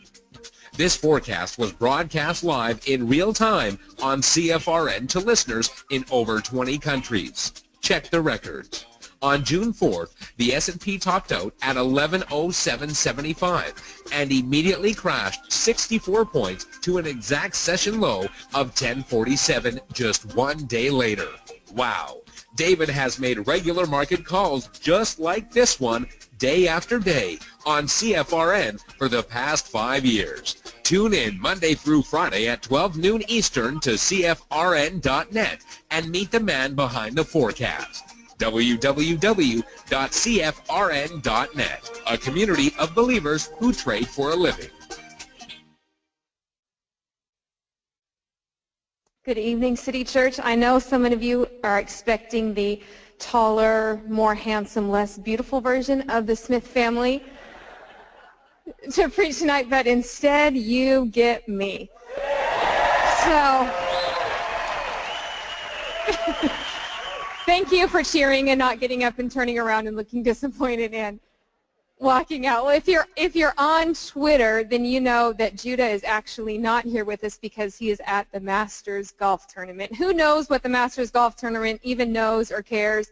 It's kind of like the Super Bowl of golf or the Wimbledon of golf or you guys get my drift. It's a really big deal.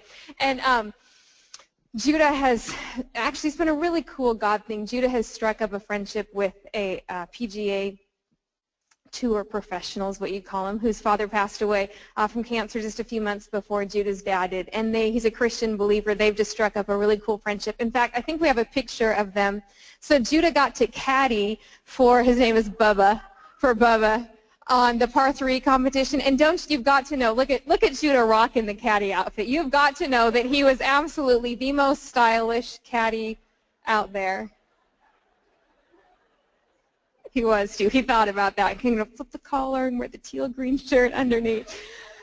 He just couldn't do it normal, Judah. And so Judah's there with Bubba through the weekend. Right now, Bubba is, last time I looked, he was 9th going into tomorrow, which is the final round. So that's a big deal. And he's got a chance. If the guy in the lead falls back, if we pray enough.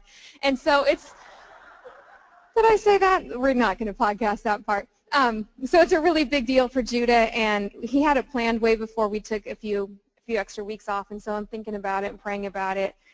We can't leave the church again, so Judah sent me in. So I'm excited. I thought, well, I'm the most like him. I think the most like him, and we are going to have a good time tonight. Amen? Amen. Turn with me in your Bibles. This is awesome. To the book of John, chapter 7, in verse 37. It's a story about Jesus here as he was walking on the planet. It says this, on the last day, the great day of the feast, Jesus stood and he cried out saying, if anyone thirsts, let him come to me and drink. He who believes in me, as the scripture has said, out of his heart will flow rivers of living water. But this he spoke concerning the Spirit, whom those believed in him would receive. Let's pray together. Father, we thank you so much for your word. God, I know that your word is living, it's active, it's accurate. And Father, I pray tonight that your word would come and do what your word is supposed to do, and it would transform our hearts, it would reveal to us who you are, and it would draw us closer to you. In Jesus' name, amen. City Church, so here we are, my first time ever preaching on a weekend. I've got up and, I've done communion and exhortation. All that's fun, it's easy, it's like 5 minutes, and you can just enjoy it. And this is fun and easy too. But I'm really excited. I'm really nervous. I'm super excited. And I'm excited because honestly I know this is the best, greatest church in the whole wide world. And I love the Bible. And so to get to preach the greatest book to the world's greatest people is just about the greatest honor and privilege. And I'm really nervous because people tell us that our greatest fear is public speaking. Most of our greatest fear is public speaking. And, but John Wayne said, as Elliot likes to quote, courage is when you're scared to death but saddling up anyway. So go John Wayne. I'm sure Papa Wendell up in heaven is very proud that John Wayne got quoted here at City Church. But more than being nervous, more than that, I'm actually really excited because the word I'm going to preach to you tonight, it's not just a nice thought that I've had recently. It's not something that I stole from listening to somebody else's message. It's actually the word that has got me through these last 2 years. And, it's been a crazy last season for Judah and I as his parents came and talked to us a few years ago about stepping up and taking the lead of the church. And then it's just been a crazy ride ever since then. And I don't know about you, but the word is what gets us through every circumstance, every situation. And sometimes you just got to grab a hold of a word and hold on to it. And this is what I've grabbed a hold on to and I've held on to. And so my prayer is that you would grab a hold on to it and it would hold on to you and we'd hold on together and, it'd be this wild ride. And I think the reason it's been so much life to me is I don't know if you've ever felt like you are just completely in over your head. You ever felt that way? It's probably usually a good sign that you're in the will of God, unfortunately. But just that feeling of like, oh, God, I'm in over my head. And as we've been in this process these last couple of years, in the back of my mind, I've had these thoughts and questions. Can I really do this? Can I really lead the church alongside Judah? And I know I was called, but your own weaknesses, your own areas that aren't perfect, and all that stuff. And God, I love teenagers, and that was great, and I was older than all of them, but these are like real grown-ups. Can I actually help them out? And the scripture, and Jesus spoke it in John chapter 7, is a promise that I've held on to. Jesus said, no, out of your heart would flow rivers of living water. And you know what, Belltown, what that told me is that I don't have to have everything that it takes. I don't have to have more experience than all of the adults in the congregation of the City Church. I don't have to have all the wisdom. I don't have to have all the power to see lives transformed in our city because it's not about me. Jesus said, out of our hearts would flow rivers of living water, which is really the life-giving presence of Jesus Christ. And God went on to say, which is the Holy Spirit. And so that means it's perfect. This water that comes out of me, and it's kind of a strange analogy, but this water that comes out of me that Jesus promised would come out of me, it's perfect, it's pure, it's powerful. It has everything that any individual in this city would ever need to see their lives transformed, to grab a hold of hope, to have change. And so you know what? I got what it takes. Whatever God has called me to do, wherever He has put me, I've got what it takes. And you know what, I'd like to think that I am just super duper special and I have this secret access to a secret fountain of the life-giving presence of Jesus Christ. But you know what, this isn't just for me. It says here in this scripture that Jesus stood up on the great day of the feast, the last day, the day when everybody was there, all the stragglers had got in, when the most people were present. At that time, Jesus got up, and it says He stood up and He shouted, "If anybody is thirsty, they can come to me, and rivers of living water are going to flow out of their heart." That means that this is for anybody. It's not just for me. It's not just for people who hold a microphone or stand on a platform or work at a church. I don't have some special access to the life-giving power of Jesus Christ that you don't have. No, Jesus said this is for all of us. And I want you to think about the people who are in your world who desperately, truly need the life-giving presence of Jesus Christ. People who are hurting or broken. You know, maybe your customers who come in every day who you see and they're just never happy, never a smile on their face. Maybe it's, you know, your children who desperately, desperately, desperately need the life-giving presence of Jesus Christ. Whoever it is in your world, God has placed you there so that you would be an agent, so that you would be a dispenser of the life-giving presence of Jesus. And you know, we don't have to do anything to earn it or deserve it. It's simply a grace and a gift that comes from God that, hey, out of us can come these rivers of living water. And it blows my mind that God would actually use us to influence the people around us. You know what? God could have said, I'm going to pour it out of heaven around the whole world. But no, Jesus said, out of your heart will flow rivers of living water. He said, out of your heart will flow rivers of living water. And you know, there's this teeny tiny word in there that just kind of gets me sometimes. It's out of your heart. It comes out of your heart. Jesus said, out of your heart will flow rivers of living water. And when the Bible talks about your heart, it just talks about the inside of who we are. You know that part of you that makes up who you really are? Your thoughts, your desires, your emotions, the things that you think about and deal, you know, the inside of you. That's the part where Jesus said, out of that part, those deep places inside of you, you know, not the face that you put up so that everybody thinks you are, but the real you, who you really are. It's out of that place where those rivers of living water are going to come out of. And City Church, my question for you tonight is, once that pure, powerful, wonderful presence of Jesus Christ comes through your heart, is it still drinkable? Are people still able to drink it? Judah and I grew up, our families were really best friends, so we grew up on vacation together, going on vacation together every summer. And we went to this place called Black Butte Ranch down in Central Oregon, and there are two favorite things about Black Butte. One was the really cute boy who came with us. Woo! Thank God I got to marry him. And my other favorite thing about Black Butte Ranch was we called it the spring. And you couldn't get there by car. You had to ride your bikes down to this place, and it was called the spring. And it was the place where, you know, the underground glacier water literally bubbled up into a spring. Hence it was called the spring.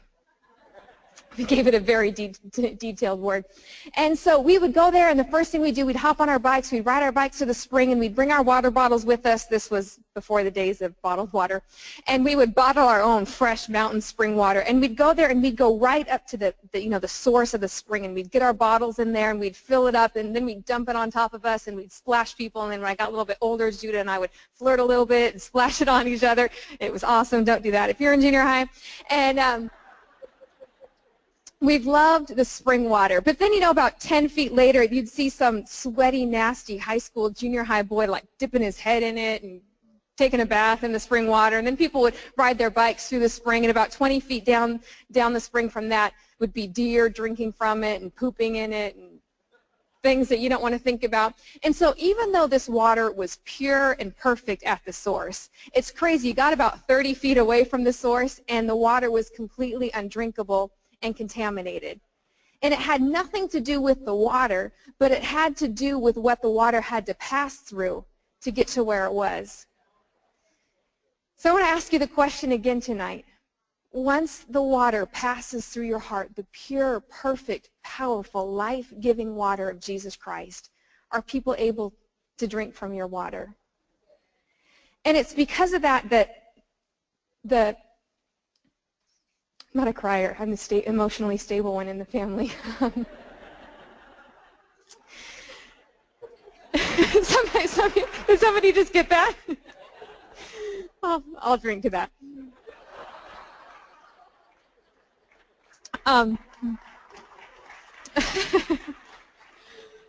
Thanks for agreeing with me and feeling my pain. It's because of that concept and that thought and that word picture that's been in my heart for the last 2 years that really the main mission of my job description has been Proverbs 4:23, where it says, keep your heart with all diligence, for out of it flows the issues of life. Because I know that ultimately my kids aren't going to love God and love the church because I do everything right and I follow a checklist and I follow the 10 steps of parenting. I know that my kids are going to love God and be who they're called to be because they're going to drink out of the well that comes out of me. It's going to come out of my spirit. And so I don't have to be worried about doing the 10 things right. What I have to be worried about is what's the state of my heart, so that the water that comes out of me, the life-giving presence of Jesus that comes out of me, what's going to happen to my kids when they drink it? What's going to happen to my husband when he drinks it? What's going to happen to the city church when what comes out of me anytime I lead or preach or do whatever it is that I do? What comes out of me? It's dictated by what's in my heart, not by what I do. And it's the same thing in your life and the people who you're influencing and the places where God has put you. You know, it's not about doing everything right that's going to bring results. It's about you keeping your heart clean and pure before the Lord, and then God is going to do what only God can do and bring about that life-changing presence of Jesus Christ. And so tonight I just want to give you 2 points. Thank you, Jesus. This is, by the way, 3 weeks in a row of points. I don't know if you know that, but if you're visiting with us today, it's a really big deal. I want to give you 2 things that we need to guard our heart against. 2 simple things that we need to guard our heart against. And the first one is unbelief. And I'm going to read to you from Hebrews chapter 3 and verse 12. If you want to turn there with me, you can. It's an awesome scripture. In Hebrews chapter 3, verse 12, Paul says, beware, brethren, lest there be in any of you an evil heart of unbelief in departing from the living God. Therefore, exhort one another while it is called today, lest any of you be hardened through the deceitfulness of sin. And really what unbelief is and what it does to you is unbelief, it causes your heart to harden, and so it's like it dams up in the water sense. It creates a dam, it's a better way to say it.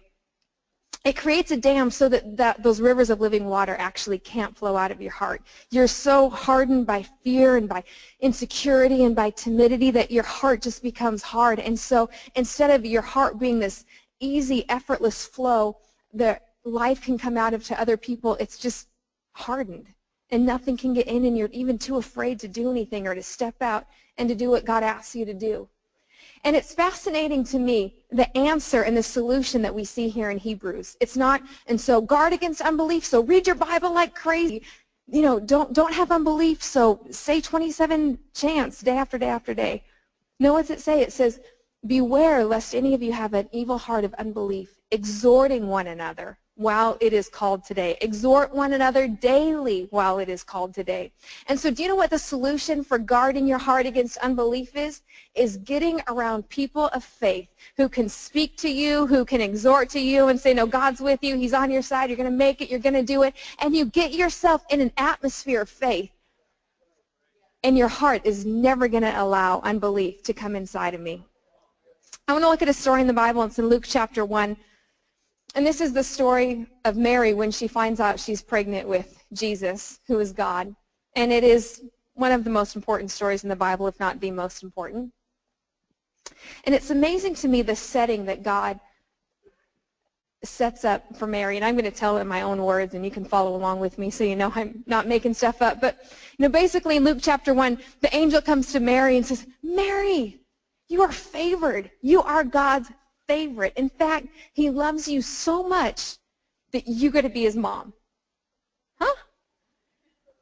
And Mary looks at the angel and says, well, that's interesting, but I'm a virgin, and I don't really know how I can have a baby. And the angel says, oh, don't worry about that. God's going to work out all the details for you. He'll have all that taken care of. But just so you know that it's really going to happen, Elizabeth, your relative, who's been barren, she's never had a baby her whole life, always wanted one, never had one, she's pregnant too. And so that you'll know that this is the will of God, you can go and find out that she's pregnant. And Mary says, okay, whatever you say, that's how it's going to be. Let it be to me according to your word is the very scriptural way to say it. But Mary says, whatever you say, God, that's what I'm going to believe. So it goes on to say that after a few days or without haste, or with haste, without haste, without hesitation, thanks. With haste. What does haste mean? Whoever says that anyway, that's how I try to put it in my own words. So after a few days, Mary quickly goes to Elizabeth's house. Got it established. And so you've got to know that, in that couple of days, in that day's journey to Elizabeth's house, Mary's got to be thinking, oh, did that angel really come to me and say that I was going to be the mother of God? Did that really happen? I don't know. I've always wanted to do something with my life, and maybe I was just dreaming it up that I could be the mother of God, or, oh, maybe I was shooting a little too hard, but man, that angel was really there, and that's what he really said, so it must be God. And she's a human being. These thoughts are milling through her head for a couple days as she's making her way to Elizabeth's house. And most scholars would say that at this point she hadn't even talked to Joseph about it. She hadn't talked to anybody about it. This is the first thing that she did. So she's thinking these thoughts and having these things in her heart. When all of a sudden she, knocks on Elizabeth's door. Sorry, Belltown, if that was loud. She knocks on Elizabeth's door, and Elizabeth answers, and she goes, oh, my goodness, Mary, you are so blessed, and the baby inside of your womb is so blessed. How am I so worthy that the mother of God would show up at my doorstep? Now, let's talk about some faith confirmation right there. Elizabeth has no idea what's going on, but as soon as Mary walks in the door, Elizabeth just starts shouting it out. This is amazing, you're here, and the baby inside of you is blessed. And she's thinking, how do you know there's a baby? How do you know? And then Mary gets so excited, she starts prophesying, and it's just awesome girl moment. And I'm sure they tried to do, the pregnant lady hug, which, your belly's this big, and Elizabeth was more pregnant. And it's just this moment. But the scripture goes on to say that Mary stayed there for 3 months. And, if you know anything about pregnancy or anything along those lines, scientists now tell us that those 3 months are the most critical months in the development of the baby. That's when all the critical organs are being developed and all that intricate, beautiful, amazingly wonderful, miraculous stuff is taking place. And so here we are in the most critical time of the physical development of Jesus. And God has strategically positioned Mary to be in the house of Elizabeth. And so here she is in Elizabeth's house, and you've got to know that Mary was there, and about 4 weeks later she's realizing, I really am pregnant. I'm pregnant now. This isn't a joke. It wasn't a metaphor, but I'm really pregnant. Oh, how am I going to tell Joseph? What if he doesn't want to marry me anymore? How am I going to tell my mom? How am I going to tell my dad? Mary is a real person going through all these real emotions and having this real experience.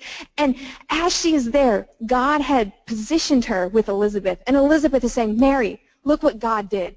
God started it, he's going to complete it. If God can miraculously impregnate a virgin, then God can work it out with Joseph, and God can work it out with your mom, and God can work it out with my dad. If I could have a baby, there's nothing that is impossible for our God. Mary, don't you know God is going to work it out for you?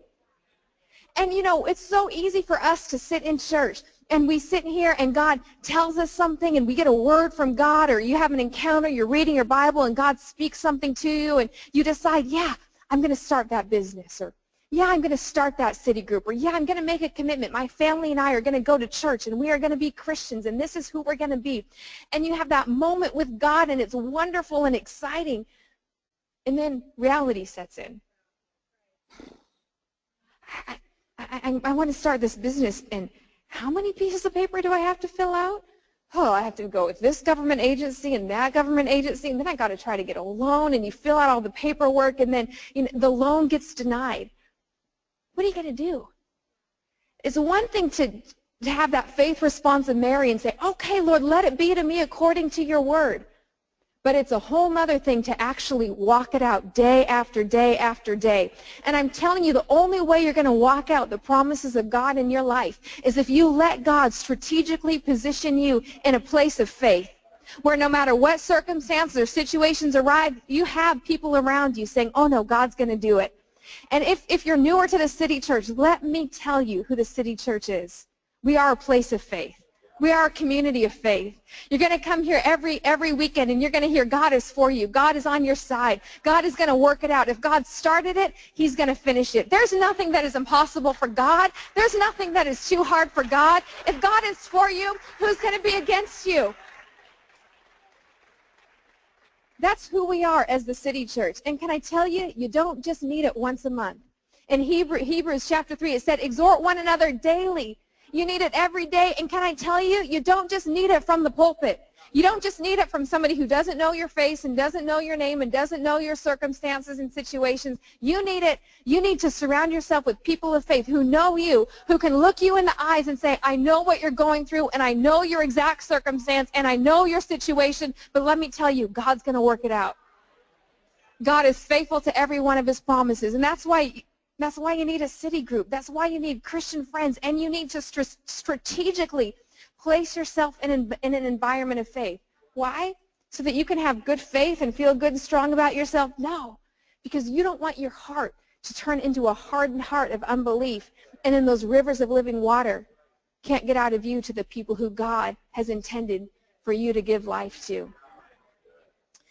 But the other thing about the house of Elizabeth is this. You know, Elizabeth wasn't the only person in her house. She had a husband, and his name was Zacharias.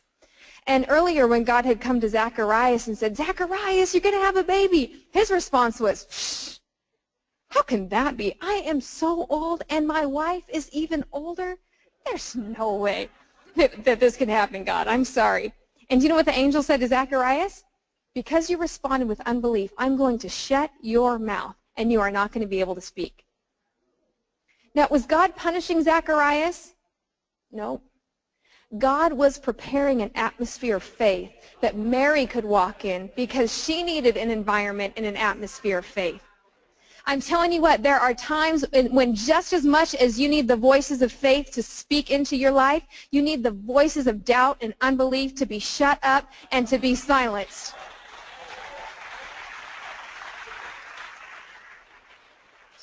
And I'll tell you why. Because God asks us to do things in our Christian walk that doesn't make any sense. You know, it made absolutely no sense when God told Joshua, hey, you know what? I want you to take the city of Jericho, and you're going to go get them, and you're going to go do it, and they have a great wall, and they have a huge army. So here's what I want you to do. I want you to walk around the city for 6 days one time. Then on the 7th day, walk around it 7 times, and then I'm going to give you the victory. That makes no sense. Walking does not conquer armies. Hello. But you know what is fascinating? When Joshua gave the commandment to his troops, he said, and that whole time, I want you to keep your mouth shut and not say a single word until you shout the shout of victory and say, God has given us the city. Why is it that they needed to be quiet? Because they were soldiers. And if they weren't quiet, they were going to walk around the city. This is so dumb. Why are we walking? They could shoot us right there. This is ridiculous. This makes no sense. What is Joshua doing? He's never even led us into overcoming Jericho before. Nobody's taken the city. Why are we doing this? And God did not want those voices of doubt and unbelief. So Joshua said, you walk around that city in silence. Can I tell you, City Church, there are seasons in your life when you need to guard your heart from unbelief. And so you need to shut out voices who are speaking doubt and unbelief. And it's not unsaved people who we're talking about. People that aren't Christians, they're just happy for you, and they probably think you're a little bit weird anyway. And so they're not really going to be those voices of unbelief. It's people, it's unbelieving believers who say, oh, no, it doesn't make any sense. It doesn't make any sense. Christianity doesn't make sense. So we need to surround ourselves with an atmosphere of faith and shut out voices of unbelief. And I'll tell you, Judah and I have had seasons in our life, and typically transitional seasons, where we have had to strategically change friendships. And people who would just, speak doubt, speak unbelief, speak negative, speak quiet, and we never told them why we were doing it. We just stopped calling them back. It's a good way to do it. Chickens. And if you are a friend, and if you are a friend of somebody who's walking through something, you be a friend of faith. You speak faith. Are you going to be Elizabeth that's going to bring life to Jesus Christ and bring life to that environment, or are you going to be Zacharias, who God's going to have to shut your mouth up? Preach that. And so we have to guard our hearts against unbelief. The second thing we need to guard our hearts against is bitterness. And if unbelief dams up our hearts so that water can't get out, bitterness really poisons the water. Hebrews chapter